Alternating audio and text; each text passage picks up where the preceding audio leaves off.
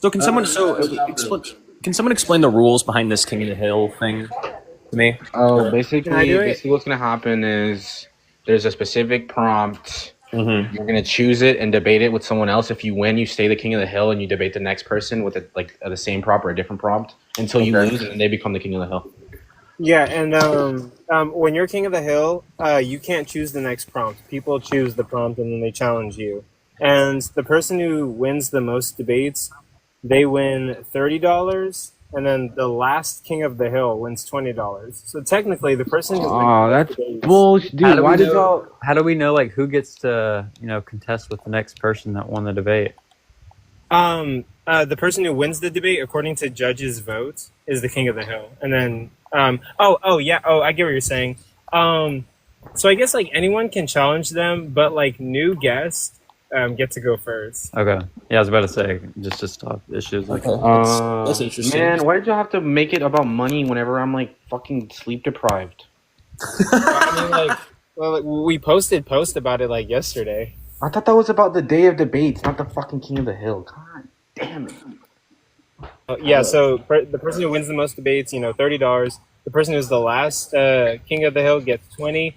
Technically, the same person can win the whole $50. Bro. Yes. Now let me think about this. Let me think about this logically though. Jim's here, and Here, I'll probably get clapped. I'm calling good. them out on the Hold on, does not exist. All right, we're about to start. We're about to start the King of the Hill. Let me share this with Cage real quick. Who's gonna be the judges for it? Jim. We have Ethan, Cage, and Jim. Oh yeah, You have to be up here though, because then it's gonna there are not gonna be enough people here. That means I can't participate. Oh shit. Yeah, you can't. Yeah, I thought about that. I was like, damn, the judges can't participate. That would have been cool, but I mean, wouldn't have, dude. We can find more people. Who wants to judge? Who wants to judge me if I go? Nah. Wait. You already. Nah, we need you. No. I will be here and stay as a judge. I'm just saying, if I randomly choose to go, who will hop in and be a judge? I'll hop in for you, Kason. I'll judge. Nah. A lot of these prompts seem to to gotta sleep soon. No. I can't judge. No. You. Hold on, wait. 3 permanent judges. No. No. We need the judges the whole night. Oh my god. Damn it, Kason. Yeah. Wait, it starts in half an hour, right? Somebody got to drop for Cage. Eeny, meeny. I'm going. I gotta. Damn. Yo, it starts in half an hour, right? Ooh. What do you mean? Are the three judges gonna be up here? 7:30. Yes. 7:30. Wait, hold on. Then there's Really only quick, gonna be really like 4 quick. people debating. Well, if Kason No. wants to, What are you talking about? Wait, if Kason wants to participate, just swap with Hero fans. Casey, do you want to okay. not be a judge? Or? No, I was gonna say, unless you would just rather me either not be a judge and be a judge, but I'll be the judge the whole time except for the one time that I choose to go. Nah. You have to just be a judge. I need somebody to be the judge the whole time, bro. Yeah, be a judge or participate. Either compete for the money or judge. I mean, you could compete next week. We do this every week. Yeah, we're doing it every week. Either piss or get off the pot. Okay. Yo, So next week, bro, I'm gonna sleep in. Casey, you could just participate next week. Kason, Yeah. do you want me to take your place? No, wait. No. Let's just hold on, guys. I'll just be a judge. I think AR's just being a misogynist. No, I'm not. No, it's because I already got the judge. We already planned this out. Put this out, At this you know what I'm point, saying? He doesn't trust you, Whitney. He doesn't trust you. No, it's not about not trusting. Everything feels cooler tonight. It's not about that. It's like you know what I'm saying? It's just It is about that. no. It's not He what. doesn't think you're smart enough to judge debates. Jim, I think you're just saying things. All right. Anyways, Not we what AR. need Cage up here. Okay, Cage up here. We got Jim up here. We got Kason up here. Okay, cool. So now we can start the King of the Hill debate. Event. Sorry. And all right. So we have Wit up here. We have Sasquatch up here. Oh, fuck. If I'm up here, I have to participate? No. Yeah. I mean, You're in. Well, I don't want to participate, so Why not? Why don't you want to? That's it. You're up here. You're stuck. no, You got I'm it. not fucking That's it. participating. You're Does doing this mean I win by default? Look, I'm rich by proxy. I don't need your $50. Okay, all right, fine. We'll drop you, and then all right, cool. So, all right, so it's gonna be Sasquatch versus. Oh shit, ISO's not here. it. Look at Whitney run. That's crazy. All right, cool. So Sasquatch versus whomever comes up next. Interesting. Let's go. So it's Haru versus Sasquatch. So do you guys need me to explain the rules, or do you guys kind of get it? I think Do I have to debate first? You are debating first. You're here, buddy. You have It's come okay, up. Haru. I'm not scary. I don't bite. So I do you guys believe and disagree understand? with. So do you guys understand the rules or not? I Can think you so. explain them again to the class? Okay, this is the King of the Hill debate. First of all, Haru, you already know it. So I'm just saying. No, can you explain it to the class? All right, so Haru versus Sasquatch. You get to pick a topic. You guys decide on the topic that you guys disagree on, and then whoever wins, shall be king and/or queen of the hill. Wait, AR, can I participate? No. You're a It's a host. burger. Okay. You gotta pay yourself. I gotta. I mean, like, Everybody Give wants me to a participate. second. All right. You're a host, man. Like, we gotta do this. All right. So Haru and Sasquatch, pick a topic that you guys believe you disagree on. So, Haru, are you a believer? Depending on the definition you're using for believer. Do you believe in an ontological God with ontological reality? Like, yeah, No, do you? I do. Wait, what's ontological first? It like has realness, has reality. Actually has bearing on like, the world we live in. It's an oversimplification, but yeah, that's what it means. I'm getting ready, y'all. Y'all didn't give me enough time to prepare. However, most of these I don't like, even though I'm a believer. I Are you don't actually. pro-choice or are you pro-life? I am absolutely pro-choice all the way. Yo, you God guys damn it. already picked. You guys decided. Like, look. Haru doesn't believe in God. You believe in God. So Okay. perfect. All right. Okay. We could debate that.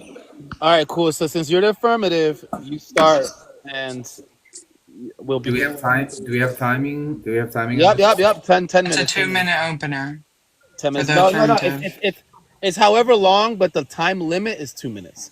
So let's go. Whenever you say your first word, we're gonna start your timer. All right, let's go with the argument by contingency, right? So almost every observed thing we see in the material world, right, is contingent. I can imagine a world where it does not need to exist, right? And so you can follow this chain of things that are unnecessary all the way back to the Big Bang. And then I can also imagine a world where Big Bang didn't necessarily need to happen, right? And so basically what we're looking at is this infinite regress of unnecessary things that can only really be answered by the existence of something necessary, like a necessary ground of being. We have to hit bedrock somewhere, right? And I would identify that thing with God.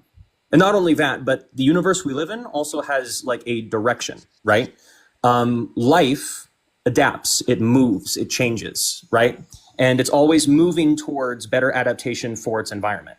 And whenever we look at ourselves, right, that we live in a universe that is capable and has moved our species and our relative species towards the capacity for empathy and love and poetry and art and every single thing that makes us distinct from animals.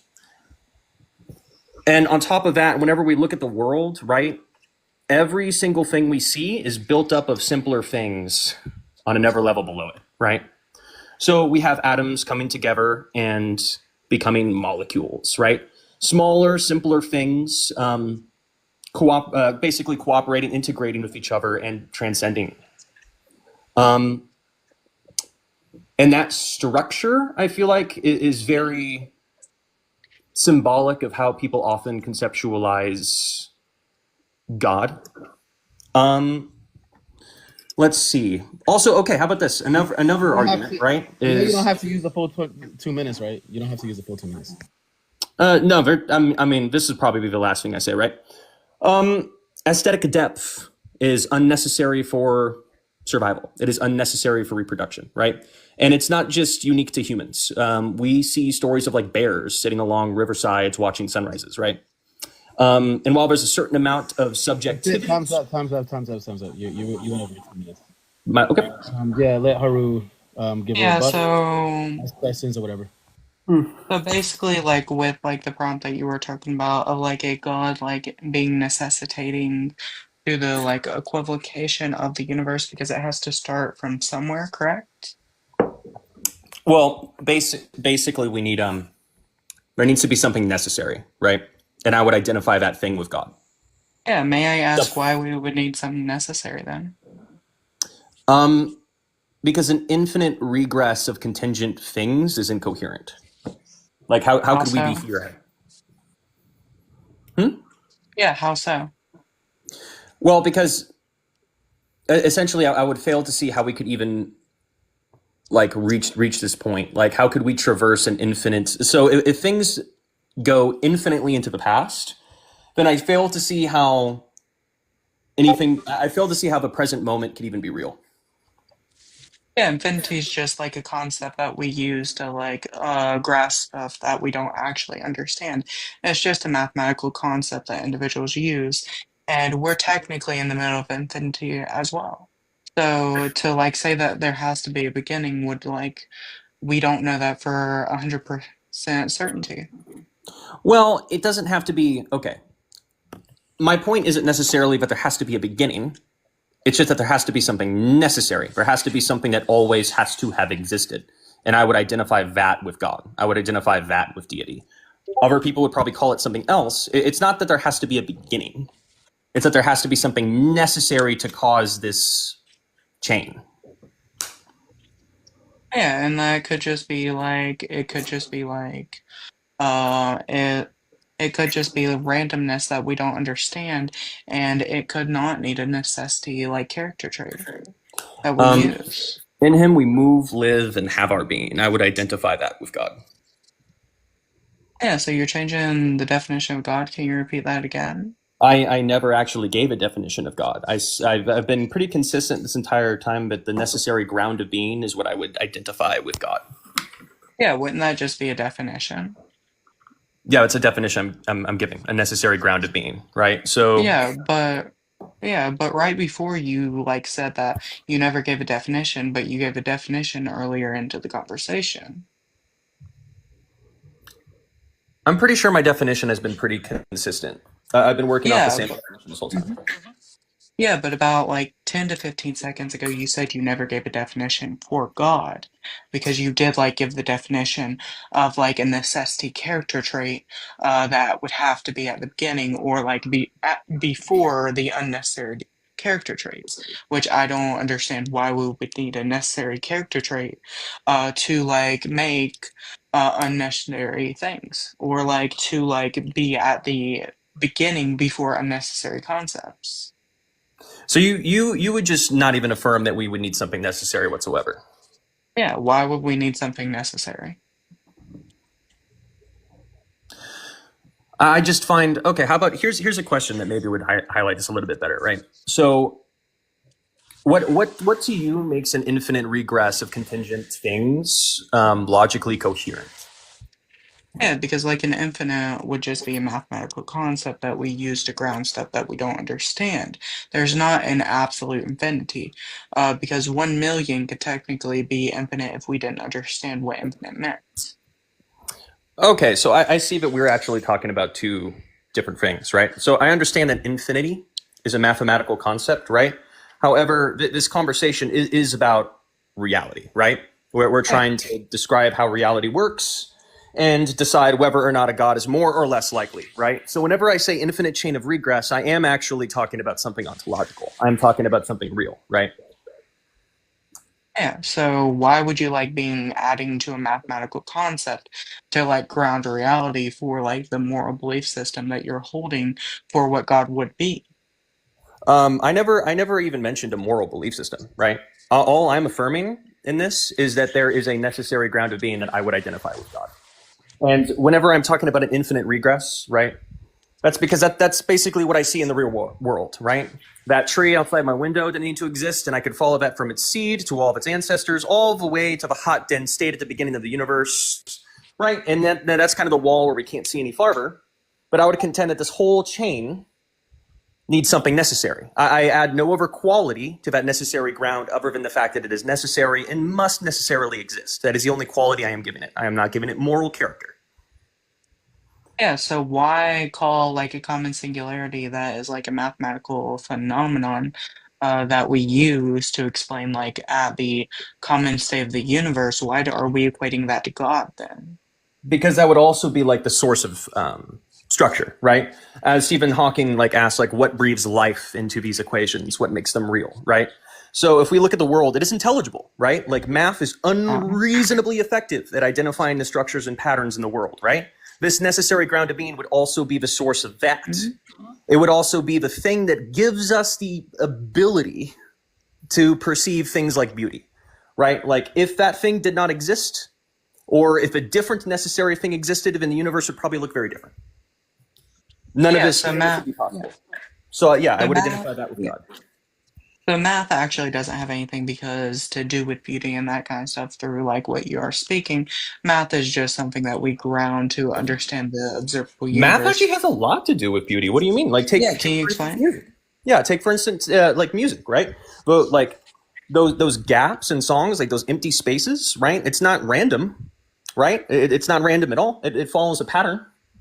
And also, if we look at like take for instance like the golden mean or the golden the golden ratio. Sorry, these mathematical rules like we find them in beauty. When you look at a spiral galaxy and marvel at it, right? Yeah. The ratio of those spirals we can predict with math, right? Yeah. Mathematics has maybe not an ontological reality. I'm not saying numbers are real, but what I am saying is that often things we find beautiful do obey those rules. Yeah, so what's the point of like getting off topic, like when we're talking about math and beauty and that kind of stuff, when we could easily, because you're supposed to be taking the affirmative of the position that God does exist, and God, we don't even know what started like the universe and the common singularity because we don't know if that's a necessity trait. It could be a unnecessary trait because there's no proof to prove that the existence of the necessary trait is actually real or anything like that. I'd love some sources. I think we can definitely lean on logic though, right? Okay, so let's say even we have like Big Crunch, right? Let's say I'm about to run out of time. This was good. Thank you, Harv. Mm-hmm.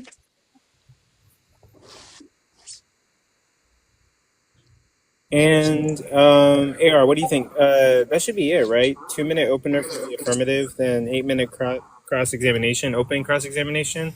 Yeah. And then the judges. I was just putting up the poll so that the audience could vote on who they feel. But ultimately, the winner is decided by the judges. Judges, whenever you're ready, you can give your feedback and choose a winner. All right. Okay, so judges, basically, your job is just to look at that, 2-minute opener and the cross-exam and just pick who you thought made a better case. You can just say who you thought, or you could give reasoning, and that should work. Go. Love you too, Shark. I need to read the panel here. There's many words. Hey, why are you talking? Who wants to start? Why are you talking? I guess I'll start, even though I don't really know what I'm about to say. I lost. Okay, so it's like kind of hard, what in particular I want to value when judging this, so I'm just going to say that. But I'm trying to take into account a multitude of different things. Like, I think his name, it was Sasquatch, right, that debated Haru? Mm-hmm. I was the affirmative. Yeah, you gave arguments, even though I didn't think that they necessarily, all followed and all of that. I think that you gave support, and I can kind of like still man on my own, and I interpreted that as like maybe some sort of support given for God's existence, and Haru only touched on one of those things. It's very hard to say, but I'm just going to go with Sasquatch just because I think that he was a little, how do I phrase this? He's a little more attentive to the dialectic. He was able to maybe kind of keep track of what exactly was being said in the conversation a little bit better.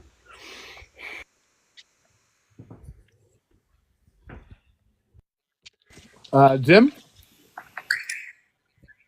I mean, I think in terms of the argumentation that was presented by Sasquatch in favor of the proposition, it would have been better if he kept it concise. I think he delivered several different arguments, but it's kind of challenging to be able to support and argue for. I think it was like three different ones, but the one that kind of like kept within the confines of the dialectic, which was the argument of contingency. I think he did give support, or at least he gave some justification for why he held that position. And that justification or necessary foundation is what he was defining as God. In the rebuttal of the argumentation, really good line of questioning, but I'm not sure that a sufficient enough rebuttal was given to the answers that Sasquatch was given. So I'm probably going to give it to Sasquatch on this round.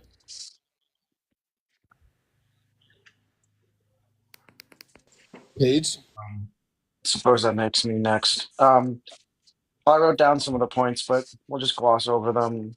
The argument he gave, well, the main one was from contingency. He gave one from aesthetics. I personally would have liked to hear more of the aesthetic argument, but not the point. The argument conclusion was for some necessary foundation, which I take to be a semantic leap. But outside of the gigantic leap, if that's just what you mean by the word God and nothing more, nothing less, the argument you gave was at the very least formally valid and supported. Outside of that, I would have liked to hear more types of justifications for something necessary, some modal argument, instead of just begging the question against the infinitist view. I think at one point you quite literally said it's incoherent, but gave no support for that. But just in lieu of you giving arguments and Haru not being able to sort of force you into justifying some of your motivations, I'm going to have to give it to you. Okay, thank you, judges. So, Haru, I guess that means, you're eliminated. But thank you for coming up. I mean, you can come back, whenever there's not a new challenger.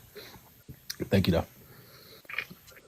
All right, so now we have Shark next. Shark, pick. So Sasquatch is the king of the hill now, and challengers can come on up and pick a topic to challenge Sasquatch on his crown. So go ahead, Shark. It has to be something on the background. Well, if you want to pick a topic that is on the background, I guess the judges could decide whether or not they could accept the proposition for you to debate it. And I have to pick it? You pick whatever you want to pick. And then the judges will decide if they want to hear that proposition. Okay. Sasquatch. Morals, objective or subjective? Subjective. And by subjective, you mean? I mean, people can disagree. Is it fair to flush it out beforehand? Yeah, go ahead. You guys flesh it out. People can disagree.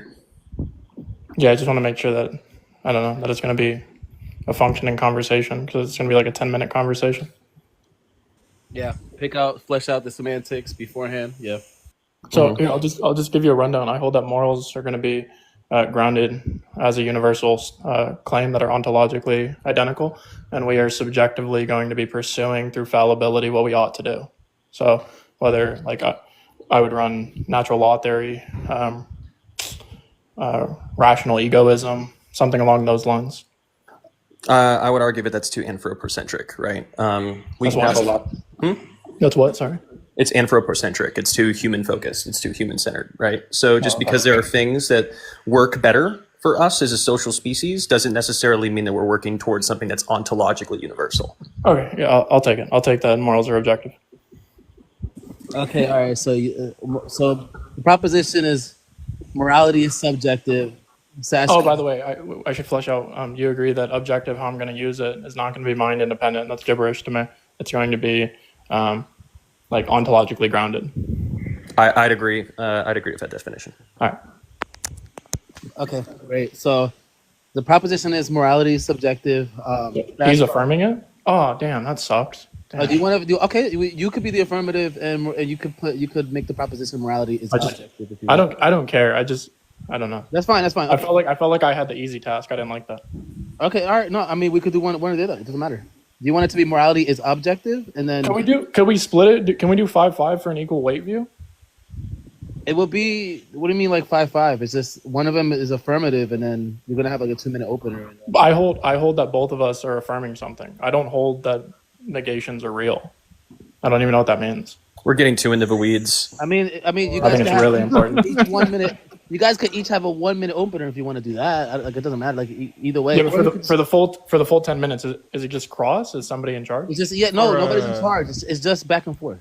Oh yeah, so he could like after your opener, he could state what he means by whatever. He could state an argument and then ask you questions, whatever. It doesn't matter. It's kind of just like open, right? Yeah, it's open. Yeah, Oh, so okay. like so the typical format's gonna be like the person who's affirming is gonna get a 2-minute like opener, and then there's supposed to be like an 8-minute like open cross examination.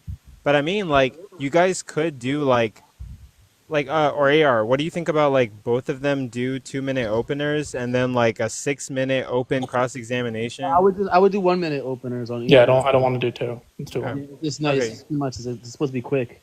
Okay, But- yeah, they could both do 1 minute. Yeah, and do you then, want to do like- that, Shark? I mean, you could just do like whatever, like 8, like 2, like yeah, do a 1-minute opener and then have the 9 minutes for whatever, and then just have Yeah, that's them fine. do an opener. Yeah, that's fine. That's fine. Okay, that's fine. Okay, cool. So I'll say morality is objective, and then you'll start. So then. Yeah, it can go either way. I don't care. You want me to go first? Right. No, yeah, go ahead. Yeah. Whenever you say your first word. Okay. Morals are going to be ought claims or statements of identity that we ought to do. And this is going to be a presupposition, just like anything else that has a metaphysical commitment. We're going to be focusing on our nature. Our nature is something that we presuppose has some kind of uniformity. That's what we call humanity. Humanity is going to be classified scientifically as a wise ape. All wise apes. Again, wisdom is going to be a presupposition of our identity. In order for us to be wise, we have to be able to pursue a system of rationality. Rationality would have to be a universal that exists. Or again, wisdom and rationality are just also subjective. We're not actually wise. We're not actually rational. And if we're not actually wise, we're not actually rational. Then what moral claims become is nothing more than preferential opinions that come down to mob rule. But I hold that these morals are going to be bound by an ontological unification. Some of these examples are going to be justice, mercy. But the main focus that I'm going to be focusing on is one word, and it's going to be rape. Okay. So I'm gonna let the cross-examine you. I think you do an intro. Yeah, you could just do an intro if you want. Okay. So firstly, right, I'm going to, whenever we talk about morality, right, we can probably all agree that there are moral determinations that actually create positive effects, right, that are more beneficial, right? So obviously not doing grape is obviously vastly beneficial for humans because we are, social animals that live within organizations of other people, right? And so we have to keep that harmony in order to function as a group, right? But then to extend that and to say that that has ontological reality doesn't follow. There's no connective tissue there because I could just as easily imagine an intelligent species of wasps that, they lay their eggs inside living beings. And for them, right, the continuation and propagation of that is going to be more effective for their society. So again, I just don't see how focusing on humanity, centering humanity, does not actually prove that there's an ontological reality there. What you're really saying is just that it creates a positive effect for humans, which I'd agree with, but that still falls within the bounds of subjectivity, because we all prefer a society that is more functional rather than dysfunctional. That's still a preference. Okay, we're gonna call it there, right? They both got 1 minute, right? Yeah, they got 1 minute. No, they got 1 minute because its time started around like 8:20. So yeah, it's good. Like that was good. So Now you guys can just go ahead back and forth. Yep. Open 8-minute cross-examination. Go ahead. So yeah, can I just ask? So how exactly do you connect the effectivity of, say, a moral condemnation of grape to like any sort of ontological reality that extends to, you know, things beyond humans?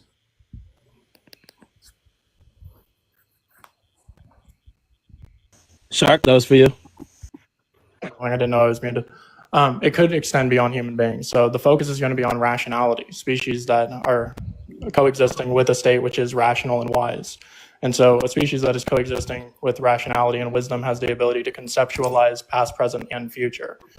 We are literally time travelers as a time machine, and the time machine is going to be a concept.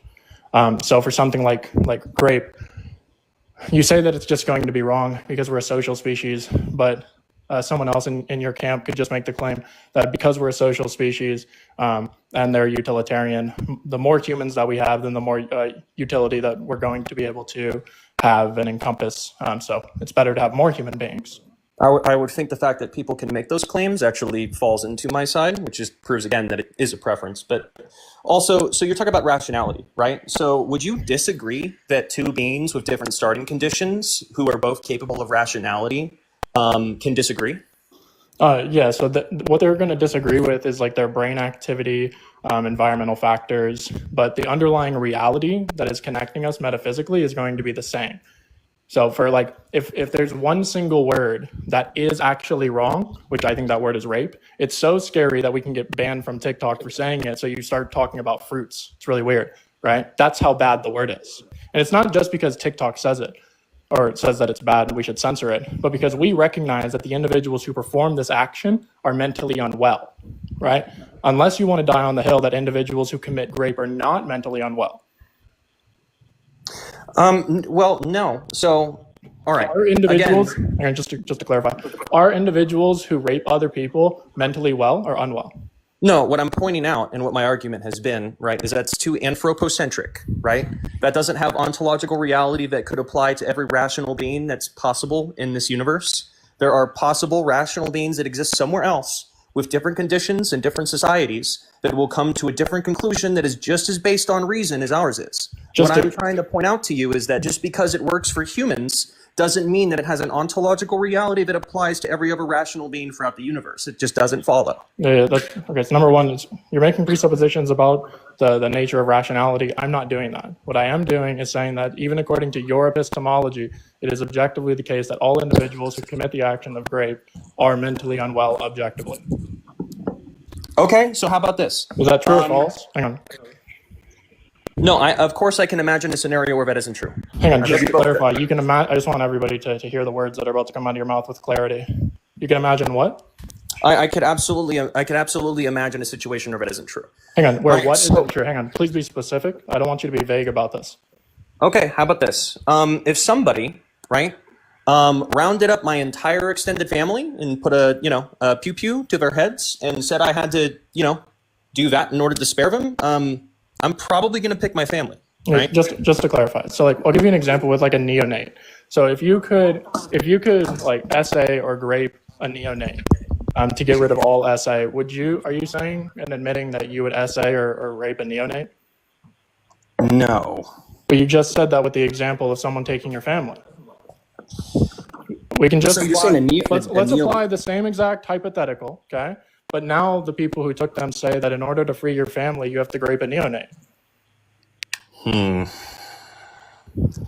I mean, yeah, I probably would still pick my family, unfortunately. Okay, so just to clarify, the reductio of this, if morals are truly just subjective and not synthesized with a rational component of objective and subjective, then you might end up like Sasquatch, where you're okay with fucking newborns. I yield all of my time. I never said I was okay with it. I said I could imagine a hypothetical in which your claim isn't true, which is what I did. I never said I was okay with it. So do not be disingenuous. You said that you would do it. Conflate what I'm saying into something else. True or false? In the hypothetical, you said you would do it. Okay, true or false, that doesn't necessarily mean that I'm saying that that's okay. True or false, according to your epistemology, you are admitting you would essay a neonate. Again, I'm willing to yield the entirety of this debate. This is just because of your claim that anybody who sees a rational reason to do that must be mentally unwell. That's true, Kaysen. Yeah, that's true. Kaysen's right. I'm a man of my word. I yield my time. You can have the rest. Okay.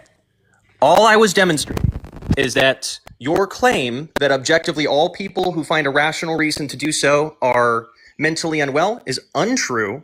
And it was also to demonstrate, right, that there is actual no objective ontological reality behind any of this. Reality isn't that simple. We don't live in a world where things are that easy. That's not... I still fail to see the link. But if you're going to give up your time, then I suppose I'm just going to drop this because this just got super icky, and I feel like it's a little disingenuous on your part, so I'm just going to let the judges decide. Grandmother's here, Jerry. Sorry, Scott. Also, And Sasquatch, just so you know, I am sorry. This is why I don't do the rhetoric. Money does bad things to me. I apologize. It's just for the rhetoric. Yeah, okay. Yeah, no, it's nothing. Sasquatch, it's literally not about you at all. I admit I was disingenuous. I admit I strawmanned you, all that. Okay, thank you. Yep. I appreciate that admission. Yeah, I don't think that you're a bad person at all. I'm not Dean Withers. Okay, thank you.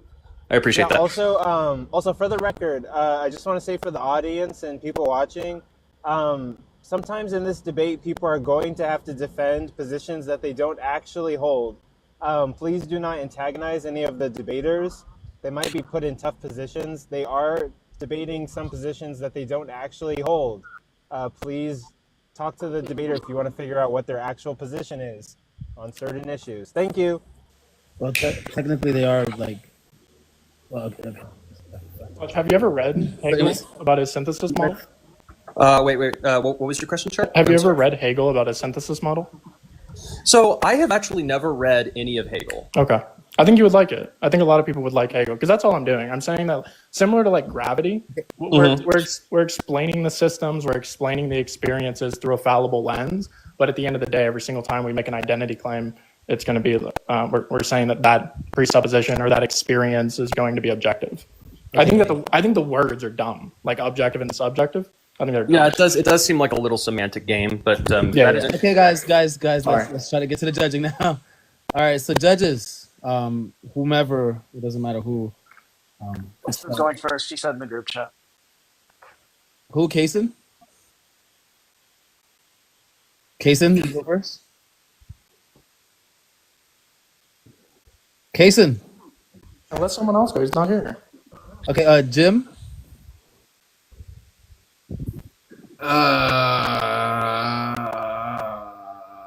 This was a tough debate to judge, just because it was a little bit hard to follow the beginning argument laid out by Shark.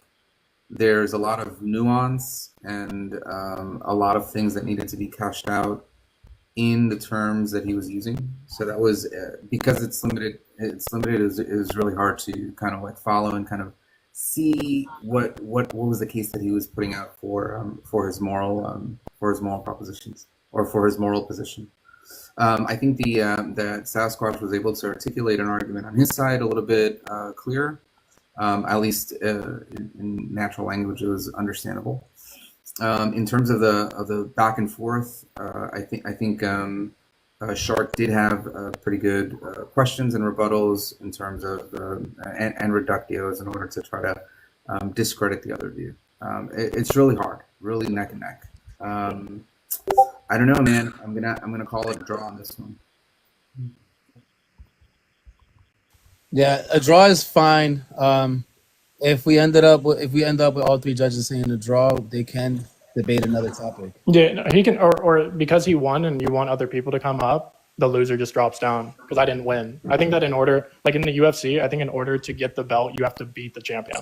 Okay, that makes sense. Okay. Yeah, we could do it that way too. Yeah, I'm cool with Paige or Kaysen wants to go next. Okay, Kaysen, are you there now? Okay, great. I was hoping that you come back. Yeah. Were you listening? Or? Yeah, I had to get water after it ended. Oh, gotcha. Okay, so yeah. Okay, well, damn. My notebook closed. I don't have what I wrote down. I didn't write down a lot anyway. Can I just say who I thought won? Yep. Okay. Damn, I can't even remember. Okay, well, until I think of it, what I wrote down, or until I flip to the page, I thought shark won. Okay. Cage.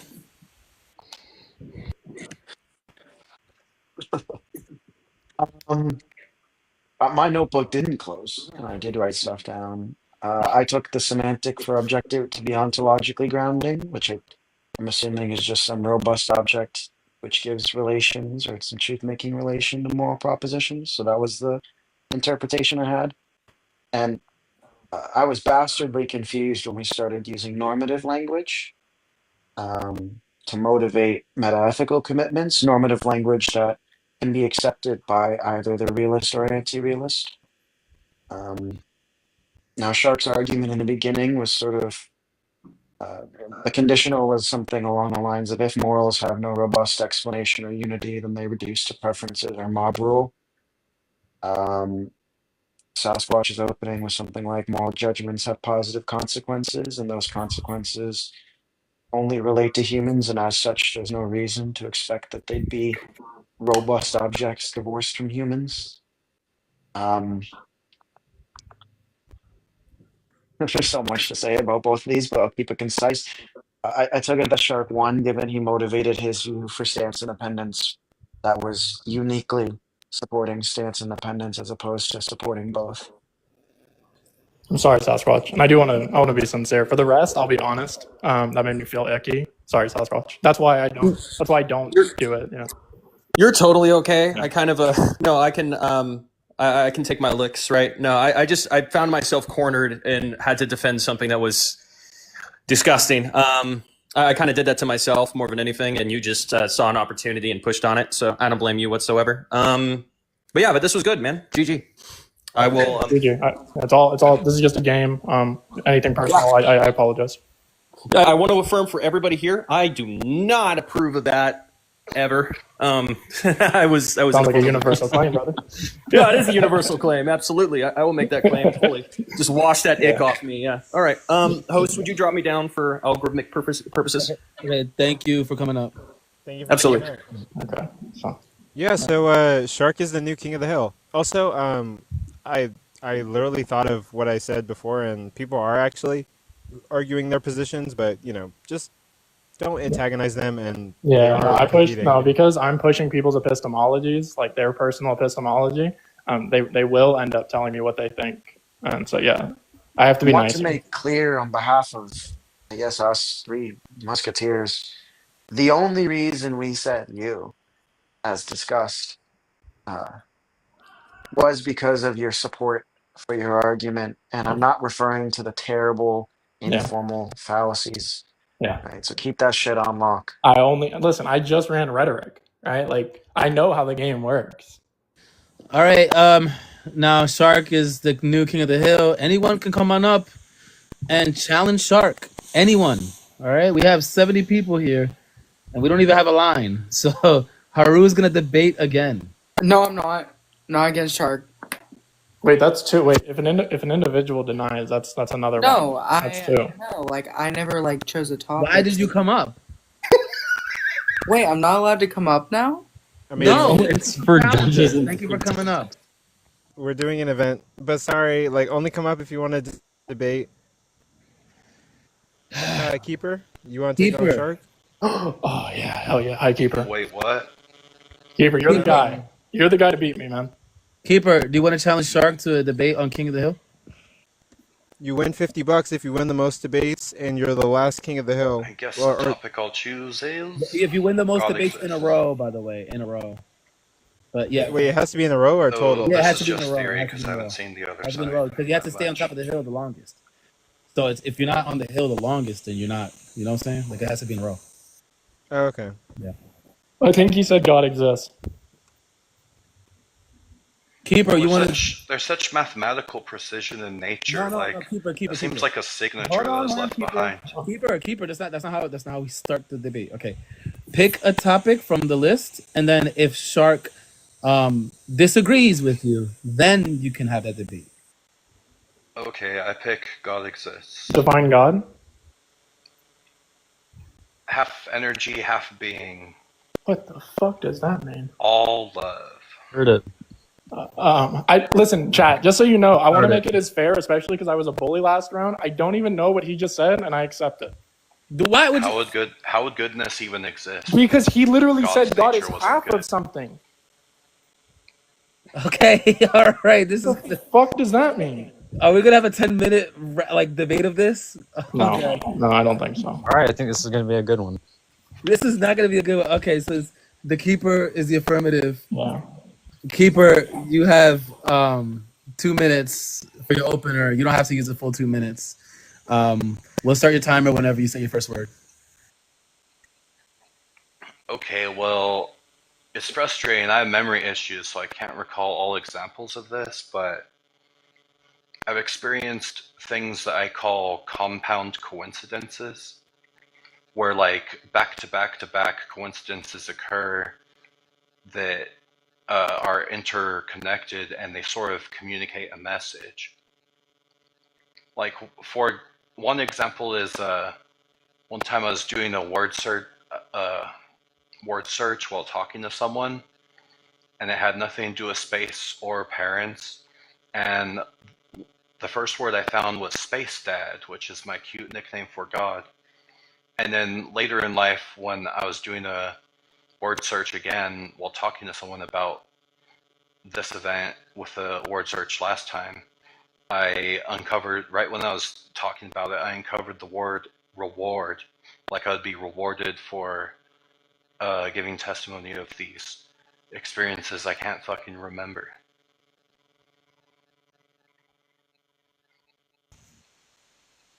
Okay, is that your opener? Keeper? Yeah, I'm trying to recall another compound coincidence. Under no circumstance do I consent to taking any victory over this individual. I don't know the legitimacy of it or if it's a deception, but there were periods of time that I saw like very frequent quote unquote angel numbers, which are certain numbers that supposedly communicate a certain message. Like sometimes back to back to back, it was uncanny. But who knows, maybe it's a deception. And it's a trap. Okay, that'll be time for the opener. Shark, go ahead. You start the rebuttal round. I didn't even do an intro. It's your no. That's not how the affirmative. Oh, my bad. Okay, sorry. Hey, Keeper, do you agree that God is complete and full? Yeah, and I used to think that wasn't the case, and I used to think, oh, God was lonely, so create company, but I now believe that God created us not to benefit God, but to benefit ourselves, so we could have these experiences. So would you agree that because God is necessarily full, he wouldn't be 50% energy, he would be 100% energy? Or fully energy? I don't know, I'm still figuring it out. It's all mostly just theory at the moment, because I actually recently left Christianity, so I'm like rediscovering what I actually believe. I believe in your journey, man. Would you agree, though, that the first definition that you gave was 50% energy, 50% something else? Maybe God would be 100% energy and not 50% energy, 50% being, because... Yeah, and you could even say like... I think the 50% being idea is just human projection. Yeah. You would agree that like 50% would be inaccurate and like fully would make more sense? Yeah. I yield my time. Love you, brother. All right, I guess we'll end it there. Why does it still show a timer on me? Nope, it's gone. Sorry about that, brother. All right, so judges. Kaysen? And no Simon Cowell. Yeah, this was a really tough one.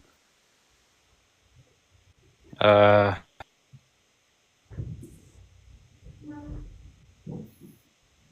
think I'm gonna go with Shark. Okay, Cage. Yeah, I'm not gonna lie. In order to debate, you kind of need to have a flushed out position. So I'm just gonna give it the shark. What you think, Yeah, Jim? the way I process is more artistic than logical. It's embarrassing. Jim? I think that the argument that Keeper gave was really compelling. I think he, was really trying to both formulate his view as he was trying to give it. I think the most compelling part were the angel numbers. But because he defined God in a very particular way, I think that the rebuttal from Shark kind of defeated the view, so I'm going to give it to Shark. Great work, Keeper. I hope you keep thinking, brother, and pursuing truth. We believe in you, man. Keeper, any last words? I can't think of any. Hey, thank you. Appreciate it. We love you. All right, so let's go on to the next challenger. Gosh, Daniel, please do this. Please. What's up, Daniel? How you doing? What is this? The winner of this literally gets $50, but you don't even have to say the whole time. Just you have to debate one of the topics in the background, and you have to go against the person that just last debated. Yeah, and whoever wins the most rounds, most debates in a row, ends up. Please do this and be serious about it. Who am I debating? It'll be Shark. It'll be Shark. Shark right now has 2 wins in a row. I don't grant that. Yeah, so basically, yeah, if you win the most debates in a row, you get $30. But if you win the last debate of the night and you're the last King of the Hill, then you get $20. You technically could win all 50. Yeah. Oh yeah, Daniel. Okay, Hey, Daniel, if you throw, I'll give you half. Actually, maybe. Because I was supposed to work out. I've been procrastinating. Half of that could just be $15, right? That's great. Well, yeah, that's $15 more than he had before. That's Come on, food. you can do this instead of working out. It'll be like 10 minutes max. Is it? How long are these debates? Actually, how long? Are these debates? Yeah, but if he wins, then no, he's not. He's committing to at least 10 minutes. Yeah. Okay. Also, there's if I do end up winning, I'm not saying I would, but if I do end up winning, do I have to stay or can I just Yeah. You're on. You have to stay and be the King of the Hill. What do you mean? stuck here, Daniel. You can't end up winning and At this point, to win any money, you have to stay for at least 3 debates and win 3 of them. Because but that doesn't mean you would win, right? Because you're not guaranteed to win, even if you win 2-3 in a row. You're not guaranteed to win because somebody could win 4 in a row. I don't even care for them. This is some brokey behavior. I'll sure apply whatever this up debate. Yes. Yeah, pick a topic. Pick a proposition.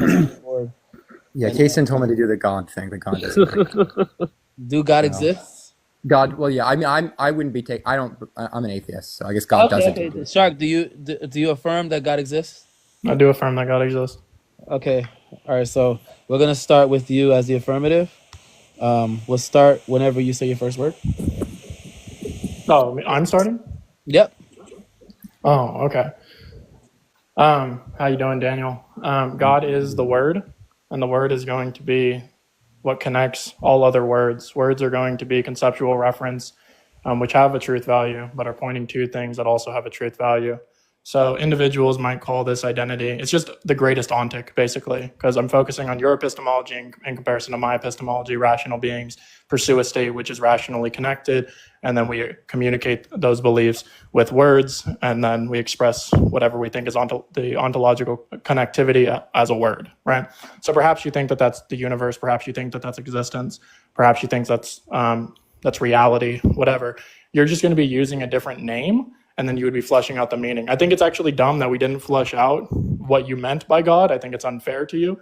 And now this is just going to be disagreeing about how we should be expressing what God means rather than getting into the substance. But it is what it is. That's what I think God is. And if you deny that God is the Word, then I think that it's irrational for you to speak because your words are truly disconnected. Sure. So I guess because of the... actually, sorry, am I supposed to speak? I'm not sure how this format works. I do an intro, and now it's just like open. You can ask me the questions. That's fine. Sure. Open cross-examination for 8 minutes. Hold on, can we start in 1 sec? I'm I'm gonna get a pen out because I realized I should probably write some of this stuff. I should probably write some stuff down. Okay, I'm ready now. Yes, I'm a little confused here. So I take God to be, and maybe you also take this to be what God is, maybe some other kind of things, but at least a necessary condition for God is just going to be some necessary being with omni properties. So omnipotence, omniscience, omnibenevolence, something like that.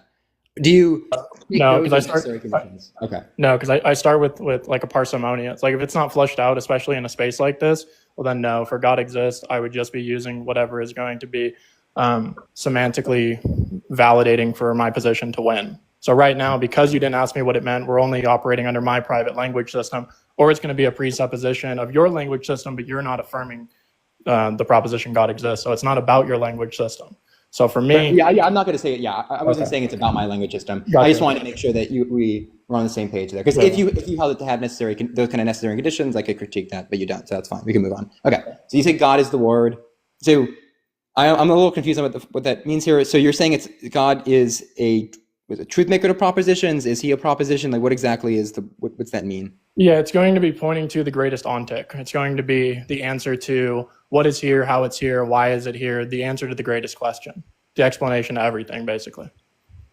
Okay, so so God is an explanation for something. Yeah, so like it's our epistemic pursuit to the greatest answer of all. Okay, so God is God a being? I think God is being. Okay, God is. What does that mean? So I hold that humans are participating with being, and being is going to be the objective state that connects all things that are relationally distinct without decision. It's the connected state between all things. And is this God? So he exists. I don't know why we're putting pronouns on there, man. It's 2025. Focus up, man. Bad rhetoric. Girl, God is sorry. You're right. She, black woman. Thank you. God. Does it exist? I'm sorry.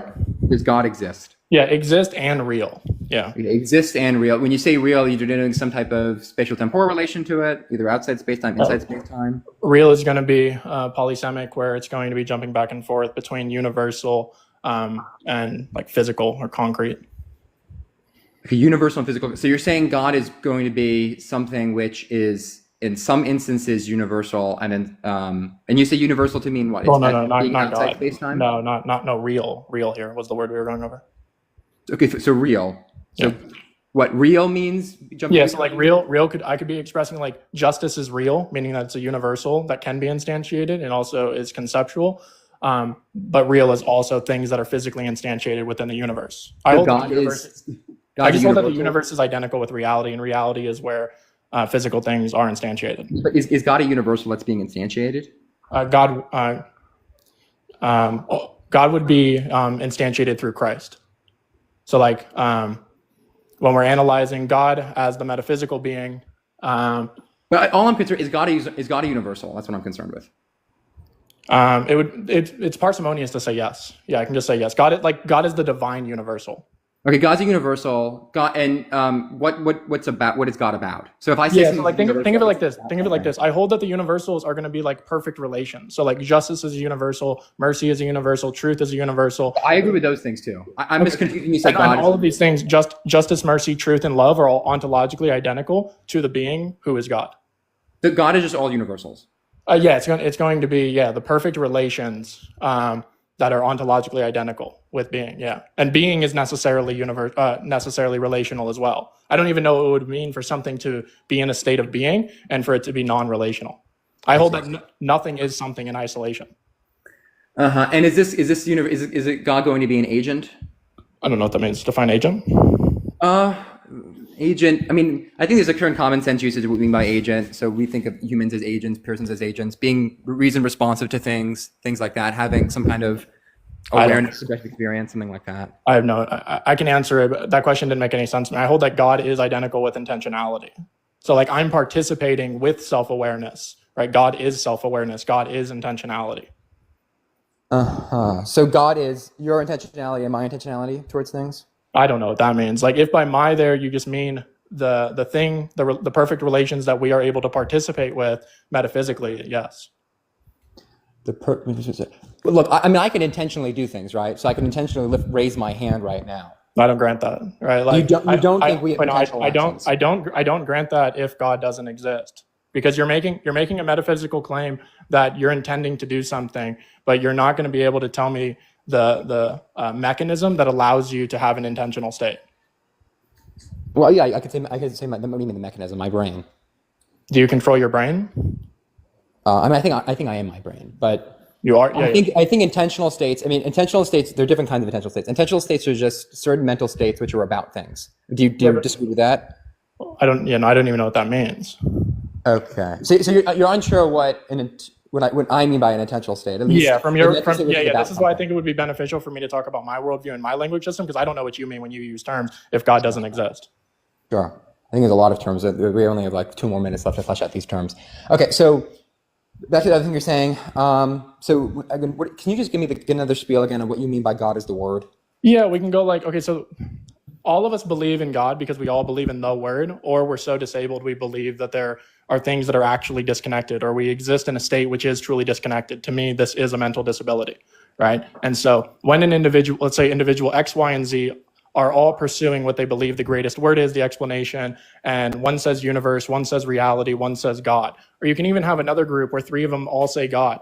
For all 6 of these individuals, you're going to have to ask them, what do you mean by this word? And now these individuals, if they truly believe that it's good, valuable, meaningful, these people are going to be able to understand beyond the physical. Their language system is going to be personal to them with their privatized personal language system. It doesn't matter what we call a rose. A rose is a rose no matter what we call it. We shouldn't be being pedantic about what the explanation is. We should be open with a value for each other's word. Yeah, so when people use the same term about things, they could understand what each other is saying, right? And also not know what not have the same conception of the word. That's coherent under your view? Yeah, like let's say if let's say we have 5 Christians, 5 Muslims, they all believe in God, right? But we're probably going to sorry, I just realized something. Do you have an argument for the position you're saying? Besides explaining what it is, what's the actual argument? Because I realize I have to respond in a minute. Well, do you want it formalized in an informal conversation? I would, yeah, if you could give me a formal argument. Yeah, we'll just do, if words are not rationally connected with a word, then your words are always irrational.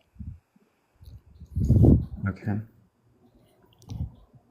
Rationality is going to be a metaphysical commitment. Rationality is going to represent one of the universals that allows us to be a rational agent. That's how it's possible for us to be a wise. If words are not rationally connected, then... Well, yeah, you can even do like, if words are truly disconnected, then it's impossible for them to be in a state of rationality. Okay. Rationality is necessarily connected. What's it to be in a state of the person or the words? The words, right? The individual also has to be in a state which they're connected to their words. So, like, I hold the position that my words are connected by me. Your words are also connected by me, but only. What's the next premise? Sorry. What's the next premise? No, that's the whole thing. Words are. What did I say? If words are what did I say? Words are rationally connected, then it's impossible for the words to be in a state of rationality, or agents to be in a state of irrationality. I don't know, agents. You didn't say agents, but me or you. Yeah, it would just follow modus ponens. The next thing that I would want to say, I didn't write it down, would be like words are connected in a state of rationality.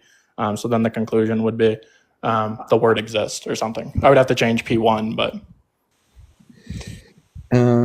So judges, do you guys want to extend the time for another 10 minutes so that they can continue their debate? What the fuck? That's up to whether or not Daniel thinks he can. I don't know if Daniel, 5 minutes. Why are we adding more time? I don't know if Daniel can or wants. Because it seems as though like you guys didn't finish. Like you guys didn't even flesh out the semantics, which we should have done prior to the timing. Well, yeah, because if we did that, he would agree with me. Daniel agrees with me. I don't know, but I wouldn't have agreed to the debate if I realized that this is when I'm. If I'm you guys, this is the problem, right? Okay, here's right. I told you we should have flushed it out beforehand. Do you guys look, right? Because usually the semantics come before the timing anyways. So do we want to add? Do you want to do another like 10 minutes, or are we done with this debate and then we're just gonna judge it from here, like how it is? Or why the fuck would we add more time? First? Why would we wait? Why would the debate?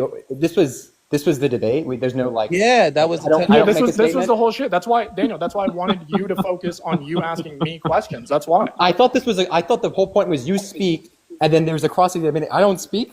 No, that's was why the whole Daniel. That's why cross. the whole time I was letting you talk. Yeah, the whole cross was this. That was the whole. I thought this is like to clarify his view, and then I give a little spiel. No, I thought. Oh no, All like right. The whole no, debate is 10 minutes. This is why I'm saying like I knew this. Bro. All right, so the whole debate. God, This okay. was Right. formal 2 minute Lincoln opening. Douglas over here. What is it? No one. I didn't know what this was. I'm sorry, dude. I've been spending the last 10 minutes trying to ask him questions. I thought I'm going to speak after this. Okay, guys. So, do you guys want to judge how it is? Interlocutors, do you guys want another 10 minutes? I don't know, like what you guys want to do here. I'm not even sure what the judge. I don't know what to. That's what I'm saying. Like the interlocutors can decide. I'm gonna let the interlocutors decide if they want to have another 10 minutes so they could actually have a debate. Well, I think Daniel was honest. I don't have a Because they problem were just talking to Daniel, fleshing but out if he has to go, then no. This wasn't a debate. This was. I can do another 5 minutes. I can try pushing back a little bit. I'm just trying to ask questions. Maybe to understand five. the view. Sorry, five minutes. Like AR, you understand? Like, in order for someone to debate me about this proposition, they have to understand what I mean first, right? Yeah, that's what I'm saying. Like that's why you guys need to flesh out the semantics first. This wasn't a debate. This was just a semantics. Motherfucker, everything's semantics. What are you talking about? This was just to flesh out the semantics. Holy Then a shit. debate can start. I'm just clear with my articulation to the point that I'm reasonable enough for Daniel to agree with me. Okay, the point is that do we judge the debate, right? Or do we just add another 5 minutes? Or like yes, either we judge the debate or add another 5 minutes, or do the judges feel like they can? That's what I'm saying. The judges, do you feel like judging the debate, or do you guys need another 5 minutes? What am I deciding on? Exactly. Yeah, I don't think that there was enough meat on this debate for us to be able to chew on and give a judgment on. I think this is no. Hang on. Just to clarify, for my defense, right? I substantiated what I meant. I demonstrated the things that the judges all believe in. Daniel gave me no reductio. He didn't say anything. I'm willing to continue it, but just know, right? I fulfilled my obligation. I was trivially correct, and there was no pushback. GG. Again, you guys did just move on. Decide yes, no. Do both of you want to do this, or can I just? It's the judges. No, the judges get to decide, right? If the judges agree on an extra time, then we do the extra time. The judges decide. I guess. I mean, he is right. I didn't push back. Here's a question. Are the semantics fleshed out enough that if we give an extra 5 minutes, there's actually going to be like a pushback or something with it? Yeah, Daniel, do you disagree with anything I said?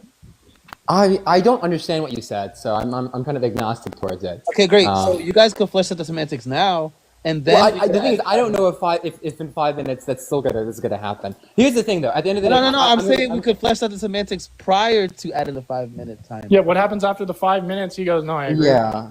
It's gonna take like a year to flesh out the semantics. Like I'm not sure what I'm gonna say. I have my own dictionary, man. Every single I'm very confident to say every single judge on this panel cannot just articulate what Shark said to me. In a way that Shark would agree. Guys. Yes, I can. That's why I'm saying you guys can flesh the semantics now prior to the timer. I don't care. Listen, man. We can add extra time. Me and Daniel can talk privately. We can talk in a different stream. I don't give a shit. Let Jesus take the wheel at this point. I mean, amen. He just conceded. He conceded. Did you hear that? Daniel, it's up to you. No, you literally just said Jesus take the wheel. Do you want to continue? Do you want to continue? Because you already halfway there. Like I don't even know. Like he already gave the. I don't know where I am right now.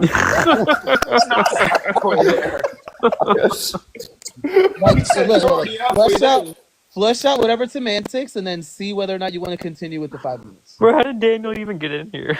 How do I Daniel, do you not want to continue the debate? I'm fine to continue. Sure. Okay, great. I mean, are the semantics fleshed out? No, the whole no. Okay. So flesh out the semantics now. Flesh out the semantics now, and then we'll start the time. Aren't you supposed to be going picking up Anne? I did tomorrow. Okay, so flesh the semantics out now, and then we'll start the timer.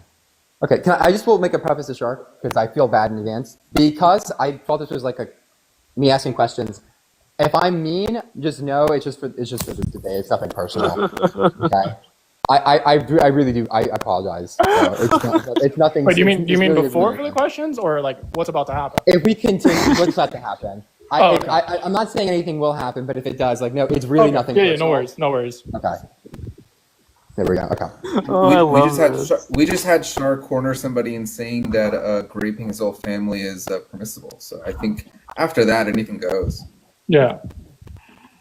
A dude told me that morals are just I don't want to be on bad subjective, terms and with Shark. I didn't That's like the that very difference. much. Okay. All right, let's hear it. Let's go.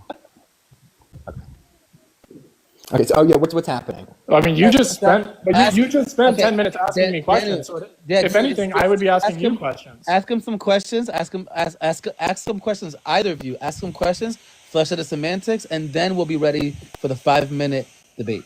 Okay, but just to clarify, he spent the last 10 minutes asking me questions. You could also ask him questions. Okay, but it was intentional that I let him have the whole 10 minutes. But okay. Yeah, Daniel, what do you think we disagree with about, man? How do we give them some kind of like functioning conversation? Sure. So if I'm understanding the conditional, it's a little tricky because the argument that you gave technically is invalid, but I think you admitted to that because you said you have to modify the. Yeah, I didn't write it down. Yeah. That's fine. So yeah, I'm kind of working with a what's it called? A more so non-deductive argument here. Here, wait. We can do like here. If words are rational, then they're necessarily connected by a word. So if words are rational, they're necessarily connected. Okay, that's fine. So we have if words can express rationality, or if words can express rationally, something like that, then words are connected with the word. And so so when you say express rationality, what does that mean? Meaning that when me and you are using something that is elevated above noise and sound, we're using noise and sound, but it's a higher threshold. We're using words, and words, as far as I understand, are going to be like an intentionality to convey a message of rationality, of something relationally distinct. Okay, great. So words are intentional objects. Is that something you would say? I didn't like the word object there. That's okay fine. with just pushing through it. Okay. So that maybe we have a disagreement here, because I mean I don't think that words convey anything intentional to them, or words themselves are intentional. I think the only thing that are intentional is going to be propositions. No, the usage of words. So me and you are intentionally conveying a message with words, right? When you say conveying a message, what do you mean by that? Yeah, you're intending to get me to understand what you're referencing, and what you're referencing is something that you believe is in a state which is true. Sure. So yeah, I assert intentional states. Do we agree? The state of intentionality actually exists. It's not just a figment of your imagination or something illusory that you get to like pretend to use. Okay, cool. So a state of intentionality exists. Well, actually, hold up. Actually, when you say state of intentionality, what are you saying? I'll accept your language system for what you believe it means to make an intentional decision when you're expressing words. Because actually, I don't really think there are intentional objects. No, you would be the intentional object, or you are participating with intentionality as an intentional participant with being. You're intending to convey a message, right? Even if it's bare minimum illusory, right? Your perception is I intend when I communicate to express something that is true. Sure. So we could agree to that. That's fine. Okay. So that's when I'm agreeing. By the way, Daniel, just so you know, this is going to be way fucking longer than 5 minutes. That's what I'll make it quick. So when I'm agreeing to that, what am I agreeing? Am I agreeing to the antecedent of the conditional, or what am I agreeing to? If you accept intentionality exists, you're going to concede that God exists, because intentionality is one metaphysical commitment that is ontologically identical with being, that is perfectly relational. Okay, so having intentional states is what it means to say God exists. That would be one example of us being able to use our synthetic experience to honestly express what is happening to us. Yeah. And we rely on a being that is perfectly relational. Yeah. Yeah, I'm not even sure this is a debate about God. No offense to you, Shark. This system is like really weird, I guess. But yeah, this is literally just to clarify, right? This is literally just to clarify, right? This is all I'm doing right now is parsimoniously explaining the Trinity. Yeah, because when I said I was an atheist, what I'm saying is I deny the existence of a necessary being with omni properties. I'm not But it's denying not your. intentional states. But just to clarify, it's not about your language system. So as an Well, atheist, I mean, I did you say I believe God doesn't exist, right? And so when I was referencing by God, I'm referring to that being. like that. If you have any contentions with that, let me know. If you think that there's some Yeah, triomni being that's a necessary being, that's great. Let's go ahead. That and would just argue be for that. no, But at this no point, problem for that. Then it would just be. it's not as Sorry. if you're just taking some type of negation and I'm just like being agnostic and I'm trying to figure out what your view is. We're both that's fair. We're both taking positions on this. My position is that this being doesn't exist, and your position is that we have intentional states. I agree that we have intentional states. I'm not really sure what to move on from this. Yeah, sure. So like if you were to say like this version of God doesn't exist, right? Then maybe you're not necessarily talking to me. Maybe I disagree with your definition. I think what God is, it's not just a matter of like how I'm using the semantic terms. I think that God is something, and I think what God is a necessary being with certain omni properties. And that's just not what you're telling me about. What you're telling me about is this, I don't know, it's esoteric or unconventional usage of this term, to which nobody uses this to refer to. I mean, maybe like, aside the select few of people, the majority of people, when they use God, they're referring to the notion to which Christians use it, Muslims use it, in reference to some kind of tri-omni necessary being. Just to clarify, you agree that the definitions that we're using are personal and subjective, right? No. I mean, I think words have meaning to them. Hang on. Do you think that definitions are objective? Like when you say objective, what do you mean by there? Meaning that it's going to be expressing something that is unchanging. I think you could use, if you're saying that people use terms differently, I'm not disagreeing with that. You could refer to, I don't know, a chair as a bear if you wanted to, right? I don't care. But there is an actual concept of what a chair is. There is an actual concept of what God is. And there are actual concepts that exist. And I think the idea of using language to map onto this actual concept. This is weird though, right? This is weird though, right? Because you would agree that if you got 10 Christians, 10 Muslims, and 10 other people who claim that they believe in God, you have 30 different definitions, right? If you actually take the time to talk to them. I think they all believe in the same being, but because so there's certain, so you have accidental properties and necessary properties of it. I think that they disagree on the accidental properties of God, but on the necessary things to which allow us to say that it's the same being, they're going to agree on. Same thing. I could have different descriptions of, I don't know, some famous war hero, but we're all talking. But whose claim are you actually addressing? You're no longer addressing my claim. Like me and you were having a conversation, right? Me and you were having a disagreement allegedly. What did you say? Sorry. Me and you are having a disagreement, right? My language system and your language system with my personal experiences and your personal experiences. That's what we're comparing. Sure. Right. My language system is specific, right? And by the way, even according to my definition of God, God is still the necessary being who is eternally relational. Yeah, right? Which Christian? You're accepting a necessary being which has certain omni properties. That's fine. But which Christian, or even Muslim, do you think is going to deny that God is the necessary eternal being who is relational? That's what I'm not making that position.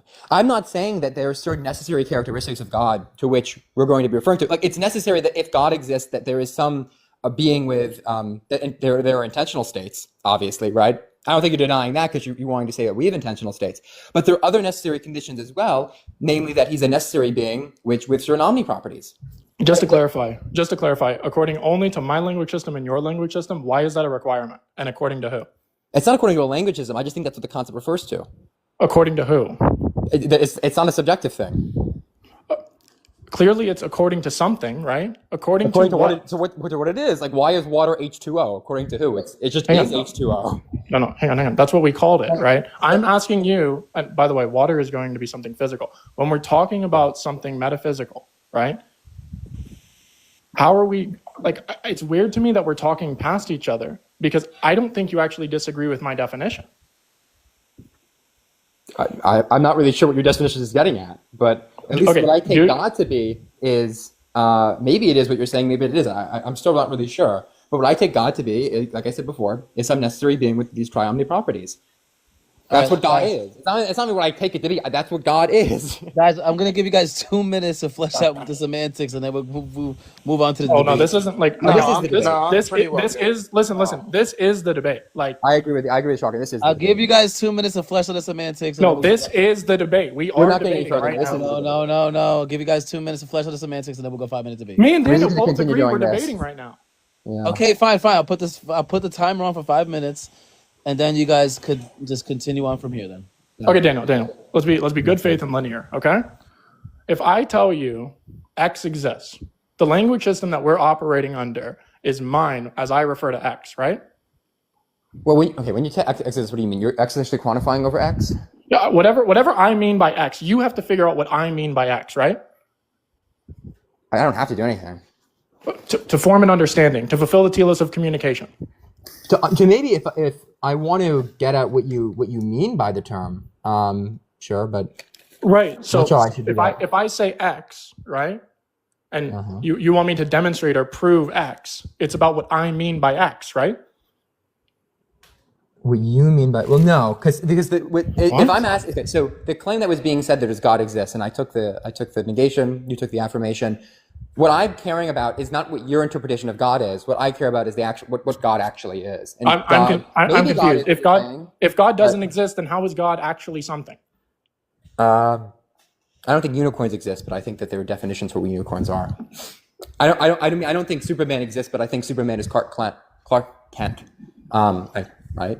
So there are plenty of examples I could give. I don't think it has to exist in order to do something. If there's only one kind of model for unicorns or only one kind of model for Superman, that's fine. But even if we take like the Incredible Hulk, for example, right? What kind of Incredible Hulk? There's like World Smasher Hulk. There's bitch made LGBTQ Hulk in the modern movies. Like, what are we talking about? These here, are right? all accidental properties of Hulk. What I'm concerning is what actually Hulk is. There's a reason why we're not saying that Superman is Hulk or that Wonder Woman is Hulk or something, right? Or that Batman's Hulk. Because there's certain necessary properties that Hulk has, which makes him Hulk, and then you can just add on certain accidental properties, and those are just the variances of the different kinds of Hulk. Okay, so you're just saying, okay, you're saying that in order to convince you that God exists, an argument has to be presented with the omni properties. Well, I don't know what it has to be presented with the omni. There has to be an argument to which the premises are going to entail the conclusion that there is some. Which is specifically about the omni properties for you.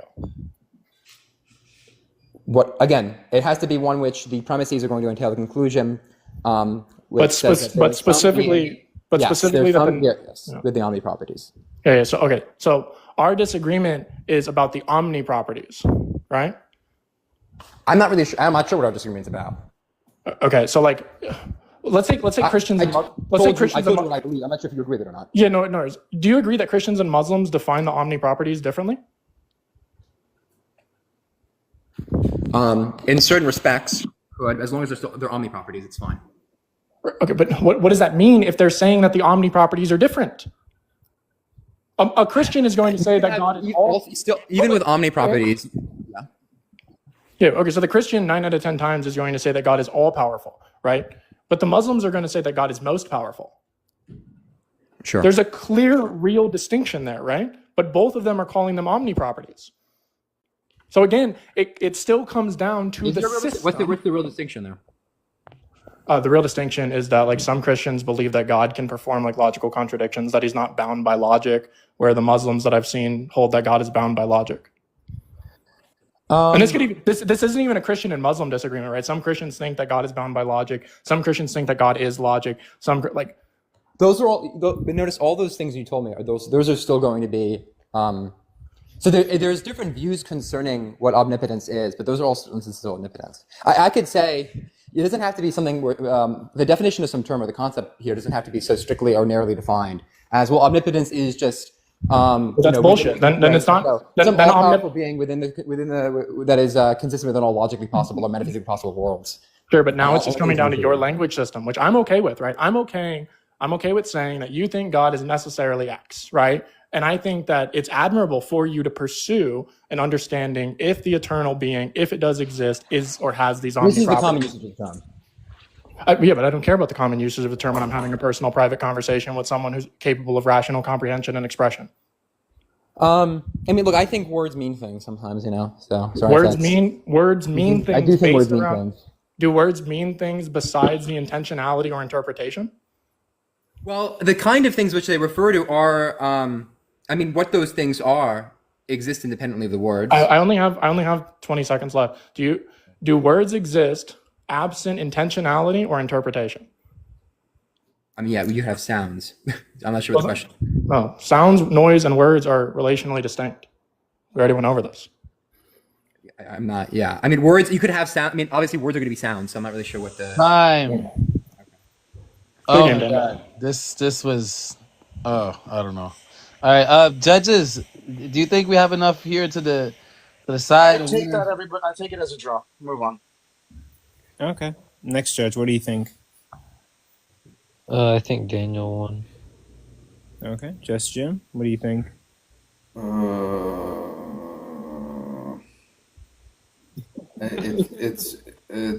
It's really hard to decide. Are you gonna say a draw? Yeah, I'm gonna call it a draw as well. Okay. Then Daniel won. So then Daniel won. Yep. Or wait, doesn't that mean that? Oh, wait, no, it's a majority draw. Yeah, majority draw. So that means that Shark gets to stay the king, and Daniel didn't beat him. What? That's not. That's literally what we agreed to last round. True. True, it does work that way. Yeah, because it's a majority draw. W, Daniel. Hey, Daniel, good talk, man. No, it works out because I don't want to stay on this. I want to go work out. Okay, Kason, I'm just curious. Why do you think Daniel won? Yeah, why do you think I won, Kason?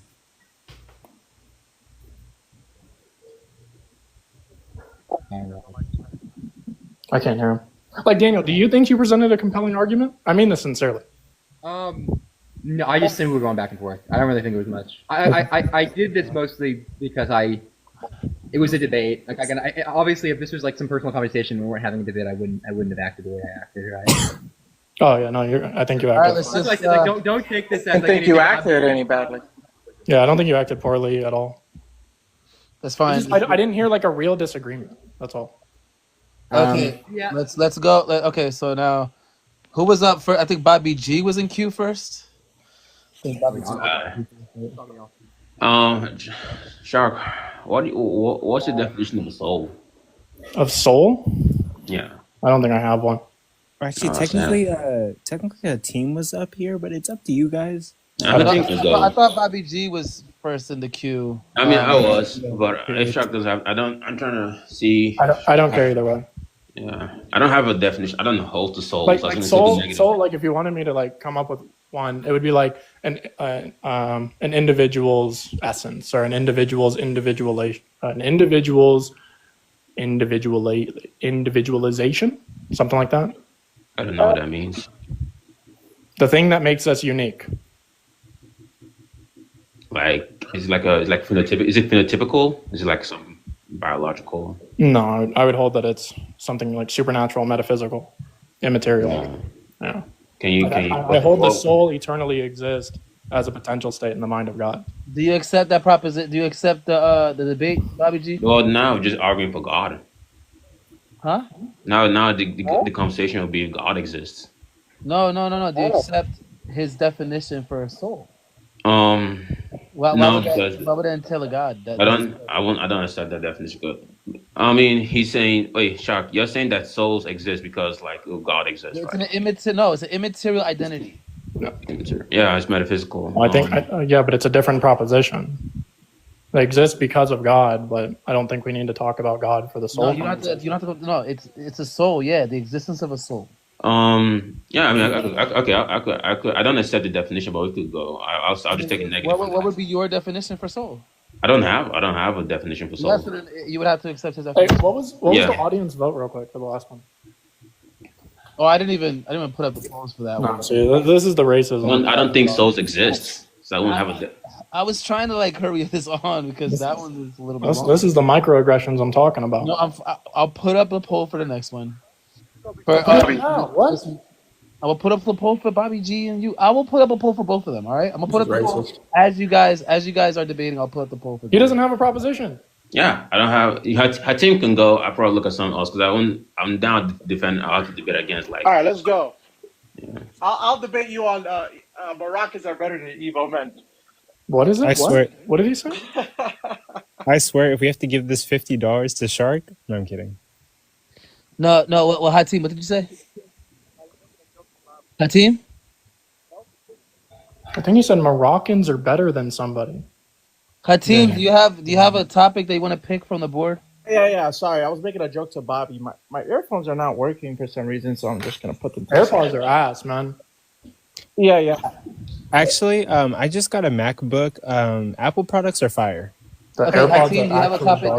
Guys. Yeah. So do you believe that the immaterial has causal power, Shark?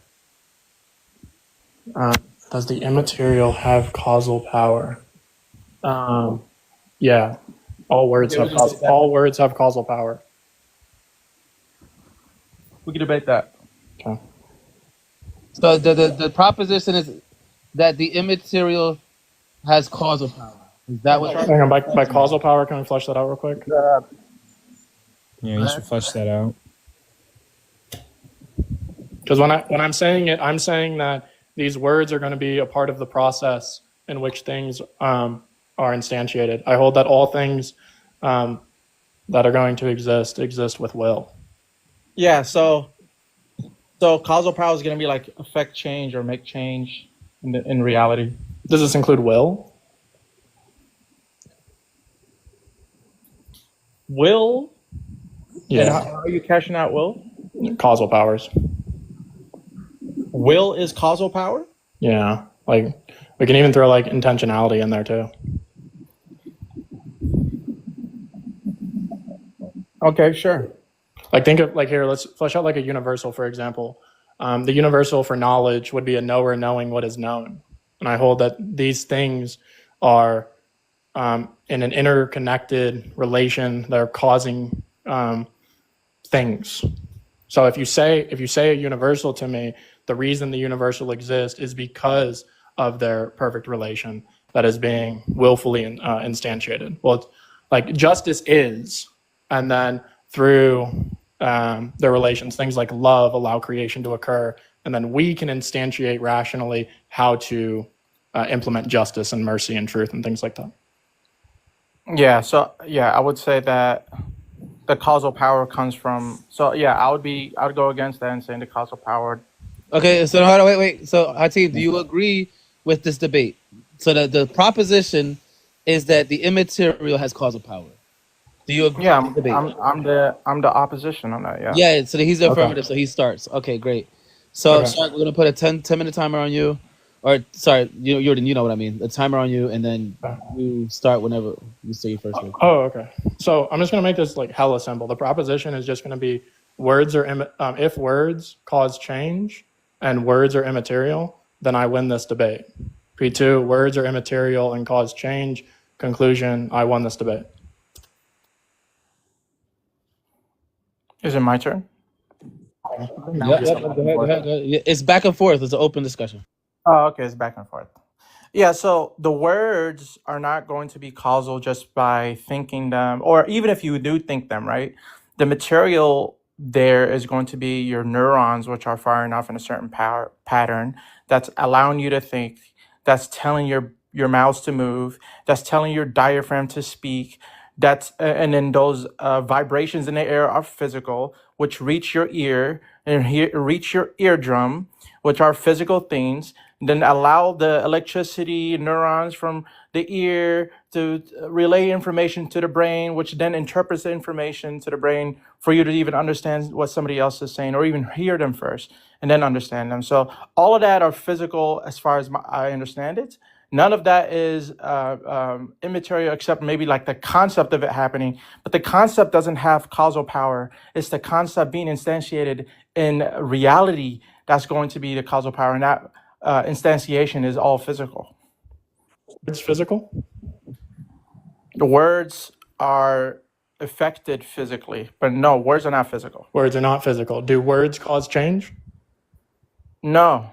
Okay, so when people are being mean to you, riling you up with their words, are they creating a cause in you or some kind of effect? The word itself, no, but the vibrations in the air, which I interpret, right, physically, using my thoughts, which are physical. Yeah, you use your vibrations, which are physical, to Yeah. conceptualize the words, right? So yeah, When you the concept doesn't.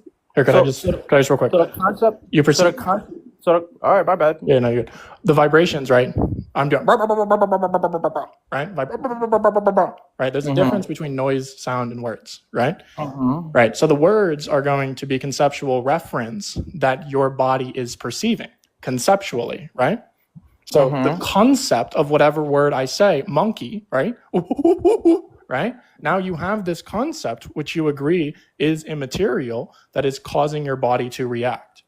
No. So the only way that I could even interpret is through the physical thing, right? Because my brain is a physical thing that's interpreting what I'm hearing through my eardrum, which is another physical thing, which is intercepting the vibrations, which is another physical thing. If we remove anything physical from there, there's no way for you to put any effect through words to me. Yeah, So yeah, of course. without physicality, you're never going to get any causal effect. So that's why I'm making the argument that you can't have causal power without the physical. Hang on. The proposition was not that they're not synthesized. I grant you that they're synthesized, right? But your proposition is that the immaterial does not have any causal power whatsoever.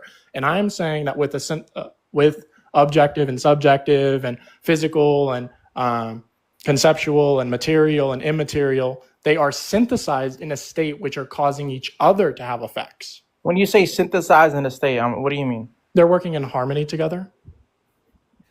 They're not contradictory. The material and immaterial are coexisting.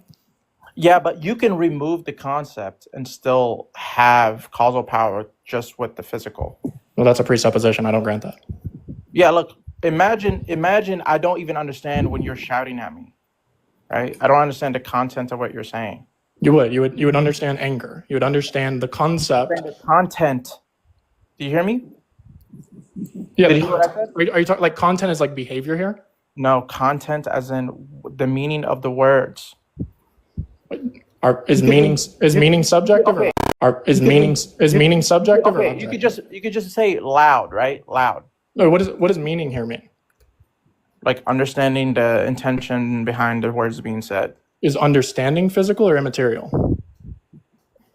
That's definitely a physical concept. To understand. Yeah, because the understanding happens in your brain. Do you understand without concepts? Do I understand without concepts? No, the concepts are going to be just thoughts, and thoughts are physical, which are the neurons in your brain. Thoughts are physical? Yes, because their thoughts are, any thought that you have is going to be a pattern of neurons. Are concepts physical? Concepts are not physical, but when you think of a concept, it is. What's the difference between a concept and a thought? A concept is just a category of a thing that doesn't need to be thought of. A thought is required for somebody to think it. I'm confused. What can a category exist mind independently? Categories don't exist. What about a concept? Do concepts exist mind independently? Concepts don't exist. Concepts don't exist at all in any category.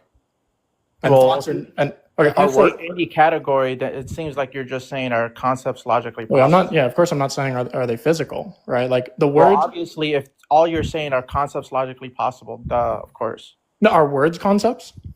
Are words logically possible? Yes, of course. Are thoughts logically possible? Yes, of course. So thoughts are concepts. The thoughts are logically possible. Yes, anything can be conceptualized. Yes. So you're saying thoughts. What did you say? Anything can be conceptualized, but you just said thoughts are physical. You're not listening. I didn't say thoughts are only physical, because obviously any given thing can also be conceptual. Okay, cool. So if it's the case that something physical could be instantiating it, but that same physical thing could be conceptual, then how do you have a clear symmetry breaker between what the causal power is? The symmetry breaker is going to be how you can have one without the other, right? So that's a presupposition. Well, I'm about to make the argument, so it's not a presupposition if you just allow for the argument to go. Sorry.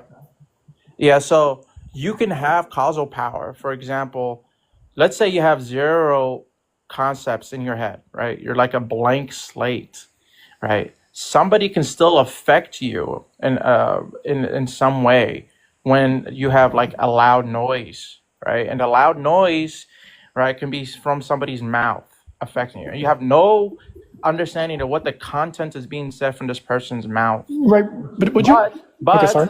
You're affected by the loud noise because it's physical. Okay, forgive me, but wasn't the original proposition that immaterial things don't or can't cause change? But now it seems like the proposition has moved to conceptual things or immaterial things are a part of the causal chain. You haven't provided an argument. But yeah, you haven't provided an argument that there's something immaterial on its own can instantiate change. That wasn't the proposition. Then what do you think? So what's the proposition? That it can affect change plus something else? Yeah, the proposition is it's going to be something that is going to have causal powers. Yeah, but does it have causal powers simpliciter, or does it only cause things when it's attached to something else that has causal power? If the immaterial thing is what is causing the physical, then yeah, of course.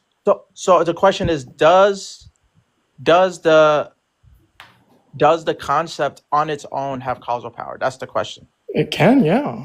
Okay, so how does it? Because it can instantiate real things within the universe. How? Through will, through intentionality, through perfect relations. Can you give me an example of something purely conceptual without any physical thing related to it, given having causal power? Can you give any example? I don't even understand the question. Yeah, because you're the one saying that there are conceptual pure things that have causal power, and so surely you must have an example. Yes, the example, like wait, without the physical. Yeah, because that's what you said. That's gibberish. I would not. Wait, you literally said that. You literally said that a few seconds ago. No, I would never listen. No.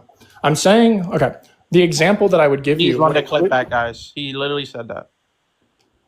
I would include the physical because it would strengthen my epistemology. I wouldn't weaken my own honest lived experience of instantiating concepts, of being influenced and affected by immaterial concepts. Right? This would weaken my position. So in other words, there is nothing solely immaterial that has causal power, correct? What? No, I don't grant that. So there is. So which is it? There is or there isn't? I would say that there is, and we have evidence of that through our physical experience. Yeah, which is? I haven't heard an example yet. I've been asking for 2 minutes now. Yeah, love could be an example. How? Because love is an emotion that's physical in the brain. I don't grant that. I hold that love is willing the good of another, even at the expense of self-sacrifice. And time. No, but let him finish his last sentence. Go ahead, Sean. Yeah, or just simplistically willing the good of another, which is what the Trinity promotes. It promotes the eternal being who is eternally relational. That would be love. Okay, all right. So that's time. Judges, what you got? Love you, team. Love you too, Shark. All right, judges. Yeah, we agree that Cage was gonna go first. You guys do this on purpose.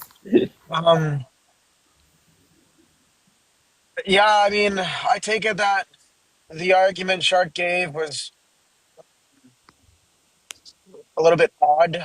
I take the original proposition that was established that wanted to be debated was, can things that are immaterial have causal powers? Now, it sounded like the argument was something like for all things or for all concepts that are instantiated, if those concepts are immaterial, then immaterial things have causal powers. The problem is, and I think what Hatim pointed out very well during the debate, was how all concepts require some type of physical token to, and have some type of change to enact. So I take it that Hatim won because of some type of reductio that he gave, whilst maybe it wasn't a reductio, but I take it that the concepts the immaterial having causal powers wasn't established as true. Guys, the poll is up. You have a minute to vote. I voted for a team. Also, Kaysen or Jim. Yeah, Kaysen said he was gonna go second. Yeah, I also voted for Hatim. I thought Shark did good in his opening, or like whenever he started. I don't know if you want to call it an opening, but you know what I mean. He did good in the beginning, but like kind of like similar to what Cage said. I think the example or what the team brought up wasn't, or there wasn't enough time to address that, or Shark didn't really know how to address that. Either one, it wasn't addressed, and I think that was a good point. Jim? I think I give it to him. I kind of like was trying to see. One of the questions that Hatim brought in the debate was whether we have examples of something immaterial on its own, like having some type of causal power. And I think that when Shark conceded that words are the type of things that we synthesize, and there's a process that's physical that motivates our action. I don't think that was sufficient enough to show that words in and of themselves are causal, or like these immaterial entities are causal on their own. So I'm going to give it to Hatim as well. Good game, Hatim. Hey, thank you for Good letting me game, out. bro. GG judges. Hatim, have fun, brother. Love you. Thank you, Shark, for coming up. Later, Shark. So Shark has won 3. Shark has 3, so we're gonna keep that up because right now Shark has the streak. Hatim has 1 on the board, so we'll leave that at 1 until he is kicked off, or until he beats Shark. Bet. Hatim, you're king of the hill. Congratulations. Hallelujah. Nice. I guess Bobby G dropped, so Haru is. Oh man, the Nigerian is scared of the Moroccan. It's crazy. All right. So Haru, you have any of these topics that you want to debate Hatim on? Also, I think I Disagree picked with. a topic. You said what? I said also like you can just come up with a topic. Right. That's why I did last time. Yeah. What do you think we'll disagree with? I have no idea, bro. You're the one that's supposed to challenge me, like I did with Shark last time. Yeah. Yeah, unless you have like a topic that you want to like debate, and then the judges would agree on whether or not to debate that topic. A team. Start saying stuff that we might disagree with. Brother, I don't know you. Saying stuff, and we might disagree with it. Oh my god. I'm not doing that, bro. You're the challenger. You're the one that's supposed to come up and challenge everyone. Pro-life. Are you pro-life or pro-choice? I'm agnostic. Hmm? I mean, sure. You kind of have to pick a position. I'm pro-sentience on that. Pro-sentience. So I don't know how you cash that out. So it would be the case that so you flesh that out. So like you would be pro. You want to debate that? You'll be pro-choice up until like what? Like how far into the gestation period? I could be agnostic on when exactly it is, but I would, if it has sentience, then that's what the cutoff date is. So it could be as early as 12 weeks. I heard. Okay, got it. Okay, great. So Haru, do you agree with that? Or Definition of sentience.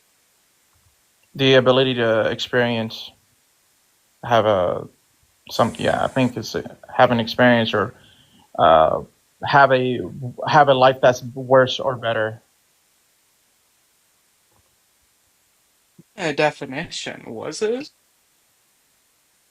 I did. That was a definition. I think I'm being imprecise. I'm pretty sure it's the ability to experience, but let me do a double check. It's the ability to produce thoughts, even if subconsciously. Or have a At least that's the definition I use for having sentience. subjective experiences, but all right. Same thing. So do you agree with It's that the definition? capacity. It's the capacity to experience feelings and Isn't that basically what I just said? sensations. Yeah, I mean the ability to experience, right? And then you can't have an experience without thoughts. So I don't know. So it's obviously trivial. You need thoughts to experience things. So Haru, do you agree with this definition, and do you take on the debate? I agree with the definition, but I'm pro-choice on 9 months. Wait, first off, can we get your definition of abortion? the abortion is going to be the removal of the fetus from a womb. Okay, so That isn't a birthing. okay, so 8 down. So Okay, are let's you go. All anti? right. Wait, yeah. So what's the So proposition, Haru? I am pro-choice all 9 months. Okay, great. So the proposition would be But pro-choice all 9 months is. what's the it depends proposition, on- Haru? Abortion is immoral. Like what's the proposition? Abortions all 9 months. So abortion is morally permissible all 9 months. Well, I don't deny that. It depends on the situation, right? Like, obviously, unless they're saying no matter what, abortion. Like even if you can do a C-section or teleport the baby out of the womb, still you can abort it. Is that what the claim is? Because then I'll debate that. That's easy. I am pro-choice all 9 months. That's not clarifying anything. Yes, it is. Is that clarifying anything, AR? Okay, Haru, do you believe that abortion is morally permissible under any circumstance all 9 months? Yes, under any circumstance, all 9 months. Yeah. Means by let's just cut to the chase. What he Paige, means by no, abortion no. is not lethal termination of a pregnancy. He just means the removal of a fetus from the human person. He's just taking an evictionist stance. Can we please move on? Yeah, I'm pro-choice Yeah, all 9 months. but he agreed. They agreed with what I said, which is Yes, I not a birthing. That's not a birthing. Maybe we pick another topic then. No, me Yeah. and Hatim disagree, and that's probably the only topic we'll disagree with.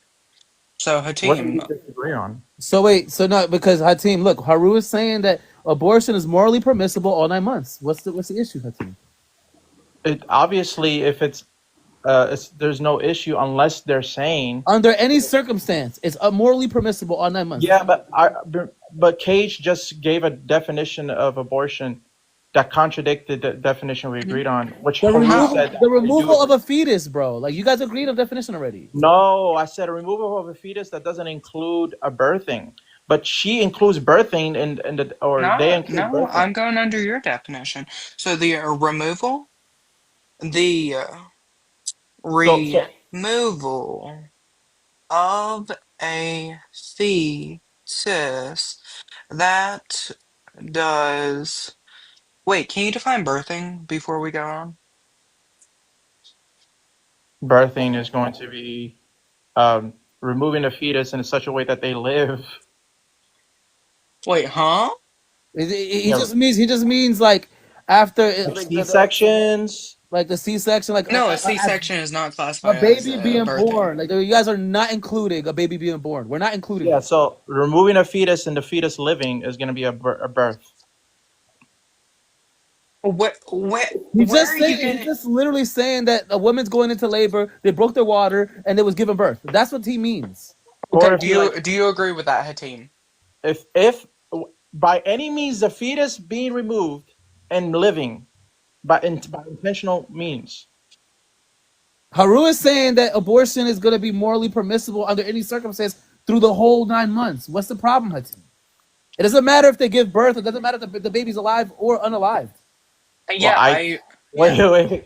Well, obviously, if you're going to unalive something that is unnecessarily unalive, even if you have the capability. That's Haru is stating that that's the case. We're talking about abortion. We're not talking about birth. We're talking about abortion. Yeah, listen to what I'm saying. I understand. Haru agreed. I'm giving the definition of abortion, dumbass. What the fuck are you doing?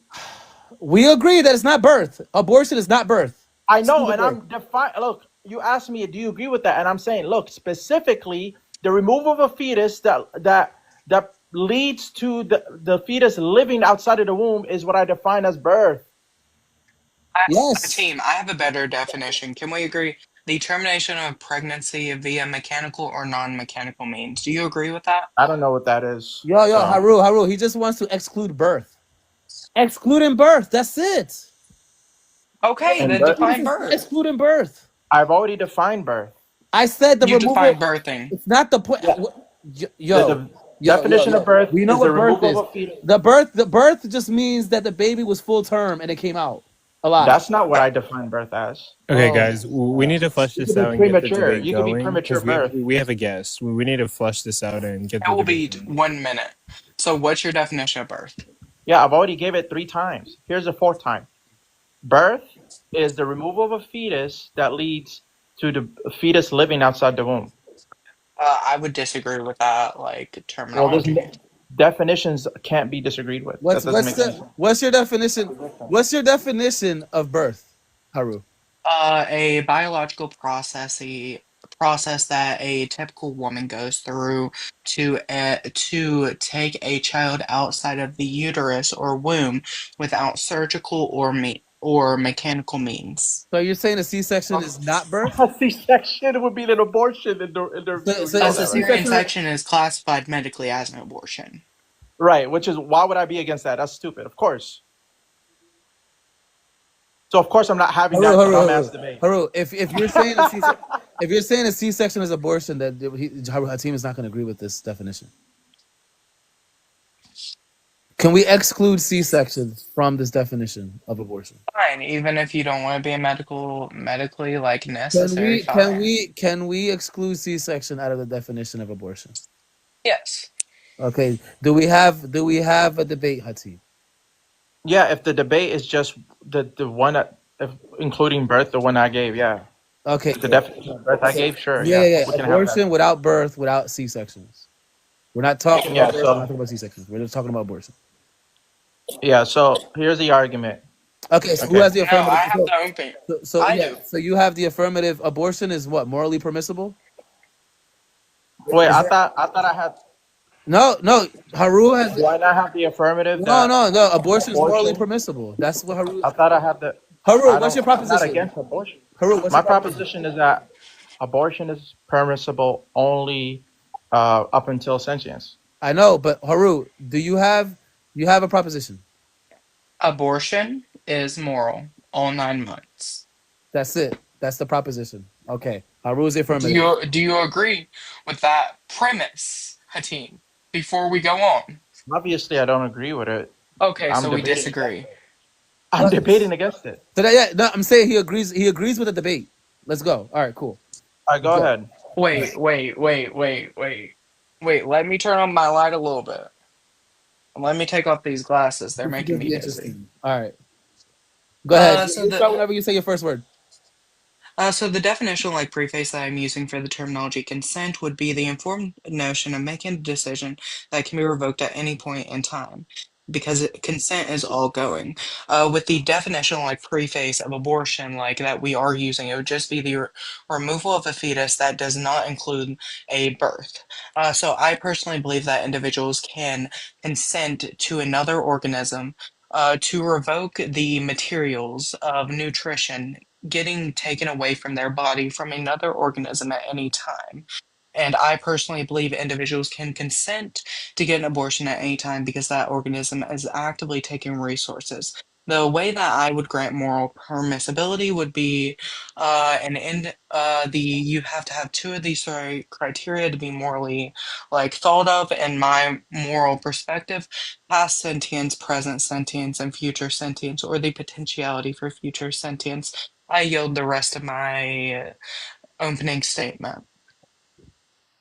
All right, so the argument is going to be easy. Where they said all 9 months, right? And all 9 months means all 9 months without exception. So if there's a way to remove the fetus outside of the womb and still for that fetus to be alive, that's probably going to be a preferable one. Why? Because if they care about consent, then we maximize that value in my world way better than their world. Why? Because then we maximize the consent of the mother who doesn't have their body aggressed upon anymore by the fetus, and we maximize the consent of the fetus who doesn't get unalived and still gets to live a potentially fulfillful life as they continue to grow in an incubator potentially. And so in my world, where things such as the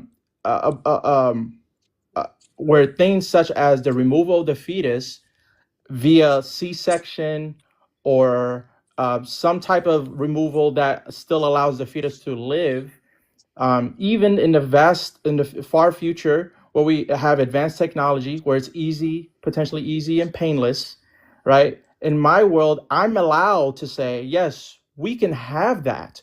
Where Haru is saying, even in the far future, where technology advanced, easy and painless, potentially free, maybe, we would still abort the baby, unalive the baby, and minimize consent, which is the value they agree with. So, in every possible sense of the imagination, my world is preferred, since Haru has basically signed their deathbed on the note of what's that word I'm looking for? On the note of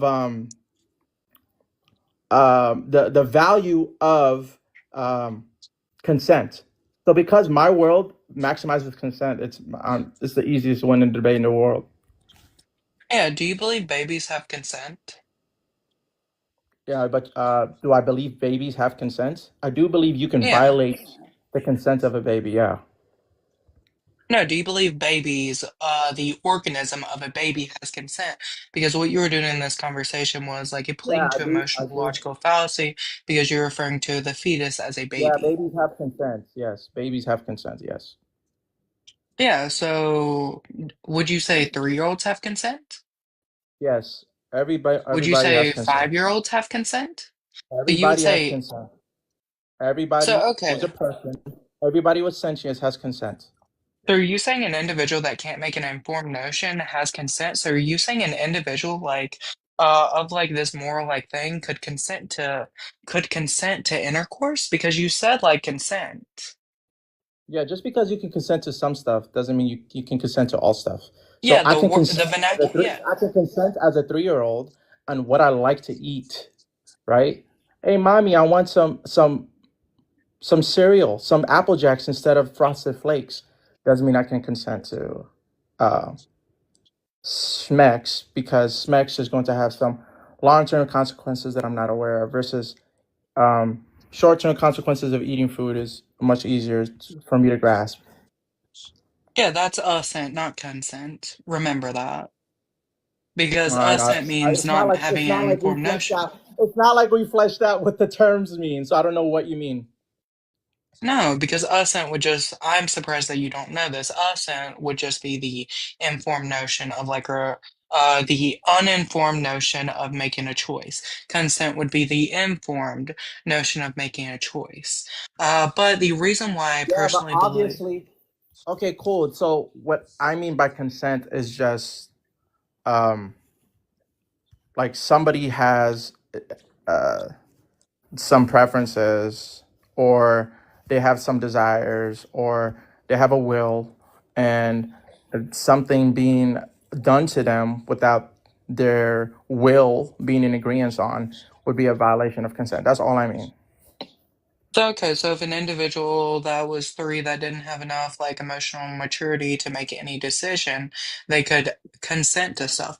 But let's go ahead to the prompt. So why do you believe in individuals assent, an individual that cannot consent at all? Because in the uterus they cannot consent. They barely have the ability to produce a single subconscious thought. So I don't know why you're like Yeah, valuing so another. they don't have the ability to like state, hey, I want to consent, but they have a presumed consent, or they don't have like a presumed consent, but rather there's a inherent violation of consent, right? Because you don't need to ask somebody to do something in order to for you to like say, oh, okay, so it's okay for me to do this, or it's not okay for me to do this, right? It's going to be presumed that you don't have consent to do something if it wasn't given to you. And so there is no consent to the fetus. And even if, let's say that the fetus is not able to consent, we maximize consent because there's one person that's going to go in the future and grow to become an adult that has consent. So Yeah, so you're valuing potential. even Yeah. if we grant your position and this current fetus doesn't have consent, the fetus will grow to a fully adult human who will have consent. So we maximize consent in my view as So, well. so you're okay with the revocation of consent, even if the other organism is actively taking resources from the uterus holder. Like I said, I'm fine. I'm fine with the removal of the fetus, if especially if it becomes if it can be if it can live outside the womb, and in my far future where I allow, right, I allow for things such as teleportation of the womb of the womb, or teleportation of the fetus to an artificial womb, or an easy and free um process, even if it's biological, not through some far advance, right? In my far Yeah. future, we still have that maximization of consent and with the fetus, and we don't have an unalivement. Yeah, so my opponent still believes consent, like an individual can have consent when they're not informed to it, but also my opponent is like doing a classification of viability over sentience, because viability, it can be multiple weeks after sentience occurs. So that is why I believe that individuals that Viability is going to be technological dependent, right? And so, if obviously depending, yeah. like for example, 300 years ago, right, you couldn't have a viable fetus, like even if they were premature. The more advanced technology we have, the more viable the fetus is going to be. So, in the long run, right, if we have like so many years in the future, my view is going to be preferred, right, and look back at your view is like horrible, because we're going to have the advanced technology in the future to have as we've seen in the past, historically, the more technological advanced that we are, the more likely we are to sustain earlier life forms in the womb. So right now we're able to sustain 5 months old. It's not it's very easy to see that we can eventually sustain 4 and 3, etc. Yeah, technically, like, do you know the youngest individual we've been able to sustain? I believe it was either Whatever 20. Yeah. whatever the age is, it was younger than it historically was because of the Okay. technological advancement. So we can imagine in the future we're going to have technological advancement as well to Yeah. increase how earlier we can sustain life.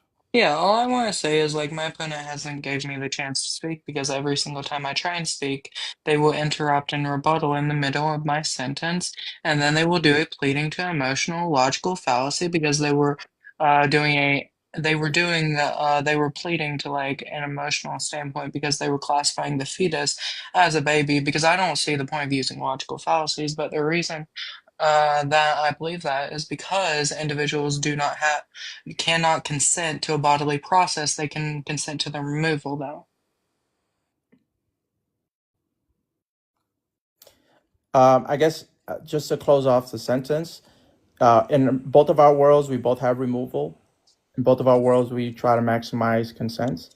But in one of our worlds, and it's my world, we both have the maximal consent and removal of the fetus.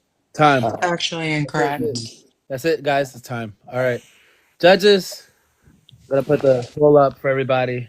Yeah, Jim said he wanted to go first in the group chat. All right, Jim. Go ahead.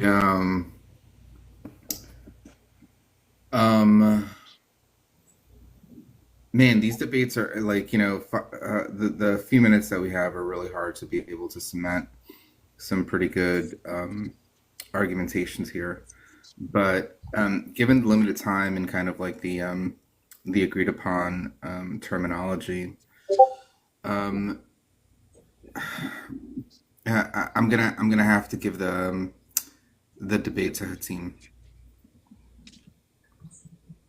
Team, I would love to have a longer, like, formed, like, debate, a formal debate, if you'd like to. I don't debate abortion typically. You just did, though. But, like, It's we not could be something I like. informed on If it. it's something forced upon me. First of all, this is judge's time. Sorry. Yeah. I'm giving it to Hatim.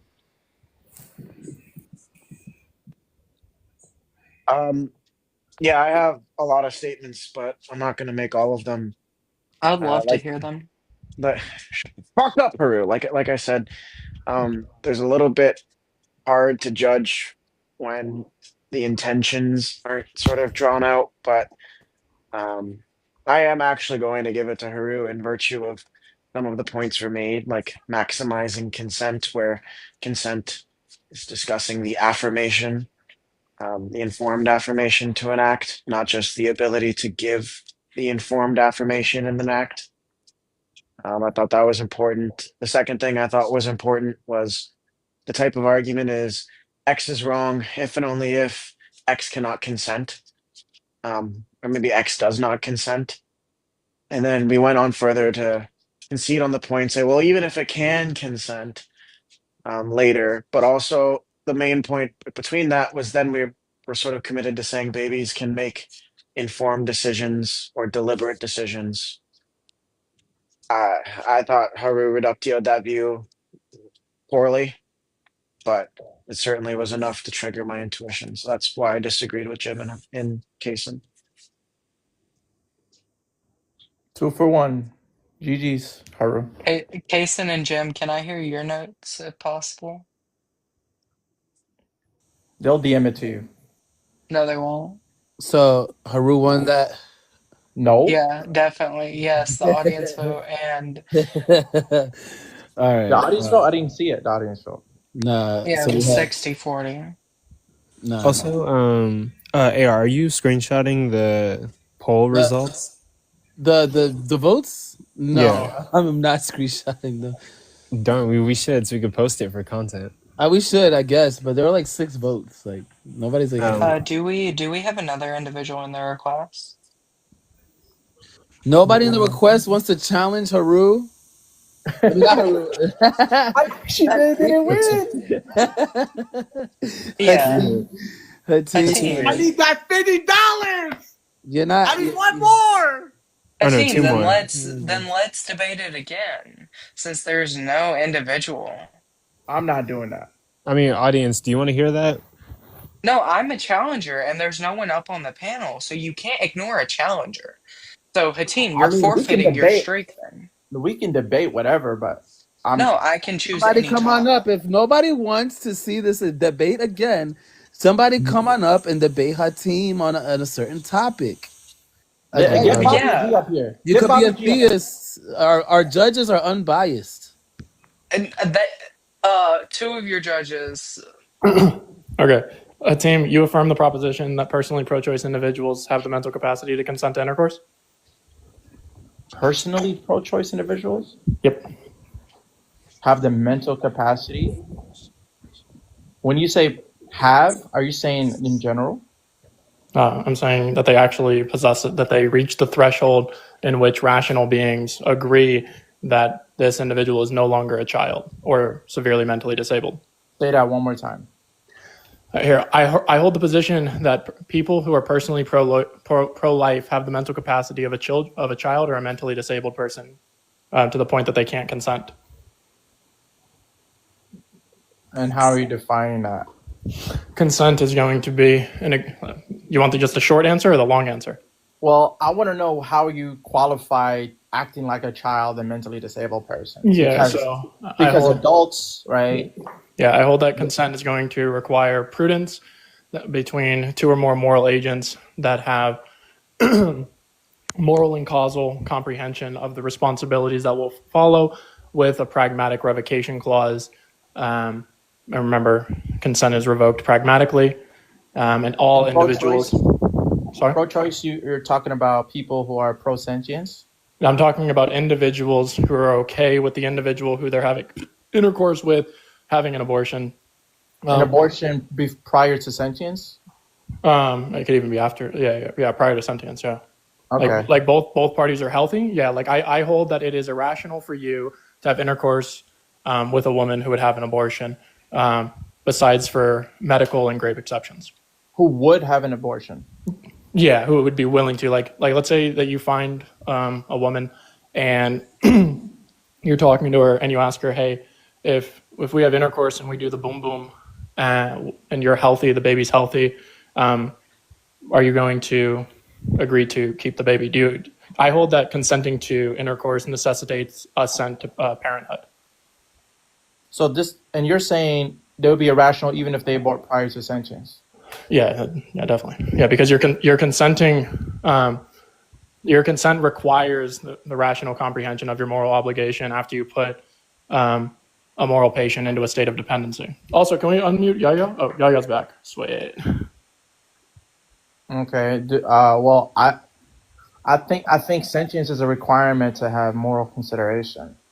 Yeah. So I mean, I don't want to move too far away from the proposition, right? Because to focus on the sentience portion isn't going to be addressing the proposition. Okay. I mean, we can try just for the sake of it. Okay. I mean, if you want to, you can. What's the proposition and who's the affirmative? We're both. I can say that I can affirm that pro-choice people who have sex with each other are rational people, rational agents that aren't necessarily childlike and or mentally ill. Okay, sure. I'll just do my opener. My opening statement is this: Hatim will fail to draw a necessary symmetry breaker between someone who is personally pro-choice having intercourse in comparison to a child or someone who's severely mentally disabled. When he fails to do so, I win. That's my opening. Yeah, I don't grant that opening statement. You would have to demonstrate why it's a necessary entailment, that there must be a symmetry breaker as to why Just somebody hang on real quick. There's no timer in case I'm not trying to. I don't even think that the debate is on yet. We don't have a timer. Number one, and number two, case and left. That's why I interrupted you. All right. Give me a second, Coco. All right. Oh, yeah, I'm here. Yep. Yeah. No. We need Kason to get the 3 judges, but Or is Hierophant in here? Okay, Hierophant. Yeah. He could maybe hop up if he wanted to. We just gotta get it. Haru also said he'll do. I'm gonna message Hierophant in the meantime. Haru said Haru. I also don't know your pronouns, so. That's why you just use gender neutral pronouns. You got like a rogue mod or something. Yaya was muted. Herbal was muted. Kason was Kason wasn't. Kason left. My bad. I don't know. Oh, well, like, I'm not doing anything. I'm currently editing the last day of debates event to post on YouTube. But mods, you know what the deal is. If we give you mod power, please act professionally with your mod status. If we find out that you're misusing your mod powers, we're going to take them away. We're trying to run something professional here. Please take it seriously, because me and AR are taking it seriously. Not just take them away, ban them. Yeah, we might never make you a mod again, or we might issue a punishment or something, because... Seb said that he was muted this morning and there was no mods at the time. That's strange. Like, is it like a glitch or something? There could be. I didn't see her in the muted section. Am I a mod? I just want to know if it's possible that I can be blamed for this. No. Nice. Collectively, Haru is currently begging to judge, by the way. Collectively, do we want Haru to judge? Do you guys think he would be a good judge? What do we Collectively, there's no possible way Hatim wins this proposition. It's unfair. Come on, bro. So I don't care. I don't care who judges.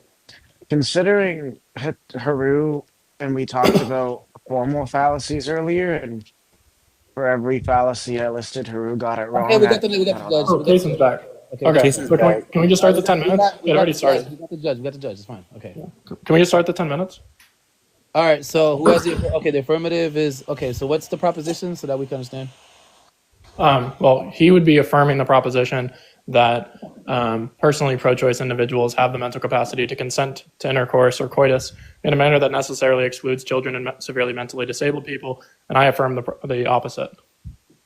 That was not what was agreed upon, bro. The fuck? Yes, it was. That was not what was agreed upon, That's bruh. my proposition. In a way that necessarily excludes. We never agreed upon that. Do you agree that the only people who can consent to intercourse are non-children and non-severely mentally disabled people? No. Do you think children can consent to intercourse? I think those two things are very vague terms, right? Because in some states, 17-year-olds are children but can consent. I'm not talking about minors. I'm talking about the mental capacity. That's what I'm saying. A child is a vaguely defined term. Yeah, I'm holding that a child is an individual who does not meet the mental threshold. Right? I'm specifically classifying that all children lack the mental capacity to consent to intercourse. Sure. Okay. Same Okay. with severely mentally disabled people. So, for example, just because an individual says, yes, this sounds fun, or just because society says you meet a certain age threshold does not mean you have the mental capacity to consent. So for you, and I hold that the threshold necessitates being personally pro-life. If I'm wrong, then what you have to do is present me with an alternative. Because if not, and you're not a virgin, you've been having intercourse without a threshold. Is the debate going on? No, I don't even think they started the time. No. We're waiting for everybody to agree, and then We agree. Move on. Let's okay, go. great. So Shark is gonna go first, or Hatim, doesn't matter. It's Shark. Okay. Okay, great. So Shark, we'll start whenever you say your first word. Oh, okay. A team will fail to create a standard of mental capacity for intercourse, for excluding children and severely mentally disabled people for who can consent to intercourse. And that will happen for the remainder of the 10 minutes. Okay, cool. So the proposition that Shark wants to defend is pro-choicers don't have the mental capacity to consent to SMECs. And he defined children and severely mentally ill people as people or persons without the ability to give consent. And so what Shark needs to do in order for you to win as the affirmative is produce an argument with the conclusion that pro-choicers don't have the mental capacity to consent. And pro-choicers as a class, that means it's going to be impossible for any pro-choicer to have the mental capacity. Now, absent this argument that a pro-choicer will have the mental capacity to consent, won't have the mental capacity to consent by virtue of them being pro-choice, right? And just an FYI, a pro-choicer, it means that they allow that it's not including post-sentience. So he would have to produce that argument, and absent that argument, then he hasn't defended his claim, which means it defaults to the opposition, because the opposition doesn't have to affirm anything or prove anything other than the affirmative hasn't sufficiently defended their claim. If consent to coitus requires a rational comprehension of moral and causal obligations, then the evidence is or concludes that all personally pro-choice people do not meet that threshold. That's the argument. What's the evidence? The evidence is that I think I'm rational, right? And I'm a pro-choicer. Yeah, you would have to prove it. You'd have to demonstrate how I'm irrational. So go ahead and do so. You would be irrational because you fail to have a standard and a threshold for who can engage in intercourse in a way that voids children and severely mentally disabled people. So, for example, you're the one making So when I'm analyzing, can this individual have intercourse with me? Right. One of the questions is does this individual have the mental threshold to understand what it means to get pregnant? That a life begins scientifically from the moment of conception. That if we put a moral patient into a state of dependency, that we are causally responsible for this being, right? Because we did so with alleged information. Consent is necessary. Intercourse is necessarily informed, right? Does anyone outside of a pro-choicer have the ability to consent? What? do non-pro-choicers have abilities to consent? Some, not all. Okay, and so who is of that class, and what are the sufficient and necessary requirements to have that The ability? necessary, yeah, I'm telling you what the necessary requirement is, okay? The necessary requirement for the proposition is they have to be against abortions for themselves and whoever they're having intercourse with, because they have to demonstrate and provide evidence to the partner that they are developed enough to understand the causal responsibilities. I've said this 3 times. I'm a bit confused what you're saying. Okay. Can you go a bit slower? Before, do you want to use me as an example or you? I don't care. I don't care about an example. I just want the repetition of what you're saying and just slower. Both parties have to assent to parenthood. If they don't assent to parenthood actualizing, they fail to provide sufficient evidence. What's the argument that they must assent to parenthood? Because that is the necessary threshold which excludes children and mentally disabled people. Yeah, what's the argument that people have to accept that? There's no other counter. If I'm wrong, then yep. Remember at the beginning, I told you that I'm presenting you an epistemology, right? An epistemic system to be able to determine, does X individual, we can even do it like this, okay? I'm saying person X does not has not provided sufficient evidence that they have the mental capacity to consent to intercourse using this specific metric, using this calculation and formal comprehension scale.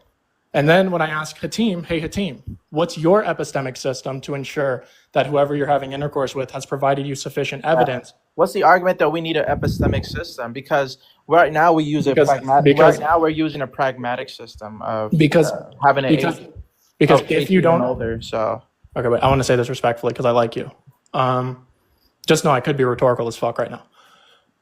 Because if you can't present an epistemic system, then you are risking admitting that there's a possibility that the individuals, if you have had intercourse, fail to meet this threshold. That's fine, but your burden is to present an argument that it's impossible for a pro-choicer to consent. Well, you have not met that burden. Real quick, did you say it's fine? It's fine, even if I don't have access to epistemology. Have you had intercourse? It's fine if I don't have access to a concrete way for me to evaluate whether or not somebody. Have you had intercourse? Brother, it's fine. First of all, you asked the question, it's fine. And so I'm explaining what it's fine means for your sake as well. So what I'm saying is fine is that it's fine if I don't have the access to have epistemic access on the method or methodology that determines whether or not somebody has consent. But the argument that you wanted to you chose is that it will be impossible for somebody that's a pro-lifer to have the capacity to consent. So you have not. Yes, because you lack. Yes, the argument is if that's not your system, you lack that. You lack a system, and if you lack a system, right, then there's a chance you're actually having intercourse with children. That's not true. That doesn't follow, right? It's not just because you don't have a system that you've listed, therefore you wouldn't have a system. And just because I can't list a system doesn't mean that there aren't other systems that people do go by. I just don't currently have access to any of one of those potential systems. You're the one saying that if your system isn't used, then they wouldn't have a system, but that doesn't logically Yes, because that would be the a system, non sequitur. That would be a non sequitur. Yes, the system that I'm presenting to you is the only system that we can talk about right now, okay, in which individuals can use pragmatically and realistically to ensure that there's a mental threshold before intercourse. Even if all you're saying is that it's the only one we can talk about right now because it's the only one offered, right? But then you make a stronger claim by saying that it's the only one anyone can use in order for them to be rational, and that's not a claim you've justified yet.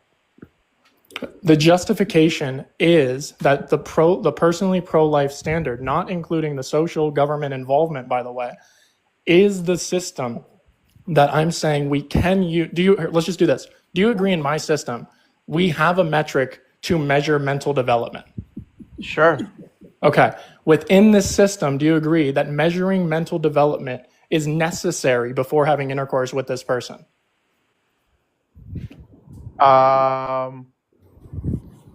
You can do so vaguely, but it's not like a precise. It's not necessary that it has to be precise. Do you agree that my system is more precise? That's fine. Do you agree that my system is not just more I precise? don't agree with it. I don't agree with it, but I can grant it. No. Not only is it more precise, it's precise. I am specifically calculating, does this individual understand the long-term implications? The way you're using precise, I understand what you mean. So yeah, it's precise in the way that you're saying. Yeah, I get it. Okay, so if my standard is precise, then it's specific. And if it's specific, people should be looking for specific necessary markers before intercourse. Sure, it's specific. It could be specific, but it doesn't mean that it's the only one that suffices as something just as specific, right? Because the argument you're making is you have the best way to determine. Yes, absent a defeater in a pragmatic world, I have the best. That's just a non sequitur, right? No. That's just a non sequitur. Just because there isn't somebody else to give you a plausible alternative, right? It doesn't mean that you've come up with the best possible one, because there could be somebody else with the alternative. Right now in this conversation, is it the best possible one? Yeah, but it does. That's not even the affirmative thing you're supposed to be defending. So it doesn't matter. GG. All right, judges. By the way, by a team, if you win this, do we split it? You know what I mean? Judges, Cage, Jim. Yeah. Kaysen said he was gonna judge for all three of us.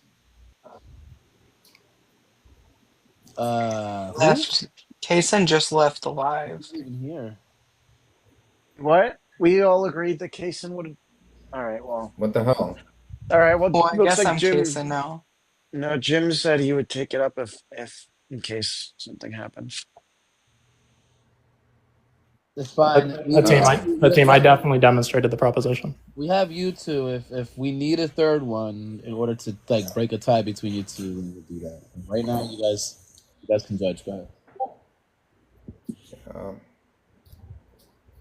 Man, I'm gonna give the debate to Shark. Cage, by the way, it's the 15th, man. Where's my video? Yeah, Cage. You want to say that now when I'm about to levy judgment? Never mind. You can always vote for Hart. Fuck off, Haru! I swear to God.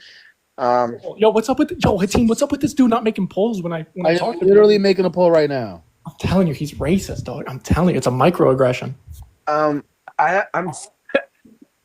I take the proposition to be something like pro-choicers don't and cannot have the mental capacity to consent to intercourse or coitus, as Chuck put it. I take it that the sort of motivations during the arguments were given for something that doesn't uniquely support pro-choicers. A pro-lifer could have a semantic reduction of adult, that which quantifies over, or that which doesn't quantify over disabled or fuck the proper term, R-worded people. And because disabled individuals is a better term. He meant our people. He meant that. And because that semantic is applicable or possible for both positions to hold, I'm giving it to, I almost said Haru, I'm giving it to Brown Man. What's his team? Sorry, I'm not looking at my phone. I guess I can be the tiebreaker. Haru was in the comments the entire time ragging on Shark. If you think you can be unbiased after lying to me. No, we're not gonna use no. You guys had a procedure, and Hatim was the king of the hill, therefore Hatim wins. The fuck are you talking about? We don't have 3 judges. You don't. Look, even if we had a third judge, right? It would still be 2 for the draw. Oh no. The fuck are you talking about? No, you're right. We need No, a it was 1 shark, 1 Hatim. Wait. So it was 1 shark, 1 Hatim. Yeah. Yeah, we need to. Let the audience. We need another judge. He's No, not the I can audience. do it.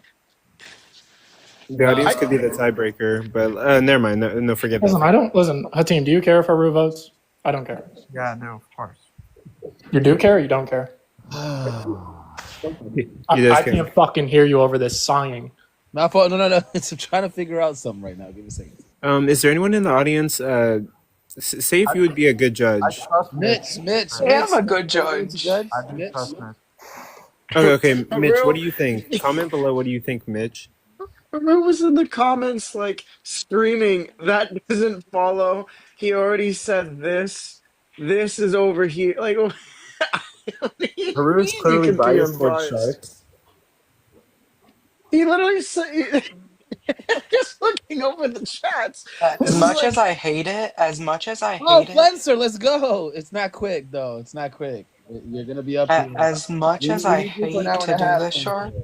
Flenser would be a great judge, but we need him for an hour and a half. I don't even think that he was here. Like, listen, the only person who was here the entire time is Haru and Coco. Hour and a half, Flenser. We need someone who watched the debate that just happened between Hatim and Shark to Oh, Sinless, please come up. I was here for the whole entire thing, Coco. Y'all are cooking. Well, he's biased obviously to Shark. You know that. Okay, Sinleth, you can come up and be the third judge. No, he's legit been saying that Shark would always win. Shark destroyed. He's legit been Who praising said Shark that? for so Who? many I will times. literally let anybody vote. I don't care. Let Coco. How about this? Hey, Hatim. We already have Sinleth up here. Shark. Hatim. Wallahi, let Third Coco judge.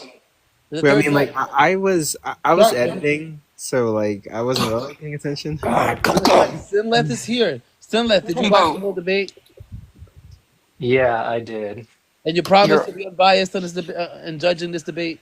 I like both these guys, but I do think there was a winner.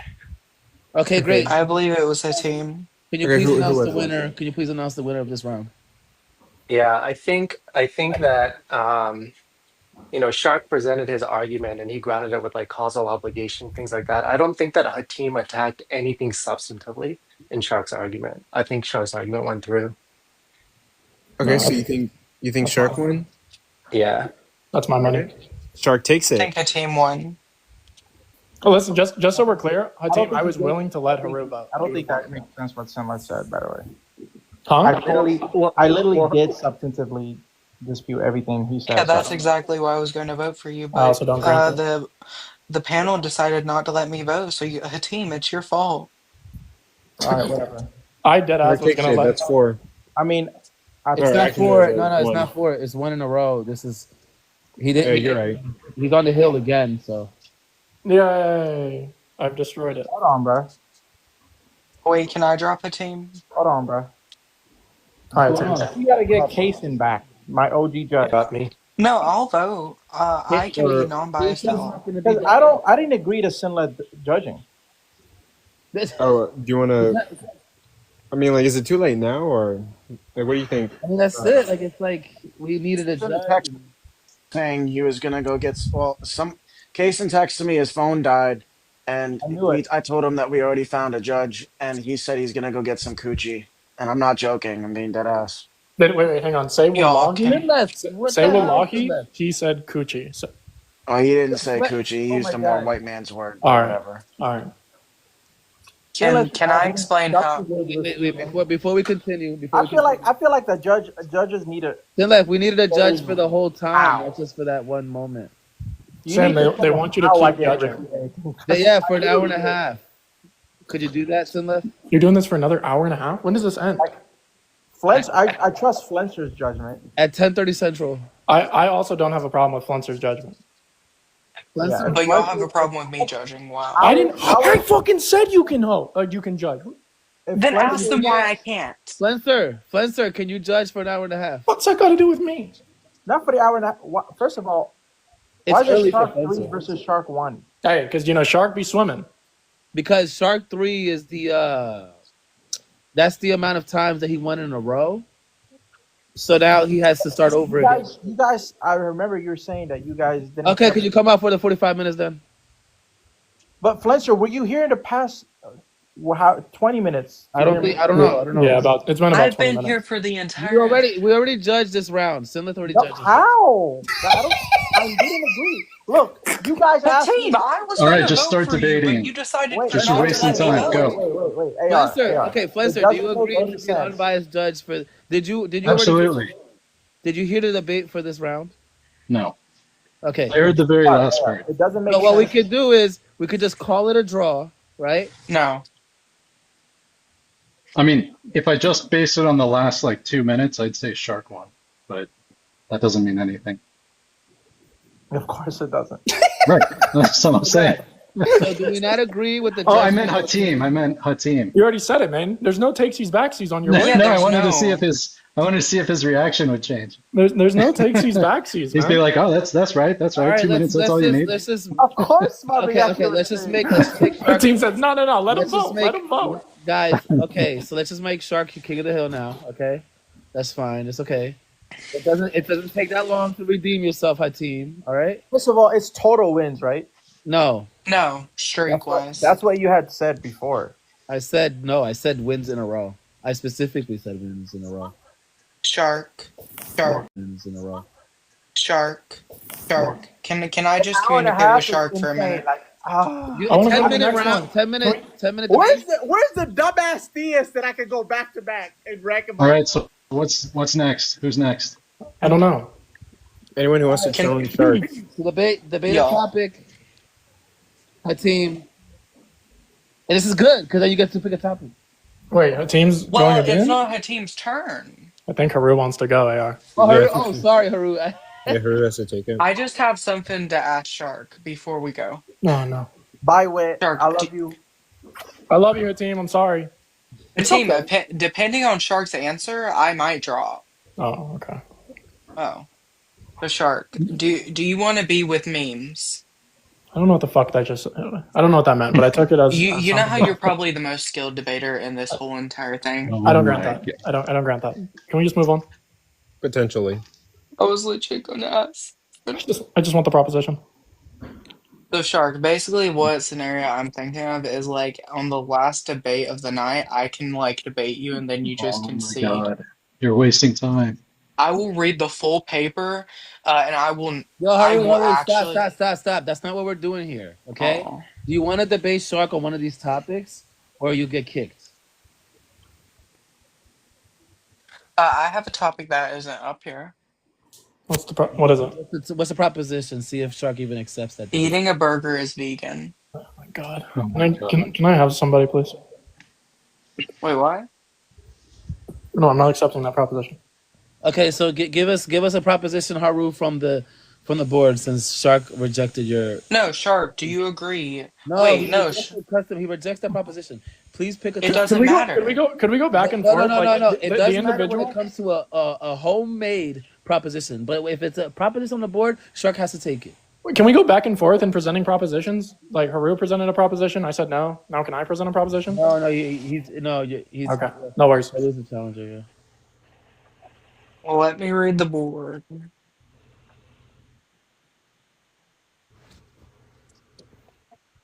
Do you believe the God of the Bible is just?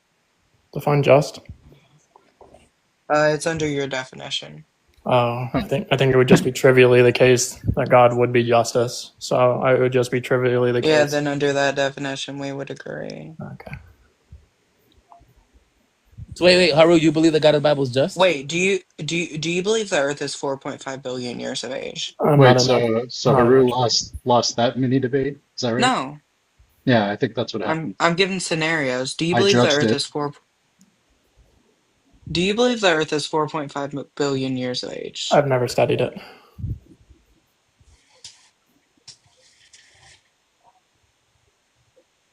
I'm only really interested. Like you're forced to take a position. Yeah, you're forced to take a position. It's either affirmative or the negation. I don't. What the fuck? I've never studied the. Yeah, I know, but that's the point. That's literally the point. They legit made me debate a What the fuck are you talking about? I'm not gonna. Yeah, you have to. If it's on the board, yeah, you have to accept it. Yeah. Shark. Then what the fuck Unless is the you. point? What's the point of me telling him if I agree or disagree? Shark, do Just you to get believe free your will Like exists? affirmative or negation. Oh, Shark. I mean, wait. You're saying that I get to say I affirm it? Okay, I affirm it. Yeah, okay. So you affirm that the Earth is 4.5 billion years of age? I affirm that the scientific consensus is that number. Okay. Hey, Shark, do you believe Yeah. free will exists? What? Free No, wait, will! it's my turn. Wait, it's my Fuck turn. you, Haru. Wait. Hold on, wait. It is Haru's turn. I don't care. I just want to ask him if he does or not. Shark, no, wait. Shark, I'll debate you. Okay, so Haru, you can shut up. Shark, just answer my What? question. Okay, wait. Shark. No, wait, guys. Hold on. Let's keep this. I just want to ask him. Yeah, but hold on. We're in the middle of an event right now. Wait. God damn it. Haru, please pick a topic. I will take the negation of that topic. Oh, you would say What? that the Earth is not 4.5 billion years old? Correct. Yes. Okay, all right. So Shark is the affirmative, and Haru is the. I'm gonna say this once again. I have never studied this topic a day in my life. I don't have a computer. Everything is gonna be rhetoric. All right, it's fine. All right, so Yes. we'll give you 10 minutes. All right, Shark. We're gonna start the timer when you say your first word. I go first? Yeah, you're the first. Yeah, you're taking the affirmative, and Oh, it's your okay. opening statement. Okay. The opening statement is the scientific consensus amongst the most trustworthy experts in our field conclude with the most pragmatic data that the Earth is 4.5 billion years old, approximately. Do you concede your time? Well, yeah, that's it. Shark, have you ever done any research into this topic? No. Yes, it's my time. Yeah, now it's just open. Now it's just open. So Shark, why are you saying the Earth is 4.5 billion years of age when you haven't even done any evidence into it? I haven't done any evidence. That's blunder number one. You haven't even done any research into the topic. Well, if by research you just mean I did a quick Google search before this live even started, or like before I came up on the panel to see what the consensus is, I did quick Google searches and 10 out of 10 said 4.5 billion. That's the research I've done. Yes, like the research that I have done is like the contributing like factor is the Earth is approximately 4.543 billion years of age. So you're actually doing a rounding error. So it's not 4.5 billion years of age, it's 4.543 billion years of age. So you're actually factually incorrect. So I don't know why you're taking a position on something that you know nothing about. Do you agree that 4.5 are the required numbers for you to conclude how old the Earth is? No, I would actually disagree because Or of the rounding say error how that you old did. say how old the Earth is without starting with 4.5. 0, 4.543. Is zero something that's actually referring to anything besides a quantity? Yeah, but I'm Or a just want to say qualifier? that my opponent is factually incorrect with the statements he's holding, because it's 4.543 billion years of age. I can save my time. I'm bored. Okay, well, since Haru conceded their time, I would like to tell you all that I love you, and one day you're going to die, and I hope you value your word, and I hope you find forgiveness, and I hope that you realize there's a good person inside of you, and I hope that all of you recognize that it is the scientific consensus that the Earth is 4.5 billion years old. And notice I said approximately in my opening statement, which is going to include the extra numbers afterward. 1G, 2G, GG.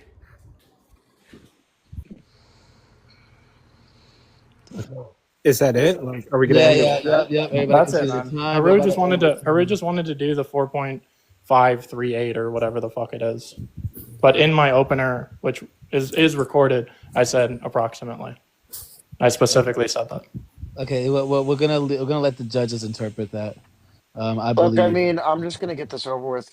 I told Haru if he does this dumb shit, I was gonna be upset with him. Shark came out and immediately appealed to the authority, and then Haru did that dumb shit. Although, if I'm the reason why I'm gonna give it to Shark is because if you account for significant digits, right? It does the fucking final two don't matter insofar as you round to the nearest tens, which is what he did. So I'm giving it to Shark. 8, and then you would round the 4, and it would still conclude 4.5. That's true, yeah. Jim or Flenser? Definitely Shark. I think Haru was incredibly disrespectful to the audience and to the judges by not adhering to the spirit of the debate and just trying to score some cute little points and win on technicalities, kind of like, was it Kai who wasted all of our times? So I'm invoking the Kai rule. Is there an official Kai rule? That's crazy. Well, there is now. It's like an immediate loss in my eyes. Hey, like you're here to debate something, you were given the opportunity, and you wasted all of our time with that nonsense. You gotta write that down. I knew. Providing I factual was like, evidence. no, it's not factual. You're wasting our time. Jim, Thank you. I'll never get that time back. Jim, go ahead. Yeah, I don't think that there was any substantial disagreement in the response that Haru gave to Shark's position. So I'm going to give it to Shark. Wow. Crazy. Okay, let's go. All right. Oh, Alright, wait, that's now I'm gonna lose to Wit? Alright. And Shark, I did it for you to get an easy one. You're welcome. Thanks, Haru. Thank you for coming up, Haru. Don't blame me. I didn't do it. Alright, Wit, time for your debating debut. I gotta go walk. I debate all the time. I gotta go walk my fish. And I also debated on Shark's tournament. I don't know if you remember that. Wait, I took a pretty shitty position, by the way. Oh yeah, that's true. Wait, I might have to go walk my fish. Walk your fish. The funniest thing I heard. To be honest, Shark, you have the high score, so like you could literally leave right now, and if no one beats that score, you get $50 by tonight. No, that's 30. false. Well, that's 30, not 50. I would have to stay here the whole time, and I have to beat Wit. Yeah. Wait, technically, wouldn't he be like the last king? No, of the we still open until 11:30, right? Until 10:30. Well, yeah, but he just has to be the last king of the hill. Yeah, but we're gonna have more debates. For one more, it's an hour and 10 minutes. It's not. It's we still have more debates until 10:30. Is it an hour and 10 minutes remaining? Yeah, an hour and 10 minutes. Yeah. Does someone have to beat him, or No. Someone, if he leaves, right? There's gonna be 2 challengers, and then the challengers are gonna face off, and then one of them's gonna be a winner and be a king of the hill. Oh, okay. So that makes sense. You guys So ever someone use else- your spit as something to clean up something on like a table or anything? Sometimes I do it. All right, let's just go. Okay, so I do, but not to clean things. All right, hey, kick him. Let's just wait. So pick a topic. Look, I wanted to ask him if he like holds to free will or not. Depends on how you define it. Okay, You know who you're talking to. right, exactly, I do. Semantics. So I would say that like free will would be, or at least my understanding of it would be like a source of freedom. So without, I'm not I have choices before me. I'm not forced or coerced to make that choice. Like always? Mm-hmm. You would say every single thing you do is a choice? That's how I would cash out freedom, yeah. Does that conclude that every single thing that you're doing is a result of your free will? No, I'm not sure that I would take that. I would just say that we have a notion of free will. I would agree to that. Well, fuck. Sorry. All right. Okay, what about I can believe that it's butter, and you take the proposition I can't believe it's not butter? Because I'll be honest with you, I definitely believe that that's butter.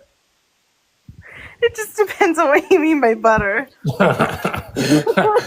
Hey, you know.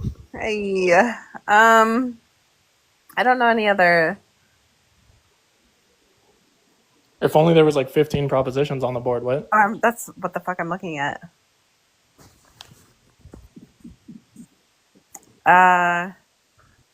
Do you take that humans ought to be vegan? Well, I hold that vegan is just like the intentional state of wanting to decrease harm. I don't take it as a dietary restriction. That probably pissed Cage off so much. I don't know why. I just felt like that pissed him off.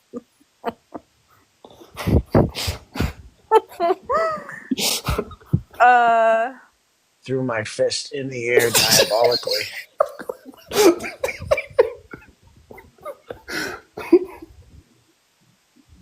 Dang it, I really don't know. None of these topics I'm like well versed on. So You can also come up. You can also come up with one if the judges agree or if Shark agrees, right? Either or. Yeah, the Eucharist ought to be Laban's bread. With a certain interdenominationalism provides. Submit to Rome. Is that what I should do? Wait, interdenominationalism leads to a closer relation with Christ than orthodoxy. Oh God. Hey. You gonna take that on? Do you want to take? Do you want to Wait take? a minute. You're taking the affirmative, so you'd have to go. Yeah, I'll go. Yeah, you'd have to go interdenominational. Okay, just so we're clear, when you're talking about like interdenominational, I can't even say that word. I know it's a lot of syllables. For someone like you. Ecumenicism. Do you know what that means? It's the same shit that you're trying to say, that we should all come together as one. We should definitely come together. I grant that. Okay. What? I just agreed with her words. What do you think? It's an inflection. Do you take on what Shark is saying? Okay, well, I have to understand. So you mean every denomination that there's calls a truth themselves Christian? There's a truth. No, it's more than that. It's there is a truth value in all given propositions, symbols, and experiences. Okay, no, that's a different fucking argument. Like, are we narrowing it to? That's what being an interdenominationalist is to me. Can we just argue that EO? No, because he's making it some like broader fucking statement that there's some truth in everything. That's why I'm going to make it very simple. All right, can we just make it that EO is the closest to the Christian teachings since the first century? What the? I can't fucking argue that. You can't argue that. What the fuck am I going to say to that? Wait a minute, do you agree with it? 'Cause then I'll No, I'm not debating that. What? I have no historicity. You have to take a position on that chart. No, she has. Hell no, she has historicity on her side. I don't have that. Okay, fine. All right, so just pick something up. Again, we could debate. Like you guys could debate anything. Like it doesn't have to He already said that, like this interdenominational, like it, but you're defining it as some kind of like, oh, there's some modicum of how about this, truth in each denomination. Interdenominationalism. What should we debate, man? Present something. The essence energy distinction is Oh, stupid. Jesus I grant my that. God. Wait, I grant essence energy distinction. Okay, well, he grants it, so. Do you grant it? Yeah. Yeah, I hold it. We agree. Yeah, but one of you has to take the negative. I'm not lying. Oh my You God! don't have to lie. You just present an intellectual argument. If they hold the same position, no. All right. Institutional racism exists in the USA. What do you guys think? Oh, what? Institution? What the? Institutional racism. I'm not taking that one. What if I do semantic theism doesn't move us forward in any conversation? Oh yeah, please. I accept that. I accept it. Say less. You're really gonna do that one? I'm in. You're gonna do that one? You sure you want to do that one? Because I don't want to do the affirmative. What do you think semantic theism? Theism does move us forward. I'll take the affirmative. Wait, no, I'll take the affirmative. What about humans ought to be vegan? I already gave my definition for that. You said I don't even care about it. Okay, so do you want to do what was it? Interdenominationalism. It's interdenominationalism. Interdenominationalism. Oh and my what was God. it that we should move closer to Christ? Will bring us closer to Christ or God or both? Both. Yeah. Christ is God. Wake up. Right? Yeah. Wait. What the hell? Wait. Come on. I just didn't know. Who knows? I don't Who's she know talking Shark's to like fucking that? position. Like you know, Shark believes God is Christ. Oh, do I? Yes. Okay. He's a whole Christian. What the fuck is a whole Christian? Yeah. Okay. All right. Fine. Does So Farouk you a want third of a to? Christian? You're taking the affirmative. Is Brooke a third of a Christian? Oh no. Prook, hey bro, Prook has Yo, Coco, why you said a about whole the- Christian? That's crazy. about the All right. crucifixion and resurrection on lock, man. All right, no, let's just go. Okay, All right. So he's going to let's take talk the about affirmative that all the denominations label Christianity should come together, and that will bring us closer to God. No, yeah, absolutely. Oh yeah. Oh yeah. All right, let's go. Let's go. Start. So you can start when you say your first word. Oh yeah, this is easy. So true contradictions don't exist. Did my time start? Sweet. True contradictions don't exist because context is everywhere. We live inside of an eternal mind, and the evidence of that is every single thing is context dependent. So we have identity claims that are necessarily relational, and the relational distinction is what is going to allow us to have contextual variants that point us in the same direction of the highest value, which is consistent and true. So it doesn't matter what denomination an individual is going to be pursuing, as long as they are pursuing love, truth, goodness, because all of these things are ontologically identical with God. And so whether you want to talk about Mormons or you want to talk about Lutherans or you want to talk about Protestants, all of these individuals are going to have a personal subjective interpretation. And through their interpretation, they are going to express what these experiences mean to them. And the more context that we have, then the more that we can contextualize what is consistently true. Okay. You're done now? Okay. All right. So besides the fact that you're just like begging the question on your view and not providing any substance,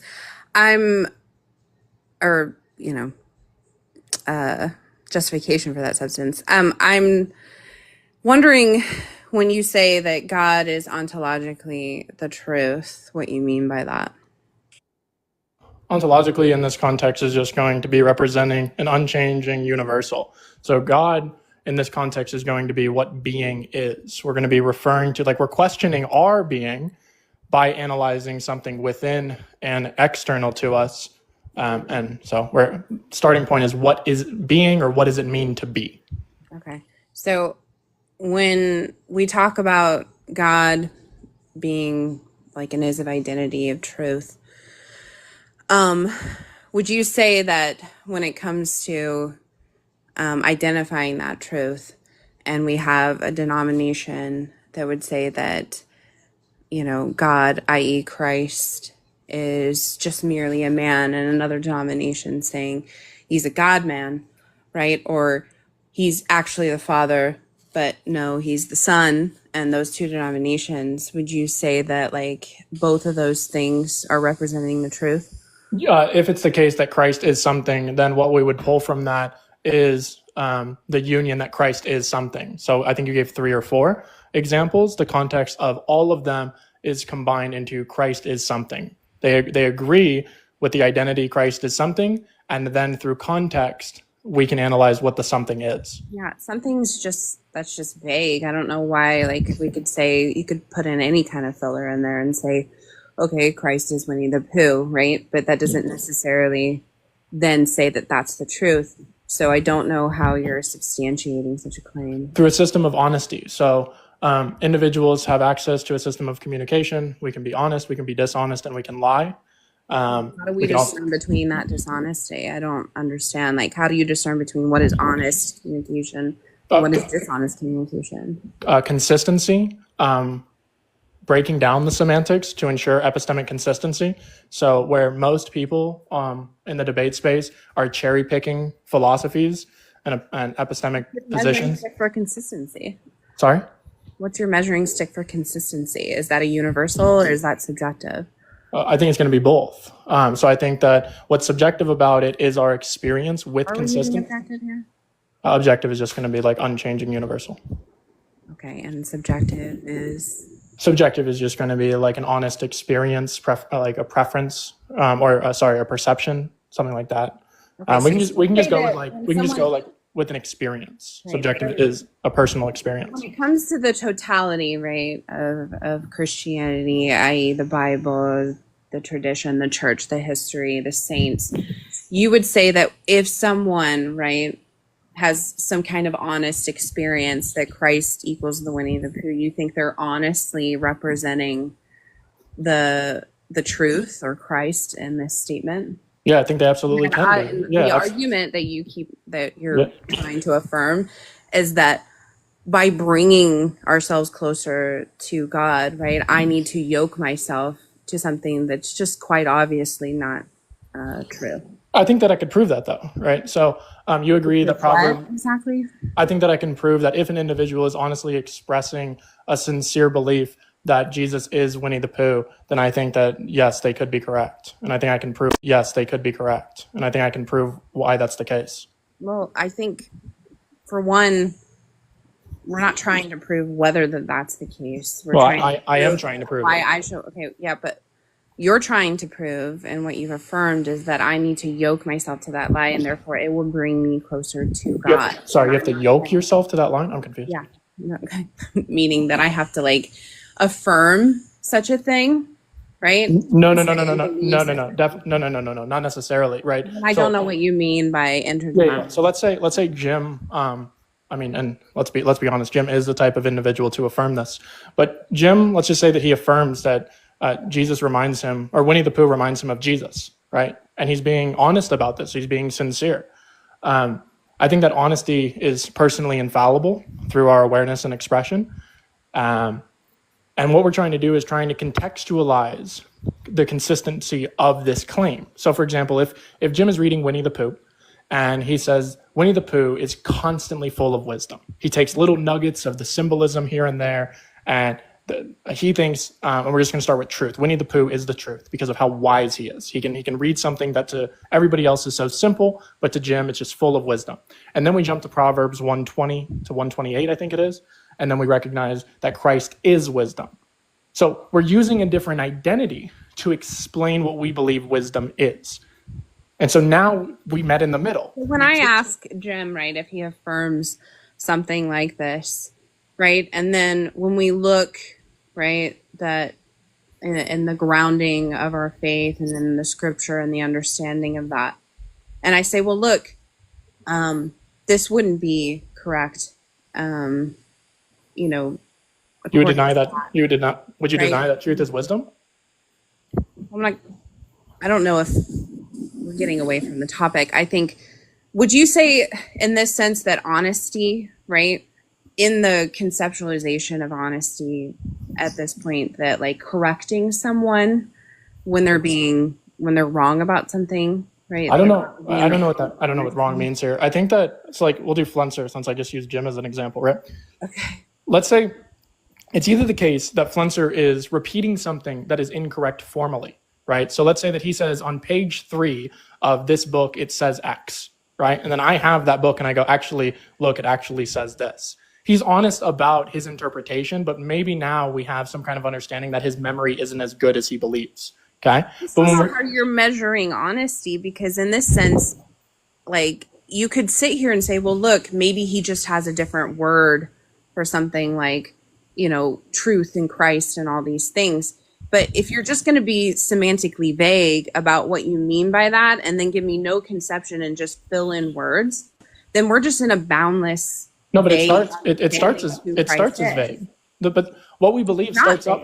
Yeah, hell yeah, right? So if we understand that our experiences start off as vague, right? Being is vague. Justice is vague. Mercy is vague. Love is vague. Truth is vague. From that point, we contextualize that to figure out if perfect relations eternally exist. Argument that I have to start with that. I don't understand. Like, what's the argument that starting with this sort of, conception that everything is vague or the truth is vague will then bring me closer to Christ, and then I have to tie myself to someone who denies the very divinity of Christ. So I don't know why that would be the case. Why would I have to if you're going to take someone like a Jehovah's Witness, right, as something that is an aberration of Christianity, even though they identify as Christians, right?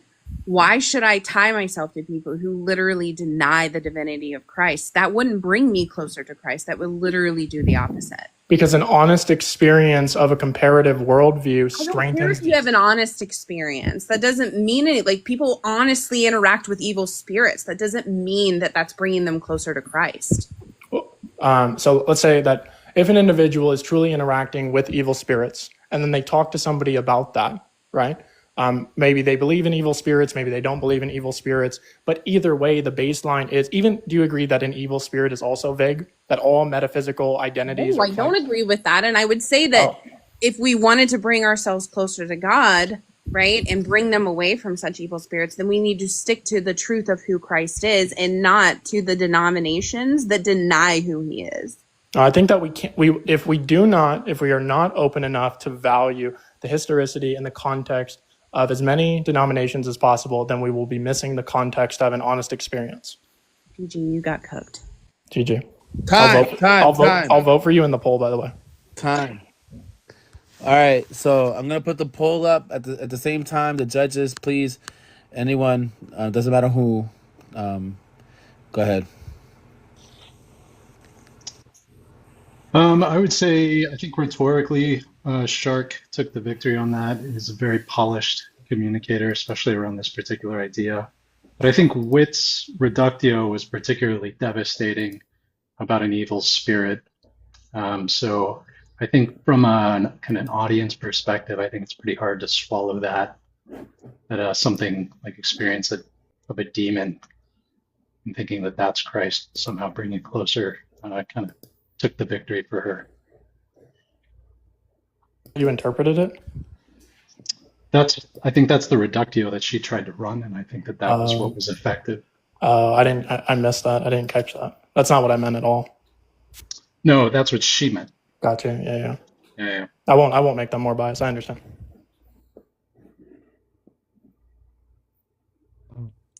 I didn't interpret it that way. I interpreted it in a similar way Shark probably did, where what he means by closer is understanding the concept more thoroughly, which, can be done in getting an account of what something evil is and what something good is. So I took the, demon reductio to be in support of his view. I was going to give it to Shark. I think I'm gonna give. Well, for the record, I take Eeyore to be more of a figure of Christ than Winnie the Pooh. Sorry about that. I apologize. Forgive me. That's okay. But I think I'm gonna give the debate to Whitney. I think she had cogent points that she brought up.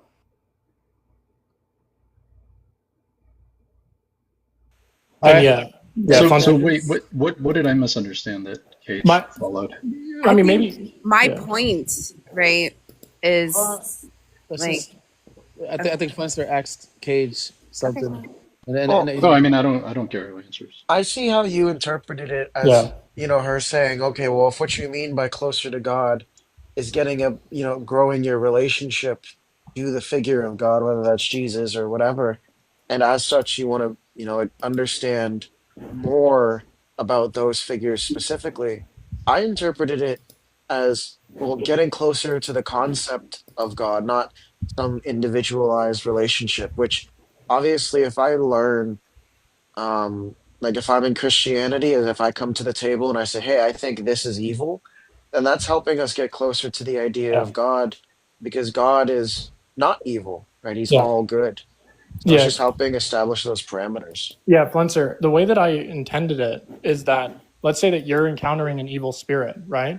You're the one expressing this is evil, but the individual believes that God is good. So we would use this contextual variant to say this thing that I experienced as evil is not good. And because now I recognize what I should deviate away from or against, because I honestly feel bad with this, you pursue something else. You pursue what is good.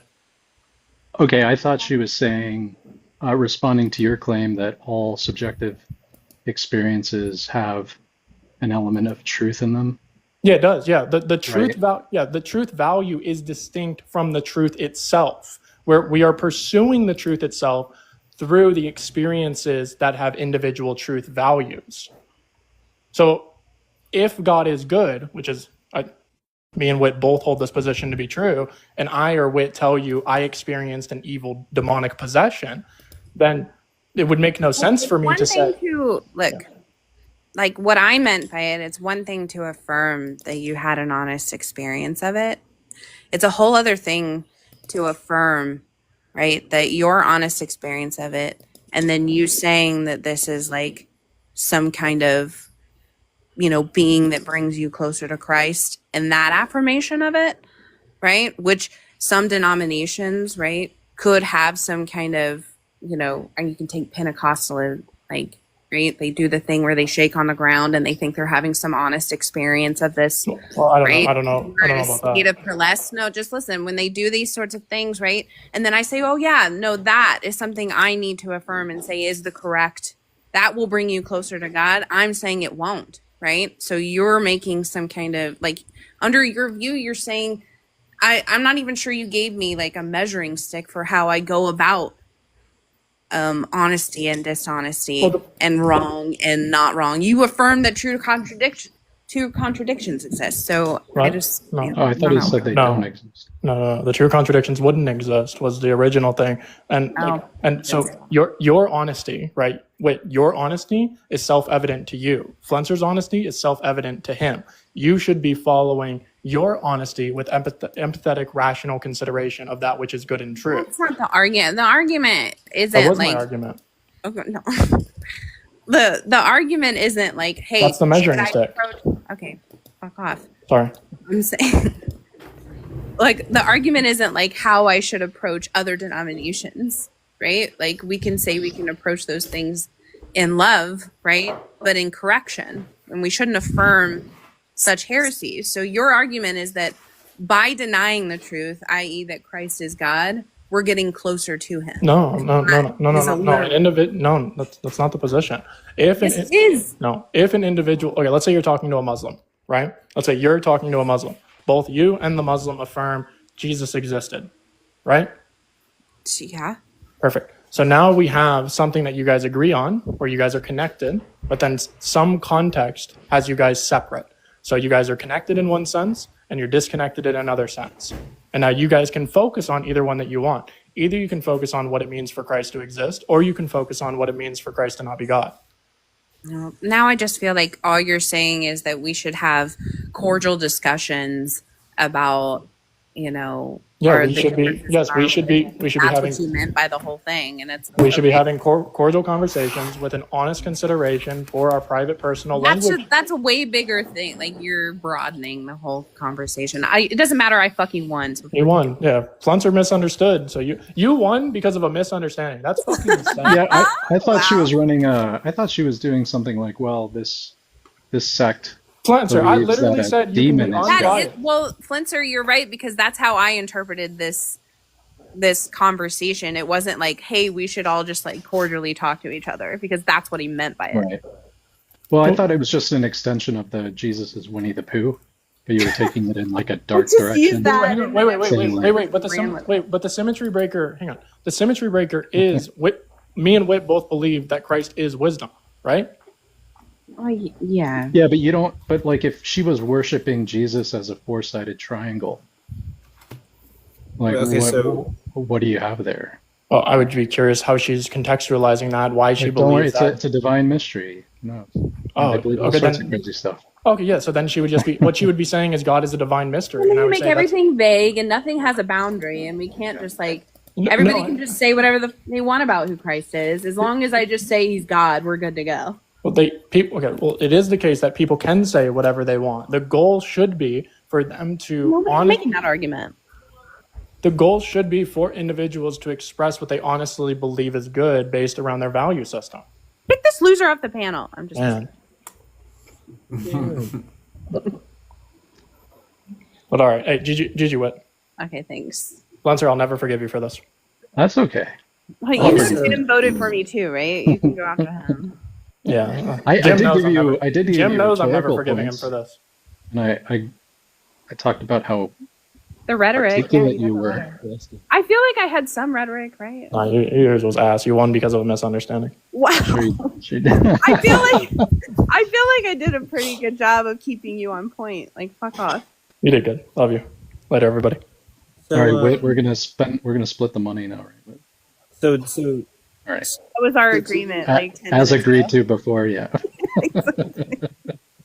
So to be clear, if Wit wins like 3 more debates, she takes home the entire 50. But if not, and Wit ends up being like the last queen of the hill, she takes home 20, Shark takes home 30, and then I don't want Queen of the Hill. I want King. oh, okay, yeah, king of the hill. Then yeah, Wit will take home 20 for being the last king of the hill, and Shark will take home. I don't want to debate Manny. He talks too fast. Let's I'm, just I'm let's just slow it impaired. down, okay? We can slow it I'm down. impaired, bro. I'm impaired, and Okay, I'll we let got you win Manny, right? if you give me half, bro. We can split the Okay, money. fine. Whatever. Yo, I don't want to hear these deals, all right? Anyways, all right. So, do you want to Why debate? did I do this? I really don't want to do this. All Do right. you want, anyways? Do I you? don't even know if I Okay. want to debate, dude. I didn't really mean to come up here. ISO, do you want to debate one of these topics? Let me think, actually. I don't know. I'm like fucking. All right. Probably I'm looking. disagree a lot on a lot of these fucking topics. Yeah, ISO, like what? Like, come on. There's Bro, so I'm like, dude, I'm like tired, bro. I can't really. Like, it's like my mind. Are you going to debate or do I have to kick you? I'll debate. Fuck it. Okay. What do you want to debate on?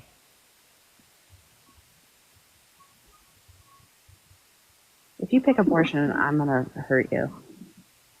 Why? Are you giving him I ideas? don't want to debate abortion like at Why all. are you giving him ideas? Well, whatever. If he wants to do it, but I hate it. Yeah, okay, but let's just let him. I don't debate abortion. Wait, really quick. I think everyone should throw away their Dell computers and get MacBooks. This thing is so awesome. Yeah, no.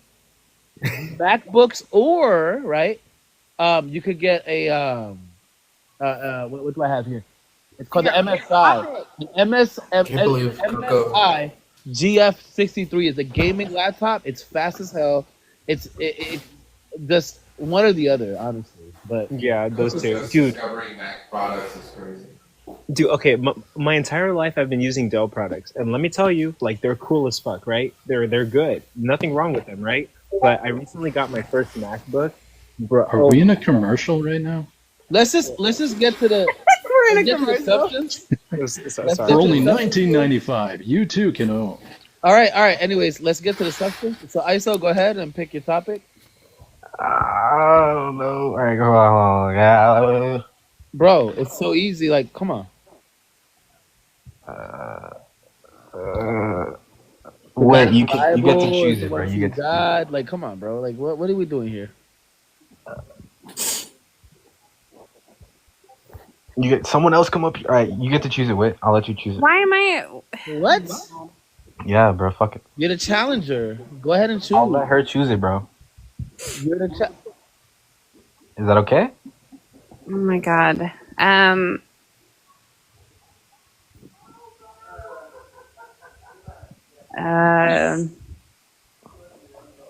Sola Scriptura can't be defended. I kind of agree with you, and I'm not even questioning. That's literally like, yeah, he would agree. I'm like, what? God damn it. Of course, he would agree with that. Hard determinism, humans have free will. To be fair, that wasn't a complete sentence. Sola Scriptura can't be defended. Yeah, just period. That sounds like really a hard from one. fucking lions or what? That's right. Yes, It you wasn't can't specified. defend it from life. Yeah, we got to understand what the where's semantics are. Haru? But anyways, let's just go with one of these topics here. Do you want to go with like humans have free will? Yeah, do you disagree on that?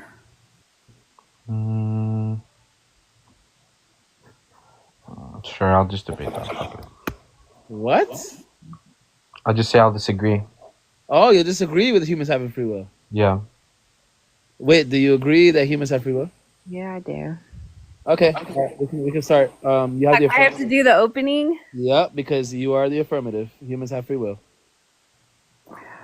Okay, you can start. We can start whenever you say your first word. Okay. So, as I understand free will to be, I am going to have like a theological position on that, but I'll stick to just philosophy. I would hold that my notion of free will would be like a sourcehood, freedom, and that I am the source of the choices that I make, and that I am not forced or coerced to make such choices. I don't hold that in every case that is, there are, factors that, may, in some case, act against my will, if that's what you want to call it. But I would say that when I'm hashing out what freedom is, I would say that it would be a source of freedom and that I am the one who's making those choices. That's all I got for you. Okay, well, I'll just disagree with that, because the you're describing here is going to be an amalgamation of your ideas, your thoughts, and your values, which didn't come from you. They weren't chosen by you. Your thoughts come to you as a stream of consciousness that you have no choice of choosing which one comes to you. Your brain decides before you. This is just true, like neurologically, right? Like there's There just seem to be like a lot of claims that you're making that just are like, I don't know, why would I accept any of those? are just true. I'm just talking about science here. I mean, like neurologically, About where science. our brain. I'll get to a causal Science. chain. I'll get to a causal chain in a second. Science deals with causal like determinism. That's Yo, kind I'll of get to a causal chain in a second. I'm just explaining to you how your like brain activity predicts well, resistance these things before. seem trivially true because I would hold right that like there is a determined like causal chain. I don't have any issue with that. You're just saying trivially true. Yeah. So then, what are you deciding to do? I'm saying that I, the person, right, am the source of those choices, and in that sense, that's the freedom, right? I'm not being forced What is I in this to sense? do. Well, we're not having a personal identity debate. We're having a free will debate. Yeah, but if you're using your personal identity to to supply your view on free will, I want to know what that means to you. I mean, I could be pretty agnostic on what I necessarily mean by I, but I would just say the identity, like the person that is Whitney, that is external to all other things. And did you and then all other things, I suppose. in your identity as you, right? Mhm. Like the what you are, did that come from yourself or did that come from something else?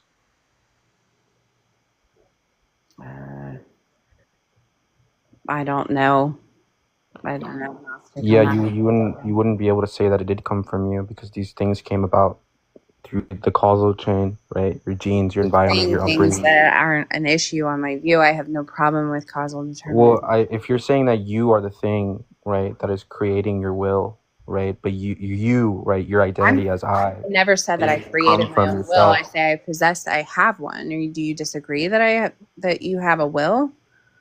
No, of course, we're talking about free will here, though, because Okay, if your yeah. if your will is completely connected to your personal identity, but your personal identity didn't come about through your own actions, right? It's simply just something that exists because of the causal chain. Well, I mean, I Then how wouldn't. exactly can you have free will? Not really. When I'm talking about like the causal chain, what I mean is that like I act according to my desires. That's what I mean by it. So none of that is an issue under my view in this sense. So, Yeah, you're acting according to your desires, right? That's what you're saying. But you can't choose which desire you're gonna act upon. I can't choose my desires, or I can't choose. You can't choose. You're saying you're acting upon your desires, but you can't choose which desire to act upon. I don't. That just seems convoluted. What you're saying, like. No, I'm saying if your desires, right, your desires come about. You'd agree your desires come about through the causal chain, right? Sure. Okay, and then so how exactly are you separating yourself from the Saying I'm the very source. There's no other source that's making that, and in that sense, I'm free. That's what I'm saying. I'm the source of the being, the agent, if you will. I'm the agent that is. You're the source of your own making such being? a choice, and in that sense, I'm free. You're the source of your own being? No, I'm the source of the mover of the desires, right? I am The desires came about my will. Right? You're saying like a compatibilist view, right? So the desires came about through the chain, right? And then you choosing the desire is also something that you don't have. I'm not choosing the desires. I already said that I'm not doing that. I'm saying. So what are you doing then? Because desires aren't the act that I'm doing. Those you're conflating desire and will. Okay. So then, if the act is the thing that is free will, right? What exactly is free within the action of acting? That I'm not being forced to make that action or to make that choice. I'm sorry. What? So if you're not being forced, you could do otherwise, correct? No, what I mean is that like there are I'm going to act according to my desires, but what I mean is that when I make such a choice, right, there isn't something or any external influence forcing me to make that choice. I am the one making it. That's what I mean by it. So could you do otherwise? I don't think, like, I'm not saying in the sense that, like, when it comes to the determined line that we're on, that I'm trying to say that I can do otherwise, right? Because But that's yeah, the but position that I'm holding to. I'm not holding to some kind of libertarian free will. What I'm saying is that I'm acting according to my desires, and when I thus make that choice, right? You're not making a choice. What choice are you making? Huh? What choice are you making?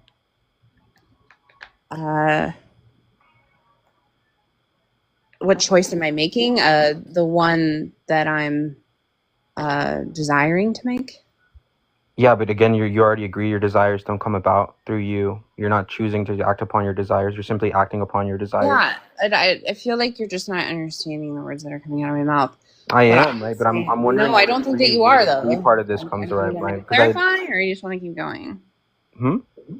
Okay. There's no need to get upset, right?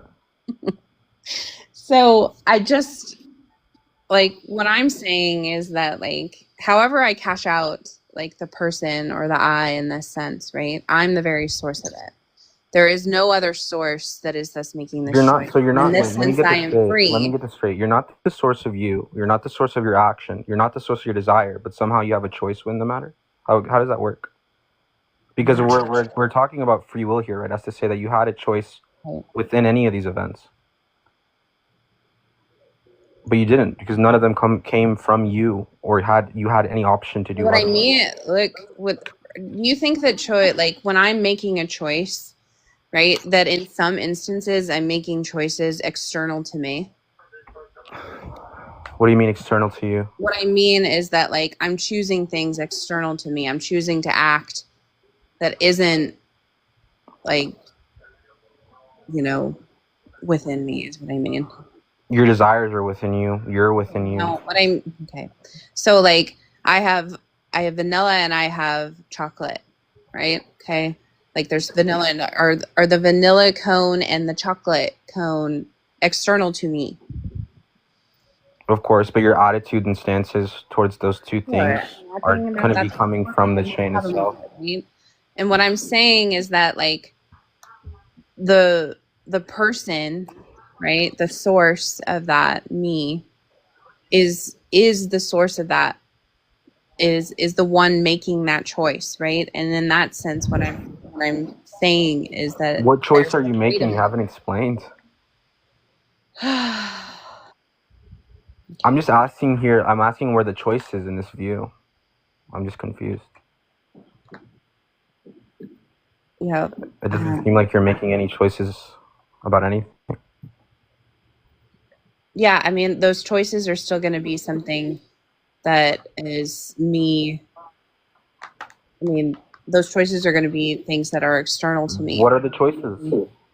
Because if we're talking about will here, right, that is you, right? That is your will. You're, like, epistemically, right? That's you. You're being choosing something free, right? Like, choosing between two different options. And choose, like, and having the ability to have either or, but you don't, because your desires don't come from you. You don't come from you, right? And there's nothing you can do but act upon your desires. That's totally true under my state, under my time. That's fine. Time. Okay, judges. I feel like. To be fair, I'm still working on my fucking philosophical position. Oh man. Okay, it's fine. It's fine. Let's judge it. Okay. Okay. Fine. Good job, Manny. You're gonna win. I'll give my thoughts. I think is it, what's your name? I usually. Just so. Hi. So you can call you were arguing a different proposition, right? At the beginning, she said that she was defining free will as sourcehood free will, and you were arguing, you were trying to get her to hold the principle of alternative possibilities view, which she doesn't hold Source it to. as in, but if the source itself isn't something that you have any ability in partaking in, you Yeah, don't. but that's not She said what that the you. She view said the is. It's source. just that. She said the Yeah, source was herself, right? But she doesn't have the ability to change anything about herself. yeah, but that's not her view. That she ought to have the ability to have a different choice. It's just that she is the person in the proximate causal chain, right? That she's not being coerced by something that she doesn't agree with, or she doesn't have a desire The to thing do. she agrees or can Let him disagree make with his are things that are judgment. You by can the talk causal about it chain. later. Just let him make Yeah, his yeah, judgment. yeah. You're right. So I think if she had held to like a libertarian free will view or a principle of alternative possibilities view, or that, it was just a brute contingent fact, whatever her free will decision was, if that was her view, that would have been like a perfect argument to use against her. But she, at the outset, kind of inured herself from any of those. I know. I mean, we're arguing So, for compatibilism is just like, let's just redefine this, and it's not right, possible to say it's right. not Yeah, real. I think she changed the subject on you, and you agreed to it. So I think it was hard to get around that. I So don't I'd know. have I to give don't it know to what the Wit. point. I mean, I wouldn't. I can't. You can't really argue against compatibilism. It's just like free will is just like, it's just gonna be true. You There's no say you way. gave Well, it to yeah, I me, mean, Spencer? yeah, Nice. yeah. I need All my right, money. Jim, Page, got Well, a couple of things. One, I don't think she was describing a form of compatibilism, but a source, like a sort of agent causation libertarian view. Now, a couple of things to note. I didn't hear any Frankfurt cases, which are like typically the types of things that get brought up when somebody rejects the PAP. right. But with what actually did happen here was, Witt gave her a response. Now, when she gave that sourcehood view that she kept describing, she had two burdens. One is explaining how an agent is free from any causal chain, free from any, sorry, explanatory chain, and B, how an agent is responsible or culpable for those actions, if so. And those are the two burdens that I set out for her to establish as true.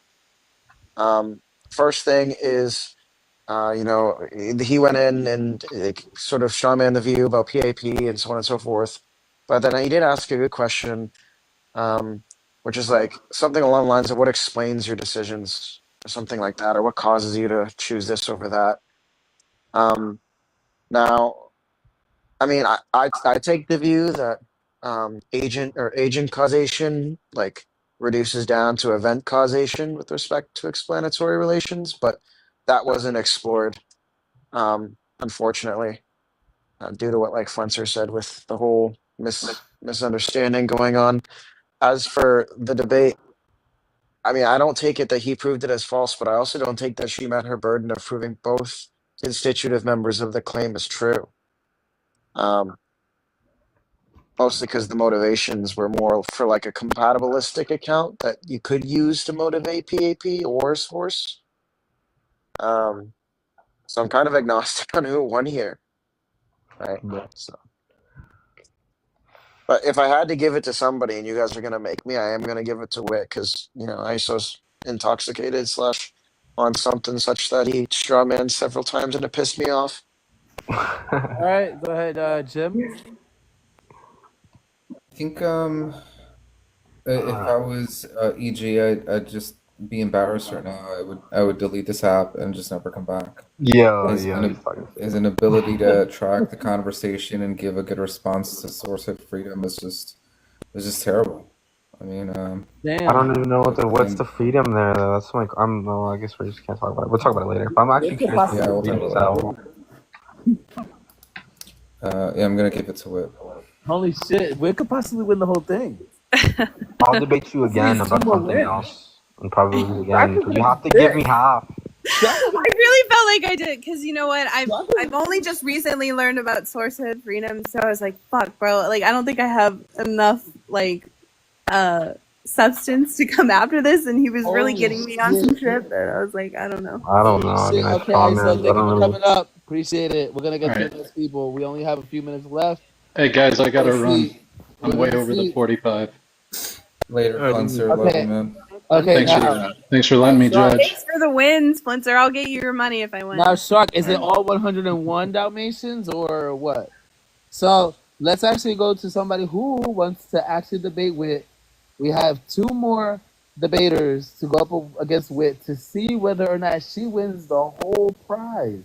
Yeah, like Wick could win the whole 50 tonight. Right now, Yeah. if If she these are gets 10-minute debates, you got two we need debates to we need squeeze 2 in. debaters up here for her to go up against. I'm Wit actually pissed nobody brought up Frankfurt cases. Like, it's so yeah, very, it's I so know like, Frankfurt cases, but like I just didn't like. Look, I'm still trying to learn. we have a challenger, Oh God. and it's Shark. it's Haru, isn't it? Can I? Bro. Wait, no. I would. I don't know if this is gonna like be unfair, but could I judge? I promise I'll be fair. No, it's a conflict of Why? interest. I'm sorry. No, yeah, conflict of It's a interest. conflict of interest. You're Like, why don't Do you you just think- debate? Wait, on the Wallahi, you chart. think No, I Look, care if you more? do this, I'm then sorry. look, It's a conflict you'll of win, right? If you win this whole thing, then you'll be 4-2, No, or it'll be no, 3-3. No. It's a conflict of interest. I'm sorry, Shark. It's a conflict of interest. Well, he can't. I'm not saying he's judging. I'm he saying can't be judged. He can't be judged. nobody's saying he's judging. I said that he could like Ayo, debate, are you listening? Yeah, he could debate with. right? And then he would just win outright if he wins, right? And then if it's just me, if I win, then we're No, like, he can't be tied. judged. He can't be judged. Can't be judged. Oh, shut the fuck All right. up. Anyways, Hold on, let's we go got a to Christian. let's go to Cetus. Cetus, what's up, man? But if you throw my money, I swear to God. Cetus, Morning. how you doing? Good. True. Okay. Do you want to debate anything that's on the board? Can I ask one question before that? Go ahead. Wait, that's Haru. It is. So I can ask one question to the panel. Bro, what the hell do you want to debate? Shark, I will give you half if you win. Wait. Yeah, that's how it works. Get him out of here. Thank you. I don't know what's happening. Okay, listen, either way. Slurm said he could judge. Slurm said he could judge. We're trying to We keep need it a without judge. corruption. Yeah, without sure, that's fine. I think that Jim has a little, snake in his pocket, but I'll let him keep judging, man. Look, I have a snake in my pocket at all times. Yeah, I grant that, man. It's a rattlesnake. I can hear it. Anyways, this is crazy. We don't have anybody to debate with Definitely not a rouse. on the King All of I the Hill. know, all I know is Wit literally has 11 minutes. No, Wit has 21 minutes. That's false. If the debate ends after 8:30, then that went over the time. You told me, and I quote, "A debate tournament ends at 10:30." It does at 10:30. Thank you. I'm actually pissed that. You could have the last debate be a shorter time frame. Like, do you know how rare it What? is, Emmanuel, that Yes. somebody tells me sourcehood and I get to reductio the view into dog shit? Do you know how rare that is? And you, Bro, how is not? Yo, ISO, do you want to debate Wit on anything else? Sure, yeah, y'all can choose. But Have a judge. there's 2 judges We right have here. 2 judges. We need a Nice. third, right? No, Hey, we listen, do wait, not. Coach. listen, For the listen, record, I listen. denied We Fine, can make if this. anything, I We can will- make this a twist, though. We can make this a twist. Look, If listen. I have to be the tiebreaker, I'll be the tiebreaker. Now go ahead. No, ISO. listen. We can make this a Can twist. I though. just If concede and there's give a it to tie, Shark? KG and Jim have to No. debate. Say it, Wit. Say it out loud. No. Say it out loud. I will hold you to your word. Do not do that, Wit. Don't tell me what to do. Wait, you don't realize that you could win $20 just by staying up there? Slurms could judge. Oh wait, so is Slurms biased? Slurm's No, not no, biased. he's not. He All right, let's calls go. me a No, bitch nearly every day. Cynical. No, I think Slurms can be trolly, but I don't think that he's biased necessarily. Okay, great. We can bring him up. Let's go. Slurms, come on. Bring him up.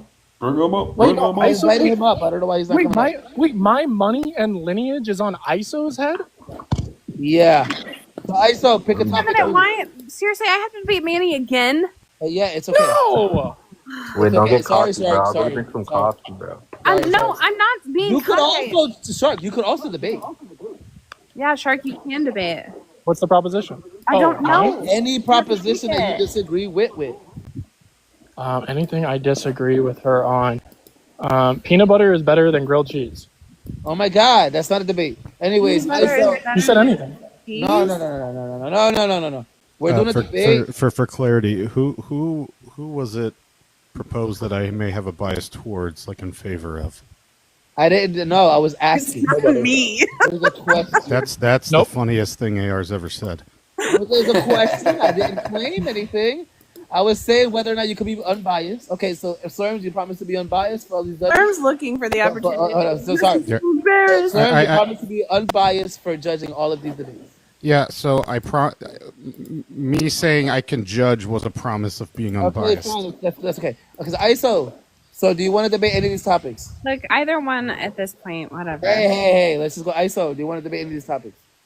Wow, Whitney said she'll take them both at a time. Oh, no, it's not looking good for Whitney. Let me make some notes here. Whoa! Hey, wait. What about it should be legal for bakers to deny customers for any reason, including protected classes? We debate that like every Wait day. a minute. That's like the same line that I had to take with the freaking No, I'll take Martin it. No, I'll Luther take King it. No, shit. no, I'll take it. You'll take it? Yeah, I'll affirm it. Wait, what's the problem? What's the fucking claim? No, this is a weird ass proposition, bro. What the hell? The host is running.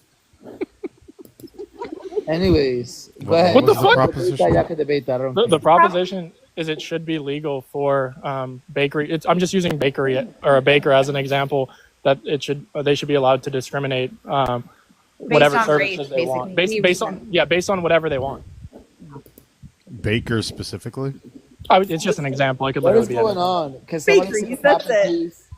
Wait, do you agree or do you agree to the debate with Shark on the opposition or whatever? I wouldn't recommend that. God. If not, we go to ISO. You want to debate whether or not, like, the God of the Old Testament endorses grape? No, I don't want to do that. Why not? Deuteronomy 22. But you know what? Even prior to that, the one where Deuteronomy 10 through 14, I can't remember the chapter. That's Twenty- crazy. In your worldview, is grape actually wrong? All right, in the next 5 minutes, I'm going to get some It's ass not about because whether this or is not grape. boring. It's not whether or not grape is wrong. It's about if it's endorsed. No, by the Old Chase, Testament hold on. God. Hurry up, I'll guys, debate a please. topic. Look, Dwight's up You want to here. do that? Dwight will debate. Dwight, do it. Dwight will do it. Okay, Dwight's the Dwight. new challenger, so Dwight gets priority. Dwight, what do you pick? I'll debate. The Bible endorses slavery. Okay, let's go. All right, Does thank you, Whit- Isa, for coming up. does Thank Whit you, Chuck, agree for with coming it, up. We're gonna need. We're gonna. Do I agree with it? Hello? Yeah, do you agree? Like, I don't know how a book endorses anything, but whatever. Let's just debate it to get it over with. Okay, great. So, since Dwight has the affirmative, He has Dwight the starts- affirmative, so he has to start. Yep. So, Dwight, go I go ahead. first? So whenever you say your first word. Okay. Yeah, does the Bible endorse slavery? Endorse is going to mean to publicly support or condone. The Bible definitely publicly supports and condones slavery. This doesn't have to be a declarative sentence like somebody shouting it out. It could be written. So a book can endorse things. You're not saying that it's a personal preference of the book. You're just saying that the book expounds on such an idea. So there are plenty of verses in the Bible. Deuteronomy 25, Leviticus 25:44 through 46 is the most explicit, saying that you can, in fact, buy your slaves from the nations around you, and you can own them for life. This is clearly slavery. This isn't just bonded debt. Slavery. This is chattel. There are also verses in Joshua and Judges where God says, declare to the town that they need to leave, they need to abandon it, it's yours now. And if they don't leave, you can either enslave them, which is real slavery. This isn't just bonded debt again, this is chattel slavery. That you can take them as your slaves and or just unalive them, but you can. It does explicitly say that you can actually take them as slaves. There are also verses in Exodus that explicitly say that you can sell your daughters into slavery. You can look at Josh Bowen's book, Does the Bible Endorse Slavery? This is explicitly selling your your daughter. This isn't just a dowry. You could sell your children. You could do it to pay debt. You can do it for any sorts of reasons, but they can be taken as property. This is one way that a slave owner can provide a bride, to a slave.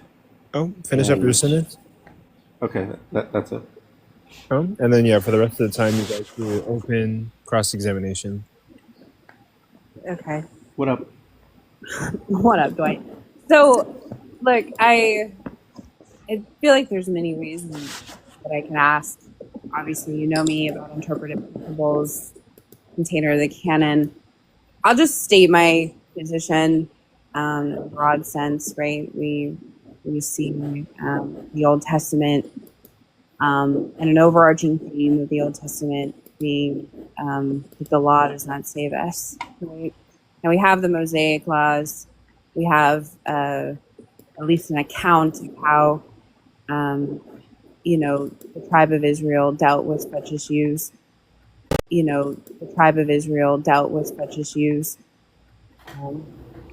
pertaining to these things such as slavery. I would take at least the position that we're seeing an account of how they dealt with such positions. I don't really think that this is an explicit endorsement that this was okay in this respect, or that I know we're not necessarily debating whether God would say that this was okay, but even from this perspective, we can take that slavery has many different contexts and understandings, just as Adam and Eve do, right? And but this all just comes back down to some kind of hermeneutic and traditional history of teaching. And I just would say at this point that I don't think that you can really justify why I should hold to such an interpretation.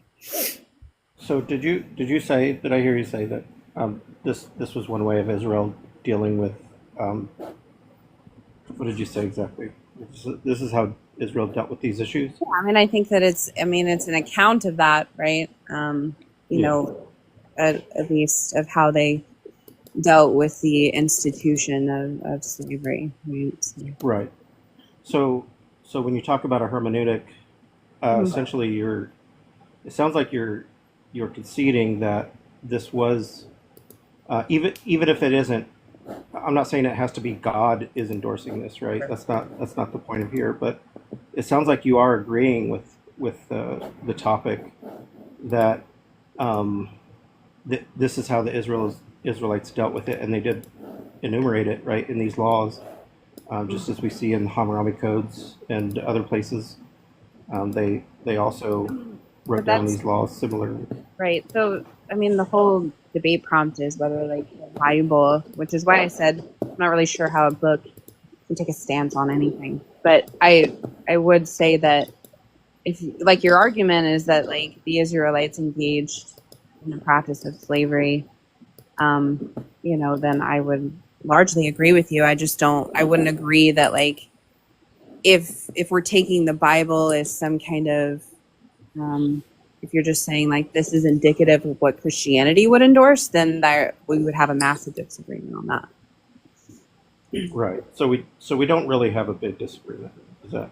It kind of sounds like that's what I'm hearing. No, well, the Israelites they dealt with it. They wrote it down. I had a problem with the prompt itself anyway, but I just think in a broader sense, right? People can make some kind of notation that, well, look, this is the law of Moses, and then it gets into the understanding of, well, did God dictate these things, right? But again, that's all going to be interpretation again, and I don't think that when people make this argument, it's mostly well, it's the Bible's dictating this, right, and saying that this is what happened and this is how they dealt with it.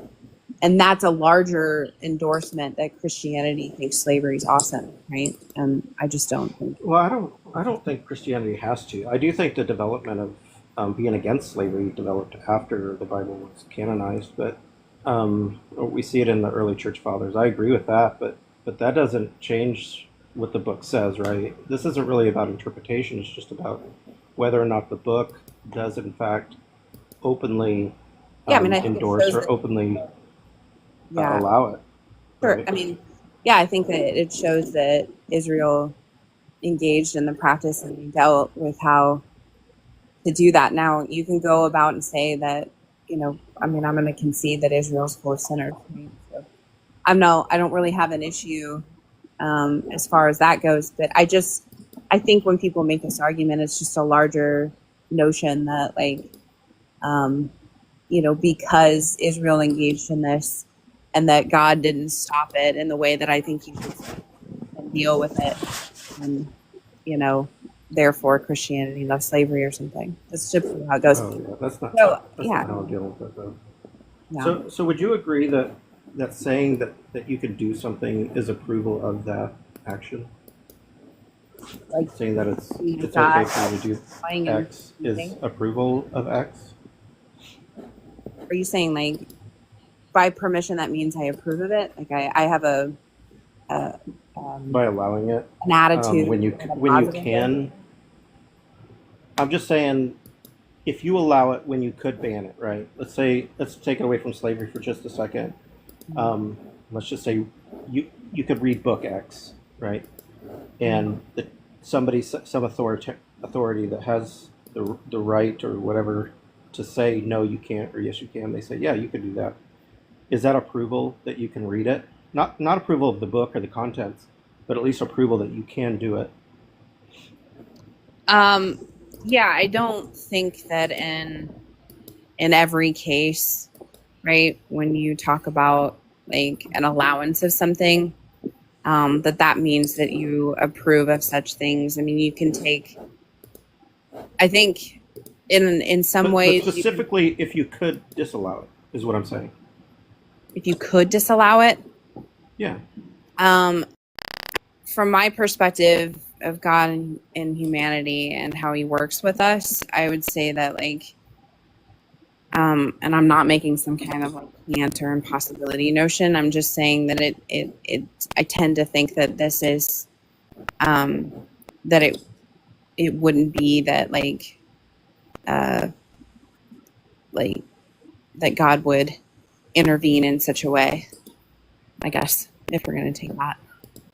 Well, I'm not worried about the God question so much. It's just is allowing something when you could deny it. Yeah, I mean, God, sure. I mean, God could, in a logical sense, just end all things at this point. If we're going to do that, I just think it goes against His very nature, as far as that goes. To end slavery? No, but good W rhetoric at the end. Thank you for that. All right. All right. So judges, go ahead. Give your feedback on your decision. What you got for us? Cage, Justin, and Yeah, Cage. Well, Yeah. I like the Okay. I think that that Dwight gave kind of a valid argument in terms of why he would take the position that the book itself endorses slavery. Not sure that the arguments against it were very strong, so I'm going to give this to Dwight. Slurms or Cage? Full of goldfish. Can Cage go? Look at the good Cage, please.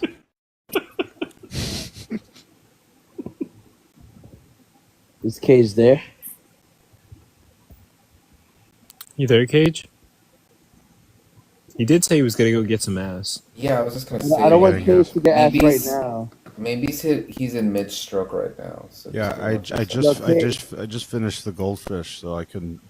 Okay, you go ahead, Slurms, and then. Well, it's quite coincidental that he said he was gonna get some ass, and then Slur's mouth was still.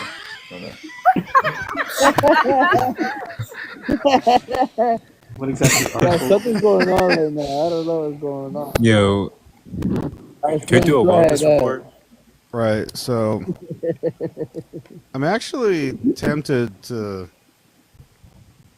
Anyway, I don't love the the topic the way it's worded, because I think Wit was coming at it from the perspective of, when you say, does the Bible endorse slavery, she's, if she's looking at it holistically, like, does the Bible, in itself, as a complete work, endorse it, versus, if you were to word it like, does the Bible contain any endorsements? So, it gets a little weird.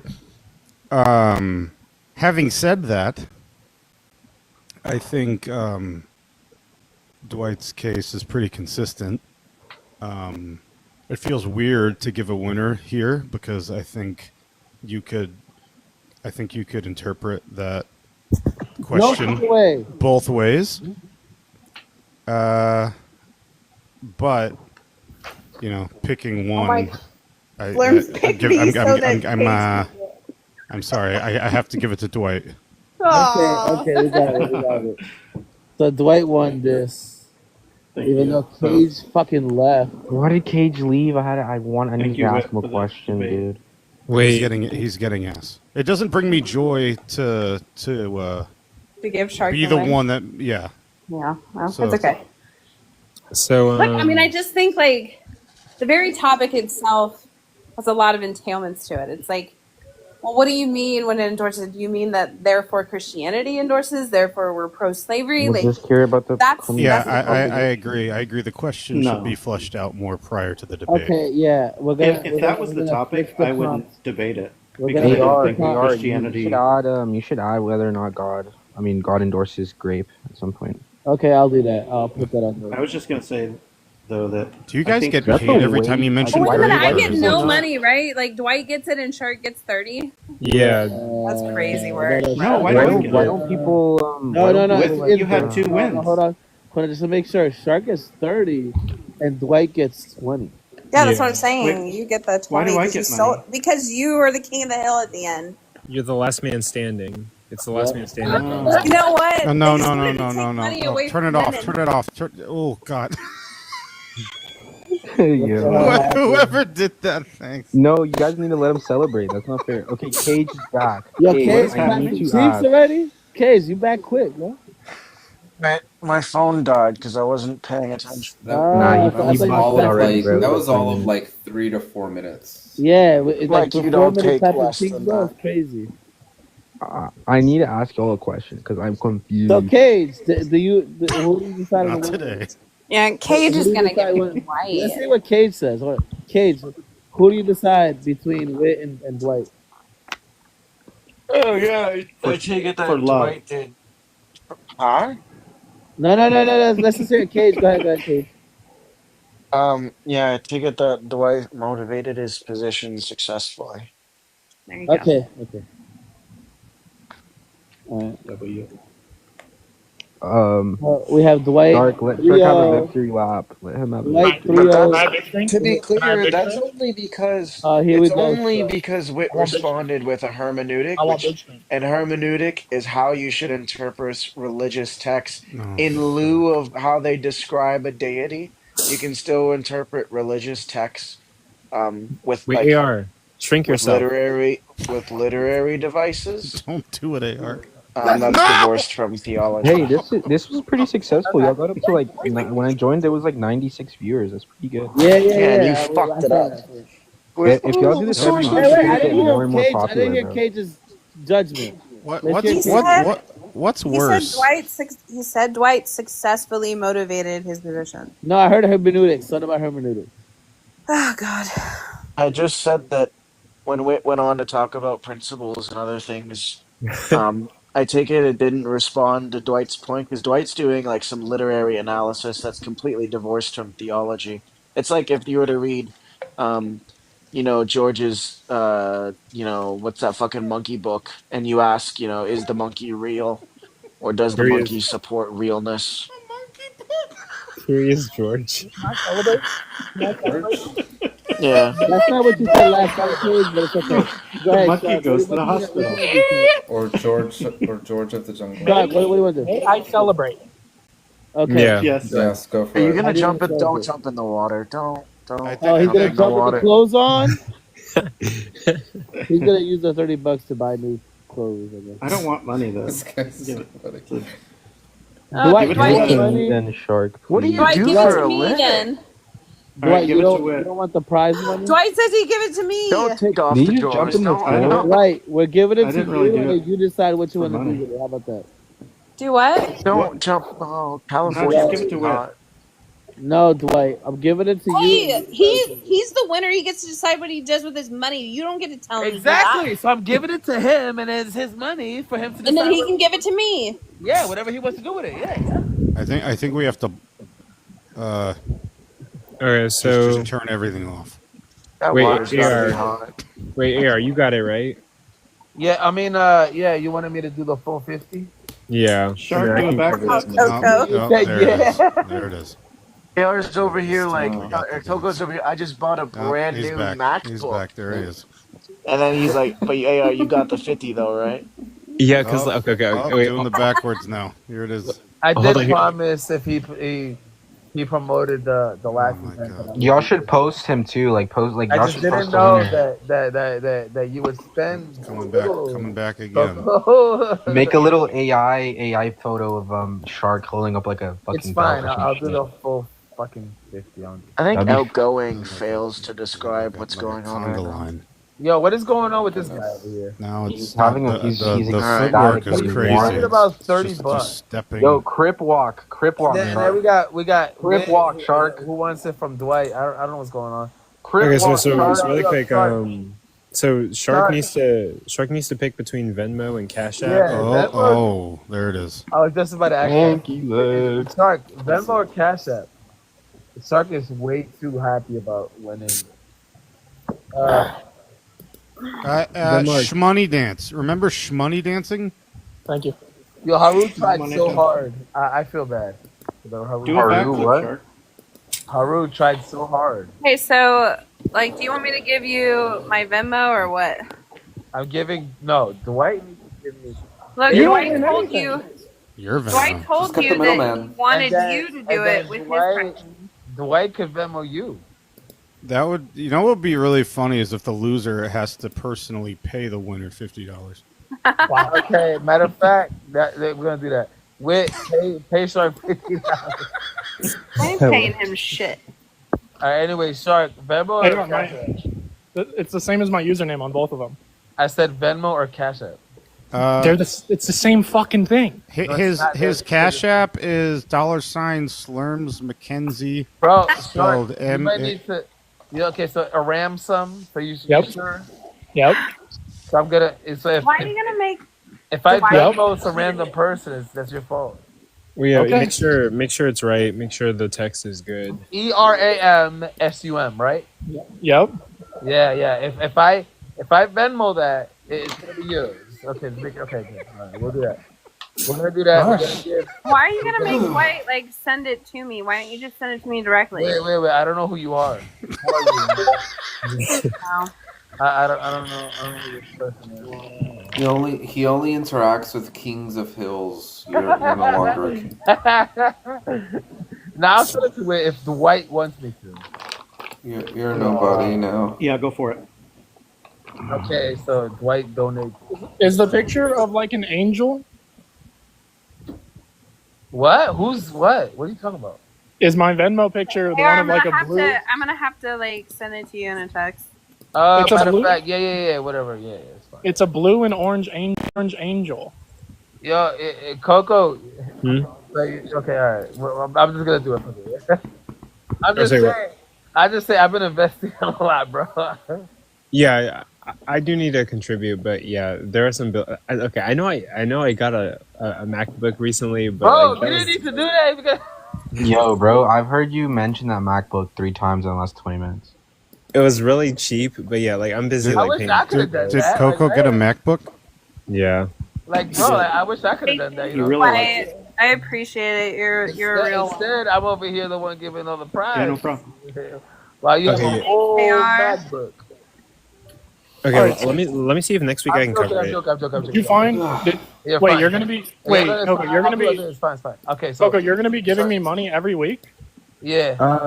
I mean, Yeah, technically. Not Yeah. if I debate you. or If Oh it's yeah, just y'all two I'm every just not fucking gonna let time. Flenser. I'm not gonna let Flenser judge anymore. Yo, if it's y'all What two the every hell? fucking time, yeah, that's exactly how it's gonna Jim voted for me too. We're gonna Yeah, vote we. the shit out of this event though. Yeah, I'll have a deep informal conversation with Jim later. Also, Coco got a MacBook. Oh my Oh, God, why Coco! does That's what you Gage invest leave, in instead of bro? the Why does Gage freaking. leave? So this is what you invest in, Coco, instead of like the niggas. Yo, Shorty's in Palestine. AR, did you get my text? Anyways, who is Mariam? Let's. AR, Stop did you He's get in my text? Palestine, bro. Okay. Anyways, let's. Okay, so Is he where? just saying anyways? Like, are you ignoring AR, me? did the Venmo work? I'm here. Let me just go to here. Okay. Yeah. Aram Sum, man. The Okay, E and the S are I capital. got you. Okay. I know. I haven't got the money yet. I don't know who's supposed to be sending it, but Okay. So I keep refreshing the app and. Oh, no, don't worry, Slurms. I got you. Okay. All right. Wait, Slurms is getting money too? Yeah. Slurms won. I won. Slurms on what? But that's for something else. Hey, Those are why for don't the you mind your own Pix Slurm business? Oh, my Yeah, bad. what's wrong with Slurms making money of his own, man? Don't worry about it. Don't worry about it. Don't worry about it. I was confused, bro. Don't worry about it, Damn. sweetheart. Yo, I don't know what you want. It is what it is, bro. And it ain't what you think. I want you to send me the thing. Yeah, I want my money. I'm gonna You request- lost. It's not request OnlyFans. I didn't lose. I You heard that the literally winner was accepted going to the get a proposition that there MacBook. isn't Who's slavery getting in the who's Bible. getting the MacBook? No, I didn't accept that. I'm requesting That's, money. that's basically what you accept. I only agreed Please to be a flesh it judge out. because I heard there was going to be a MacBook given out. I don't know what You know the what, deal Shark? is. I heard Coco just bought a MacBook. Do you remember that one time that I fucking beat you? It sounds See, rigged. you know the craziest part? Fuck the $30. For the rest of my existence, Whitney beat me in a debate. Yeah. Wait a minute. Shark, did you say Coco got a MacBook? Yeah, he got a MacBook. Yeah. Off of Facebook Marketplace. So Coco, how much money are you sending me next week? Okay. $50. Yeah, I'll try to see what I can do. Yeah, 'cause I am paying bills, but yeah, I do need to invest more. Yeah, Shark, your check is in the mail. Okay. I just got it. I've been investing a lot. into this. You know what I haven't gotten? Did From you AR. send me did you get my text message? Yeah. Wait, so hold on. So How do y'all text while in the live? How do you do that? wait, what transaction just happened right now? Shark got 30, right? Shark didn't. Yo, don't you lie on my financial status. Shark didn't get anything. Shark, don't lie. Yes, you did. You got Oh yeah, 30. Shark. Okay, Shark just got it. Okay, so what about Wit? Are we sending Wit or not the road to White? What the fuck did she win? Wait, you got Venmo, right?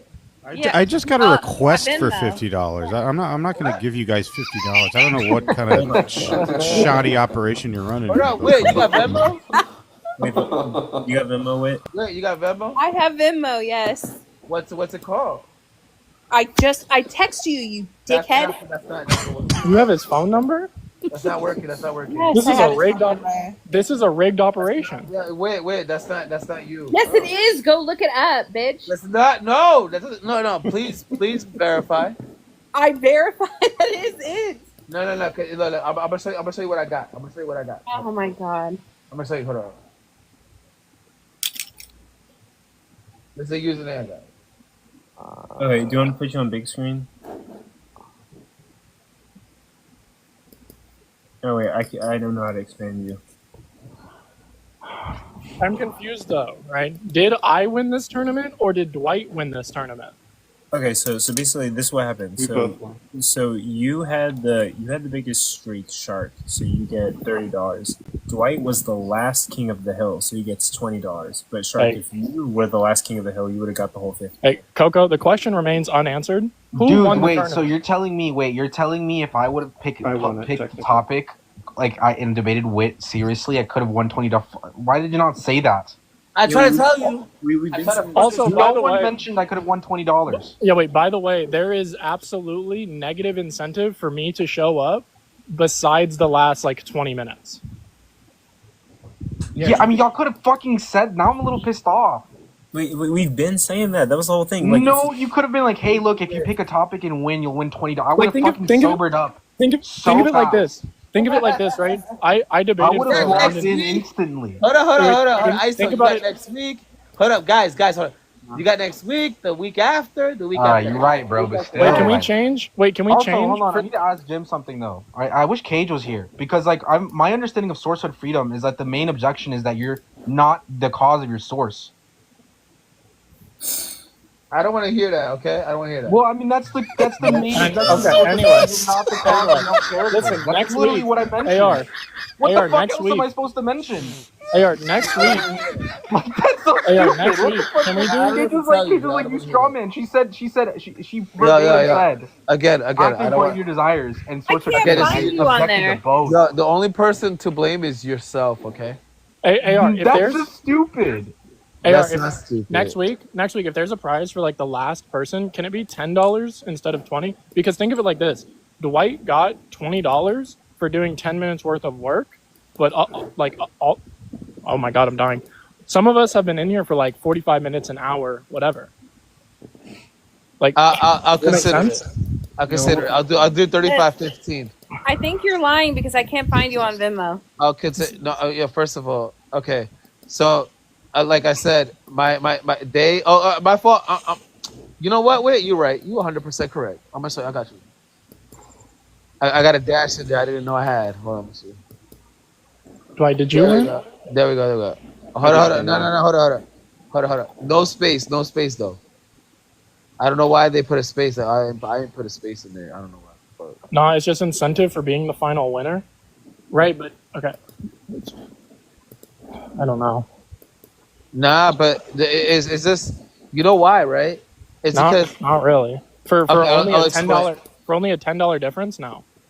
No. Okay, fine. Listen, because you could win the whole 50 though. Oh, I grant that. I see it. No, I see You that. here to be here the whole time. Like Yeah. that means you're motivated to stay on. Yeah, you're motivated to stay on and be the last one. Yeah. Y'all did me dirty. Also, for the I How could the fuck you argue blaming if God anybody else exists, because you bro, weren't and I sober? didn't want to do that. Like next imagine, time- Shark, you would have won the whole 50 if like you came up and then debated with. Why don't you? Okay, listen. Next Are time you- y'all gotta be like, are you listen. The next fucking- winner wins $20 if they're not. Wait, Hang hold on. ISO, what were you about to say, Shark? I'm about to slur you. What are you talking about? I literally presented Wit a proposition and you didn't let me debate her. Oh, because you weren't, because Dwight was new. So that's the problem. That's the problem. Is that if you get off, I requested it. the problem is that if you get off, right? If you get off, like that's you know what I'm saying? Like You can't tell me that I could have won it by doing the thing you told me I couldn't do. it just said Dwight. Okay, you should have been up here before Dwight. Motherfucker, I was. Okay, you should be up here, like debating, like I before. still haven't gotten any money. I'm saying before Dwight even. I'm saying before Dwight even requested, you should have been up here winning debates. I was until up the end. here. I'm saying you're not understanding what I'm saying. You kicked me. AR, Bro, I can you didn't please, kick like send shit. the money. Like debate him in a second, but just send it.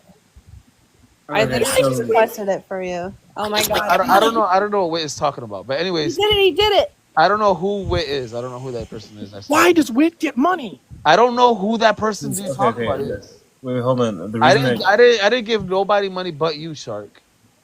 All right. Okay. I was No gonna way. I just give Wit money Okay, just for being Wit, bro.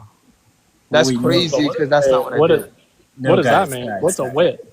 Anyways, the whole point here, right, is that Shark could have gone back up before Dwight requested, debated with, win against Wit, and then stayed on. Even if Dwight would have came on, Shark would have had a chance to beat him. And What the fuck are you talking about? I joined and I said, hey, I could judge. And then Haru came up on a burner account. And then ISO came up and I presented the proposition. And you said, no, we're not doing that. Well, and you then know, had bro, Dwight. AR, you said, yo, debate, and you could have told me you'll win $20 if you win, and I would have fucking sat up on my chair and like straightened the fuck out. All these That's your fault. I That's say, not. I No, you say, could have told me. we send him broken $20 so he $20. just shuts That up. could have been like a 3.5 right there. Somebody send this man $20. Anyways, like I said, fuck right now, ain't I? But it's just still kind of funny because I'm like, damn, bro. Congrats, Shark, and congrats, Dwight, for winning the Day of Debates King of the Hill version. Thank you. He left already, bro. Who, Shark? Or... He's gone. You talking Shark? to no one. Wait, Shark or Dwight? Oh, did you say Dwight or Shark? I said both. Hey, Slurms, check. Yo, where'd Shark go? I was gonna explain something to him. God damn it! Y'all should post him now. Post him like make a little AI photo of him holding a fucking like Yo, belt. Shark, where you at, bro? The email. Not Shark, here, There's a little obviously. poster of him in second place. Shark, what's up, man? Yo, who are you talking to, alright? I was talking to Shark. Where's Shark at? He's not here, so you're not talking to anyone, bro. That's crazy. I was talking to myself. See you, Jim. Enjoy your shower. I'll make a post. I'll make a post over the Anyways, winners. it's party time. Let's celebrate. Celebrate the winners, and let's talk about whatever. I want Cage to be here, bro, because like Strawson's argument against Sourcehead is like the one thing you run against it, and like I did that, and then how is that? I don't know how that's. Why does he care? He's getting cheeks, bro. He is not getting cheeks right now. Yes, he is. Any topic, yo, listen. I don't know. Let's talk about God. Nah.